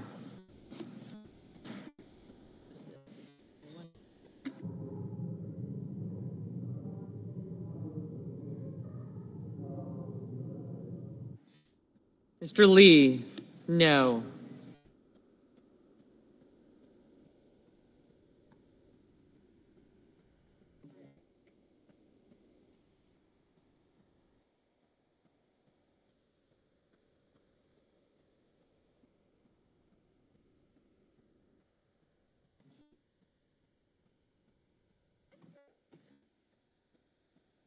Mr. Young, no.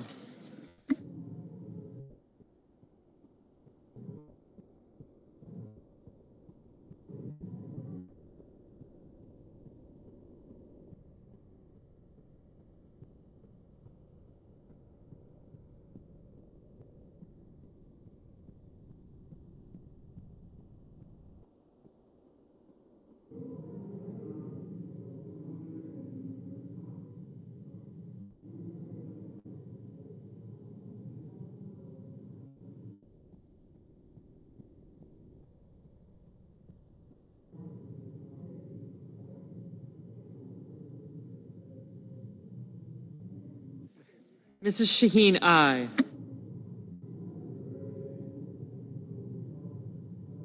Mr. Schumer, aye.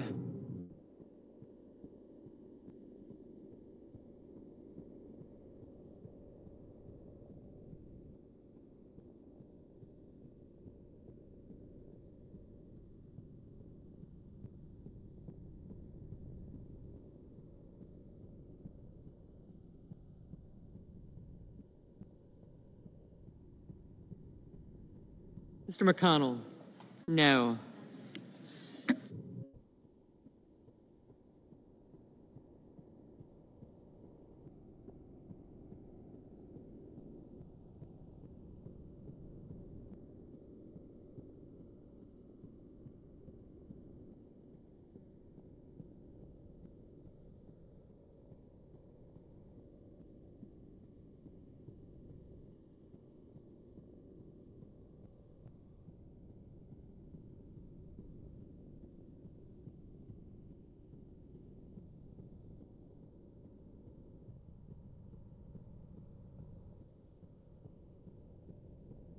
Ms. Klobuchar, aye.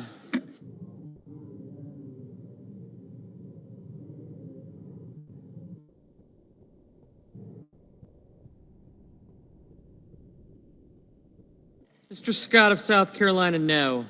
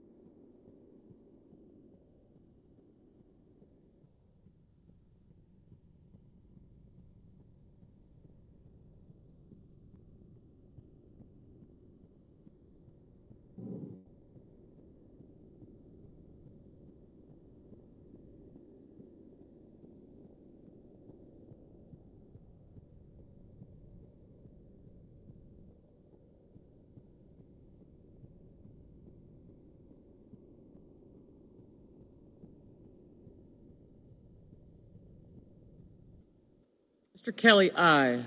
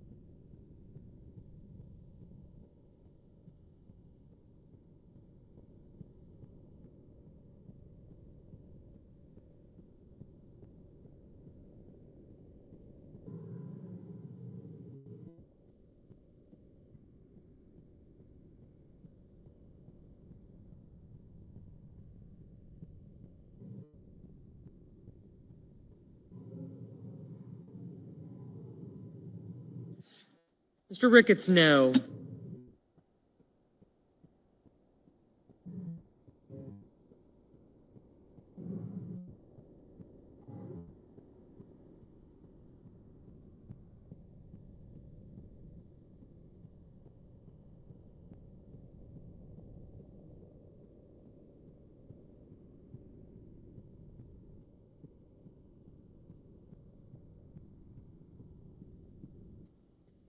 Mr. Sullivan, no.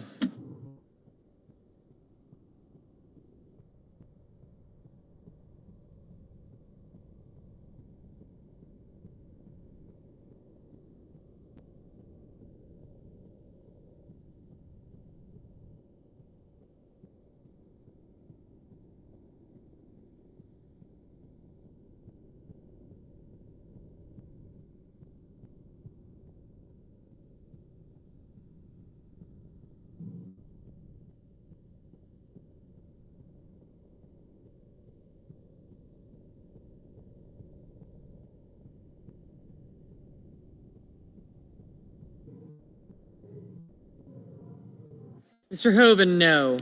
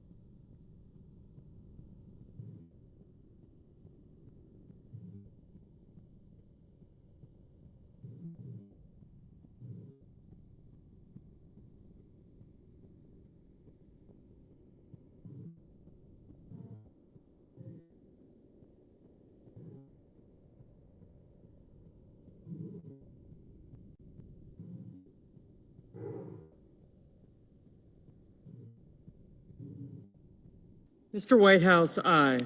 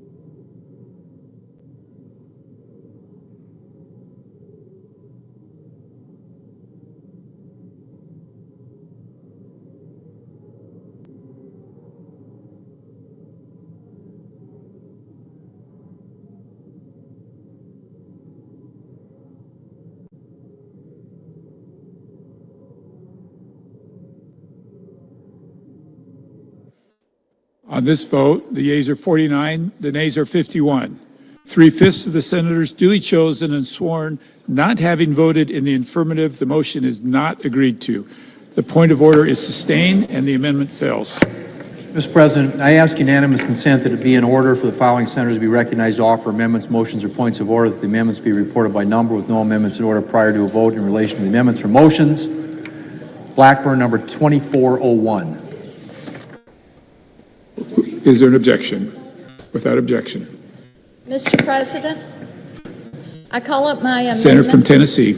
I call up my amendment number 2401 and ask that it be reported by number.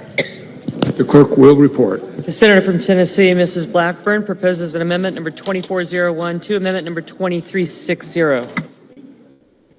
Mr. President, I ask unanimous consent for 2 minutes of debate, equally divided. Without objection. Thank you, Mr. President. Millions of vulnerable Americans, including the disabled, elderly, and low-income children, depend on Medicaid for vital health care services. But waste, fraud, and abuse are pushing this program to the point of insolvency. According to one estimate, there were more than $1 trillion in improper payments over the last decade.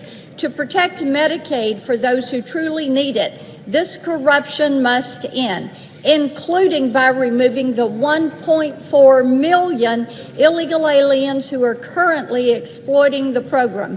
My amendment would close a loophole that allows illegal aliens to receive Medicaid coverage for up to 90 days by blocking federal taxpayer dollars from funding benefits for prospective beneficiaries until their citizenship or lawful presence is verified. I urge a yes vote on this amendment, and I ask for the yeas and nays. Is there a sufficient second? There appears to be. The yeas and nays are ordered. The senator from Oregon. President, the Blackburn Amendment penalizes innocent people who are eligible for Medicaid coverage and are waiting to cut through a thicket of red tape and get health care.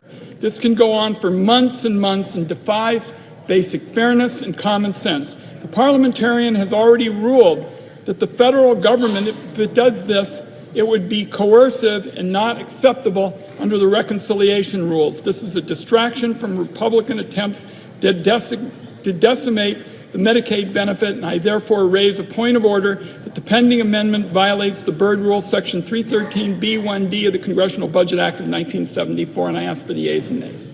Mr. President, pursuant to Section 904 of the Congressional Budget Act of 1974, I move to waive, and I ask for the yeas and nays.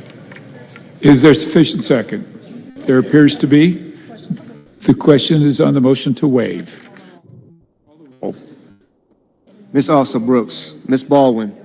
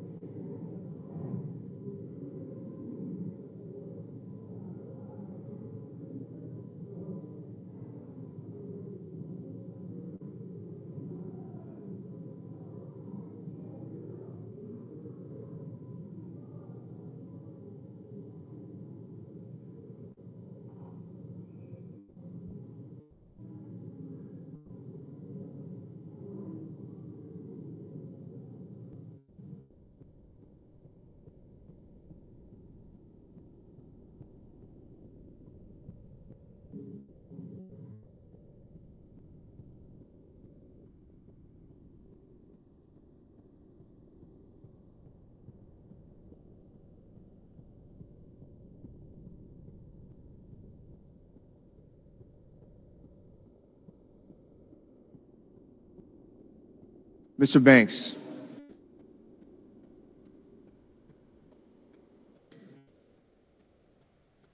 Mr. Barrasso.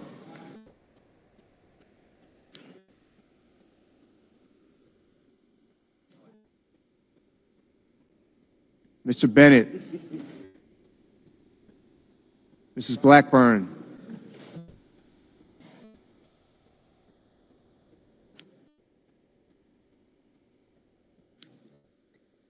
Mr. Blumenthal.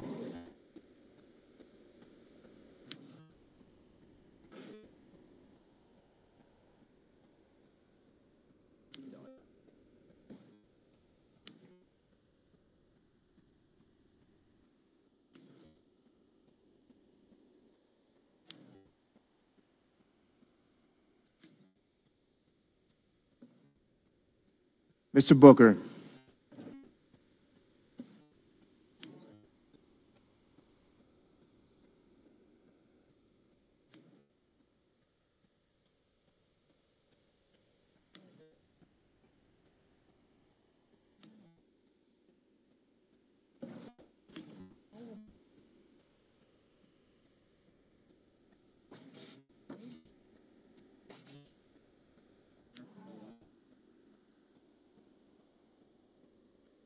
Mr. Bozeman.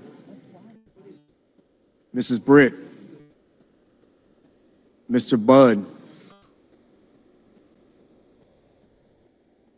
Ms. Cantwell.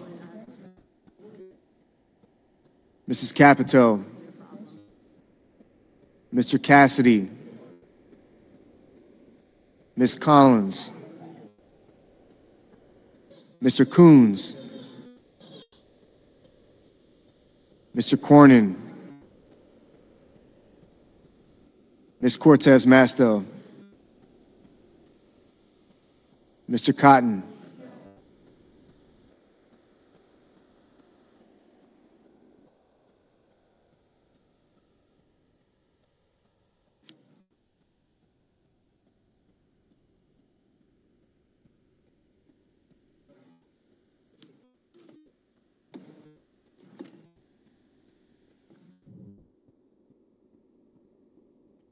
Mr. Kramer. Mr. Crapo.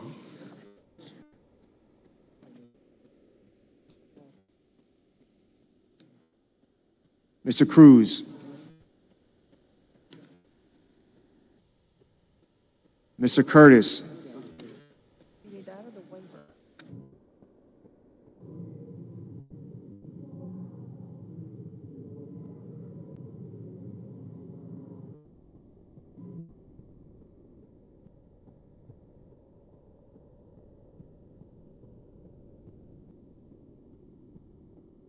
Mr. Daines, Ms. Duckworth, Mr. Durbin, Ms. Ernst,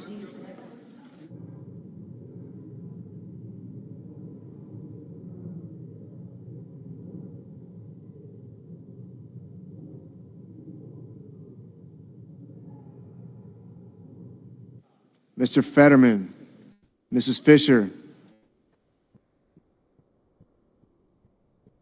Mr. Gallego, Mrs. Gillibrand, Mr. Graham,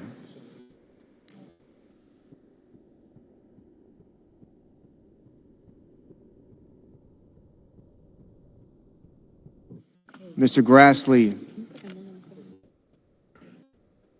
Mr. Haggerty,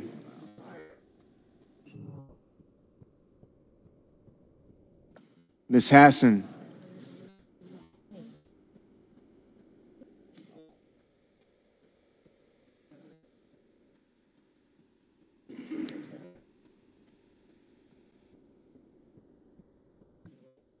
Mr. Heinrich, Mr. Hickenlooper, Ms. Hirono,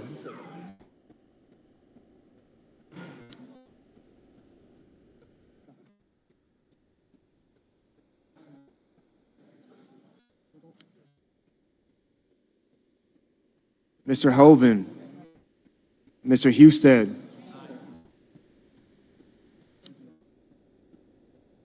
Mrs. Hyde-Smith,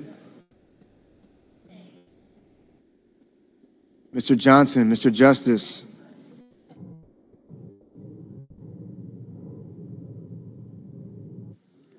Mr. Kane,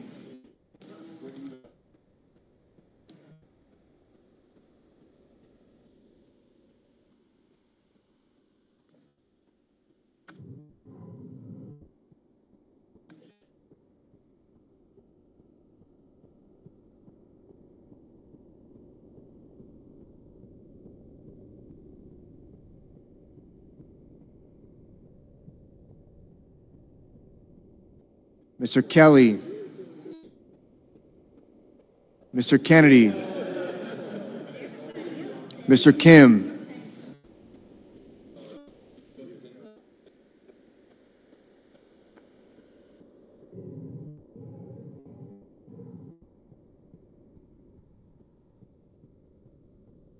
Mr. King, Ms. Klobuchar, Mr. Langford, Mr. Lee, Mr. Lujan, Ms. Lummis, Mr. Markey, Mr. Marshall,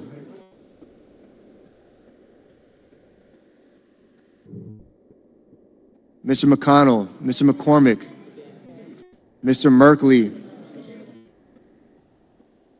Mrs. Moody, Mr. Moran, Mr. Moreno, Mr. Mullen, Ms. Murkowski, Mr. Murphy, Mrs. Murray, Mr. Ossoff, Mr. Padilla, Mr. Paul, Mr. Peters, Mr. Reed, Mr. Ricketts, Mr. Risch,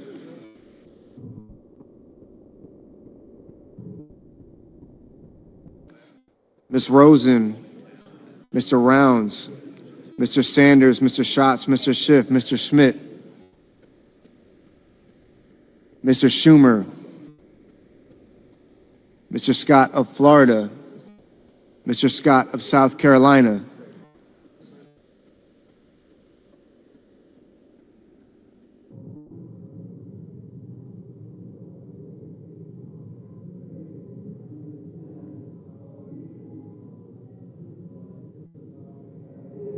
Mrs. Shaheen, Mr. Sheehy, Ms. Slotkin, Ms. Smith, Mr. Sullivan,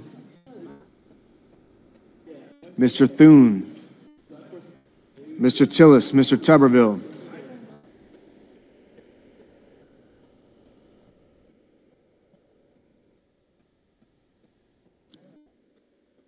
Mr. Van Hollen, Mr. Warner, Mr. Warnock, Ms. Warren, Mr. Welch, Mr. Whitehouse, Mr. Wicker, Mr. Wyden,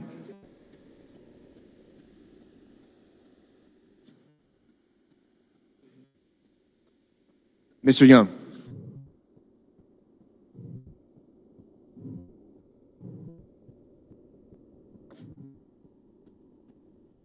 Senators voting in the affirmative: Barrasso, Blackburn, Britt, Budd, Capito, Cassidy, Cornyn, Cotton, Kramer, Crapo, Cruz, Curtis, Daines, Fisher, Graham, Grassley, Haggerty, Hoven, Husted, Hyde-Smith, Johnson, Justice, Lee, Lummis, Moody, Moran, Moreno, Mullen, Paul, Ricketts, Risch, Rounds, Schmidt, Scott of Florida, Sheehy, Thune, Wicker, Young. Senators voting the negative: Also Brooks, Baldwin, Blumenthal, Blunt Rochester, Cortez Masto, Duckworth, Durbin, Gallego, Heinrich, Hickenlooper, Kane, Kim, King, Lujan, Murphy, Murray, Ossoff, Padilla, Peters, Reed, Rosen, Sanders, Schatz, Schiff, Shaheen, Slotkin, Smith, Van Hollen, Warner, Warnock, Warren, Welch, Whitehouse, Wyden. Ms. Hirono, no. Mr. Bozeman, aye. Mr. McCormick, aye.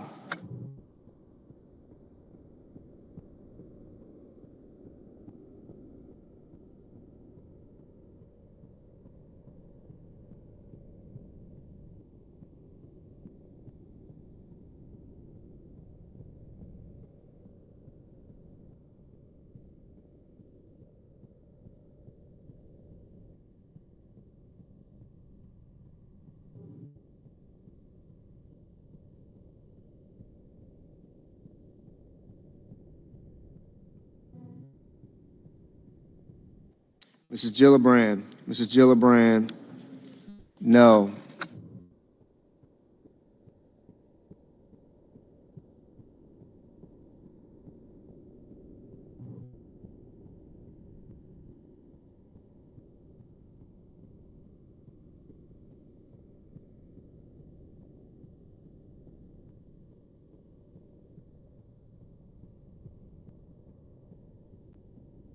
Mr. Tillis. Aye.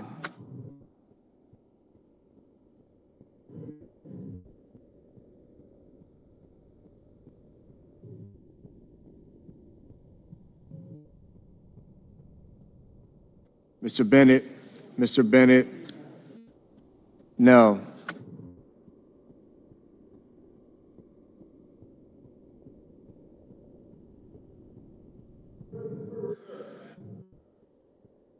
Mr. Booker.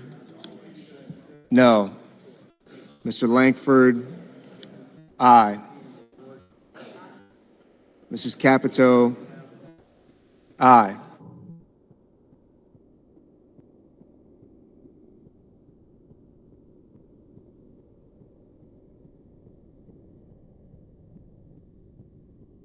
Ms. Klobuchar. Ms. Klobuchar. No. Ms. Hassan. Ms. Hassan. No.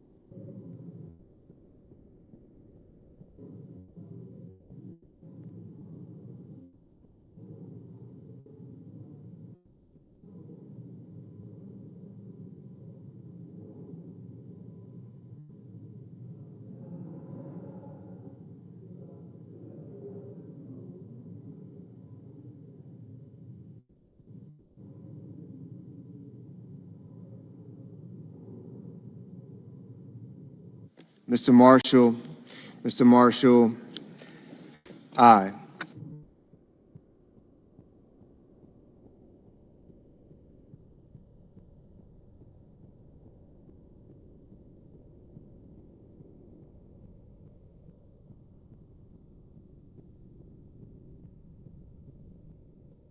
Ms. Collins. Ms. Collins. Aye. Mr. Markey. Mr. Markey. No.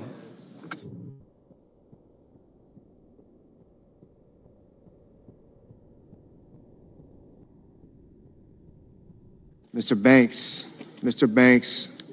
Aye. Mr. Hawley. Mr. Hawley. Aye.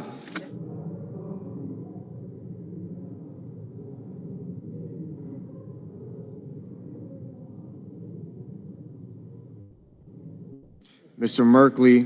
Mr. Merkley. No.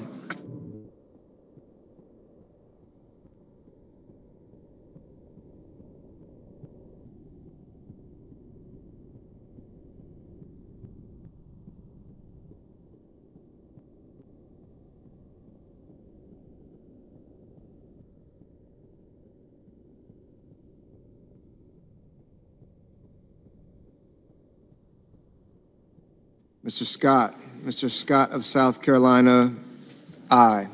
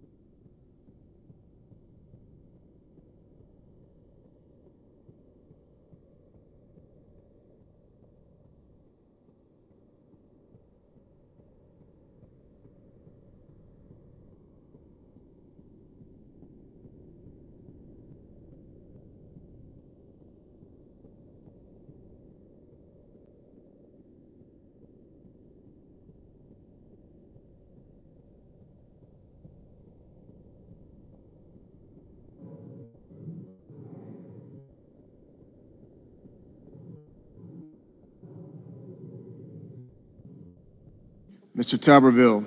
Mr. Tuberville. Aye. Mr. Coons. Mr. Coons. No.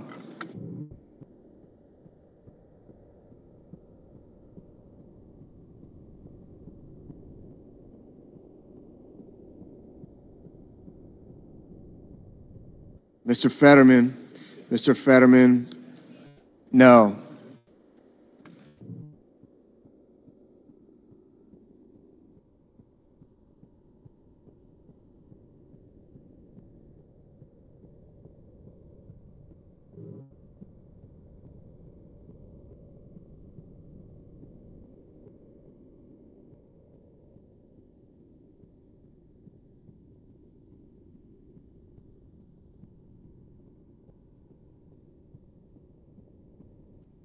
Mr. Sullivan. Mr. Sullivan, aye.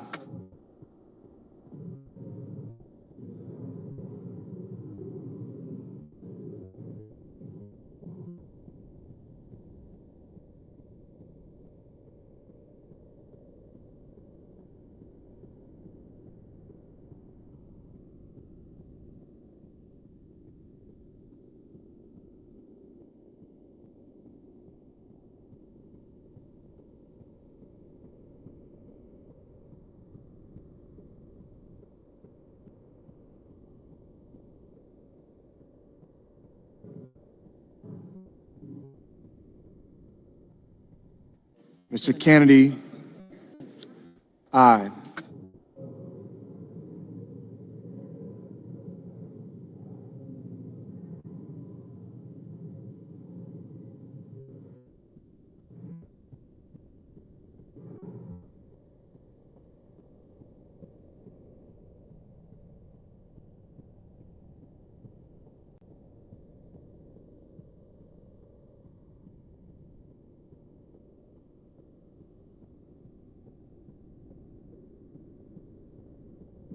Mr. Kelly.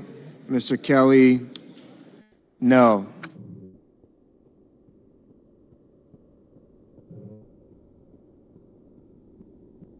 Ms. Ernst. Ms. Ernst, aye.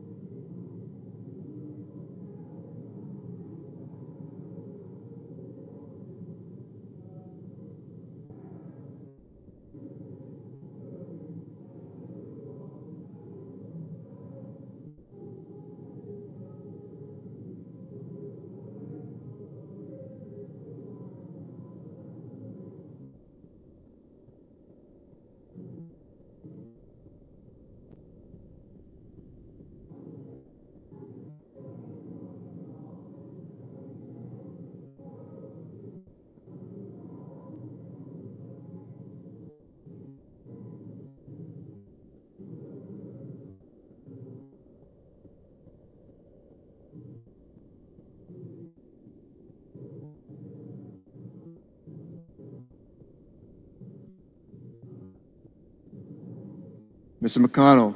Mr. McConnell, aye.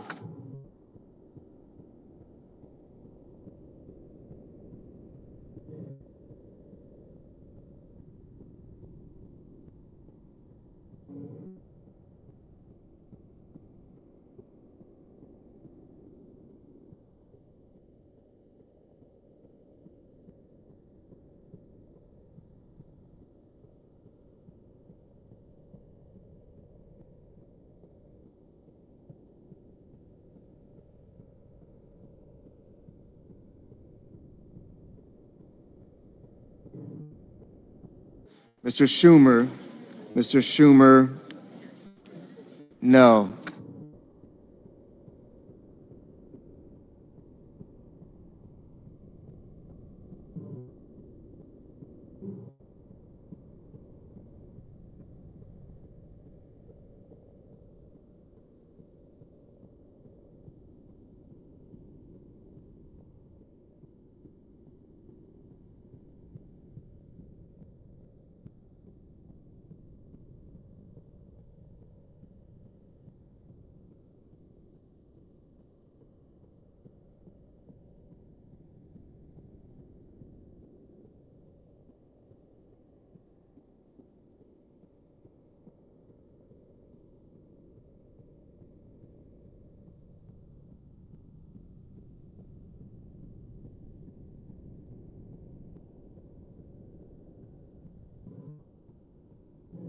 Ms. Cantwell. Ms. Cantwell. No.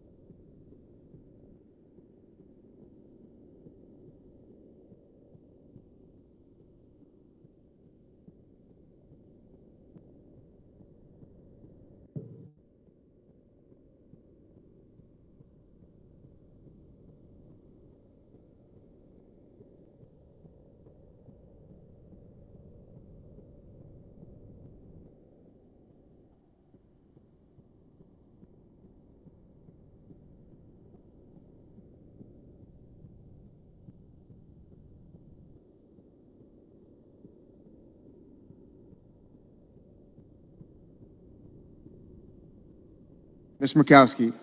Ms. Murkowski. Aye.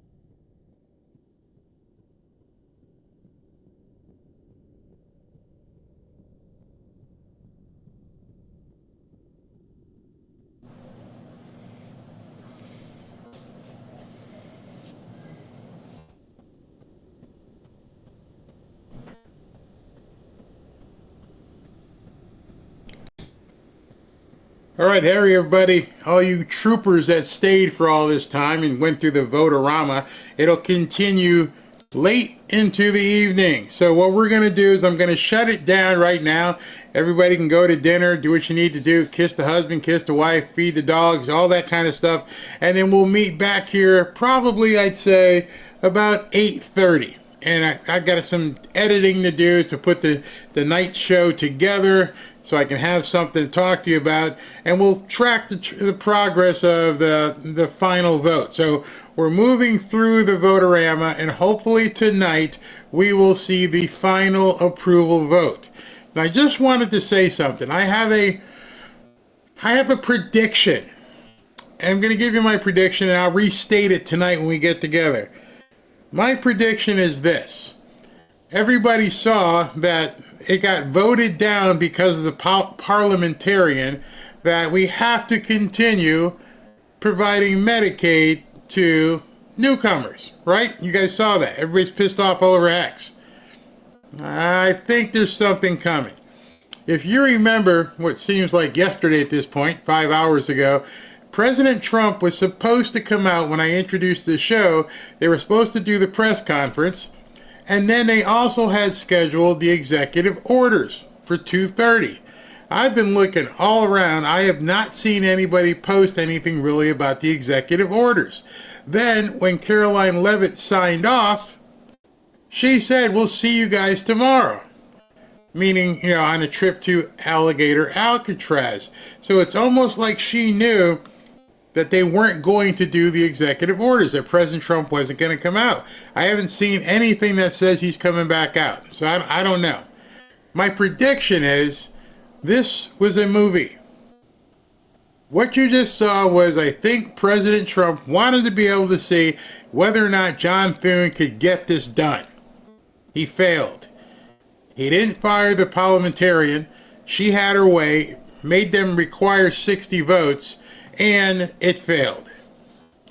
So now, let me tell you what my prediction is. My prediction is he didn't do the executive orders because he was waiting to see what passed and what didn't pass. So I would not be surprised at all if tomorrow you see an executive order saying newcomers cannot be covered under Medicaid. In some way, shape, or form, I have no idea how he and Stephen Miller will make the verbiage, but it'll be something to the effect that newcomers cannot get Medicaid. And then what would have to happen, because Congress didn't get their job done, they will have to go where? They will have to go to the district court one after the other and try to get someone to say that they can get a TRO, which basically means just for that one individual unless they're granted a class action suit. But in the interim, there can be no TRO. The Supreme Court already said it, so he can say, no money, they're done.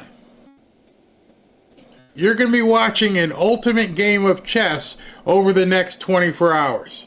Count on it. If this thing doesn't get done tonight, and it takes until tomorrow because they're playing games with him, he may wait. But I think you're going to see a flurry of executive orders that will say, basically, you know what? Whatever you guys couldn't get done, I'm just going to make an executive order out of it and let it fight out in the court. Makes perfect sense to me.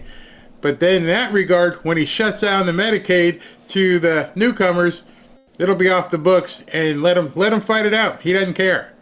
Doesn't care. So let's see what happens. I will see you guys at about 8:30.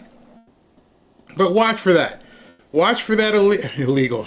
Watch for that executive order coming to a table by you very soon. I think President Trump is going to use whatever he can do to shut it down. Speaking of shutting down, it is 6:17. I will see you guys at 8:30. Thanks for hanging out. It's been a very long day for some of you guys, but come on back at 8:30 for the nighttime edition of What's Going On. Talk to you very, very soon.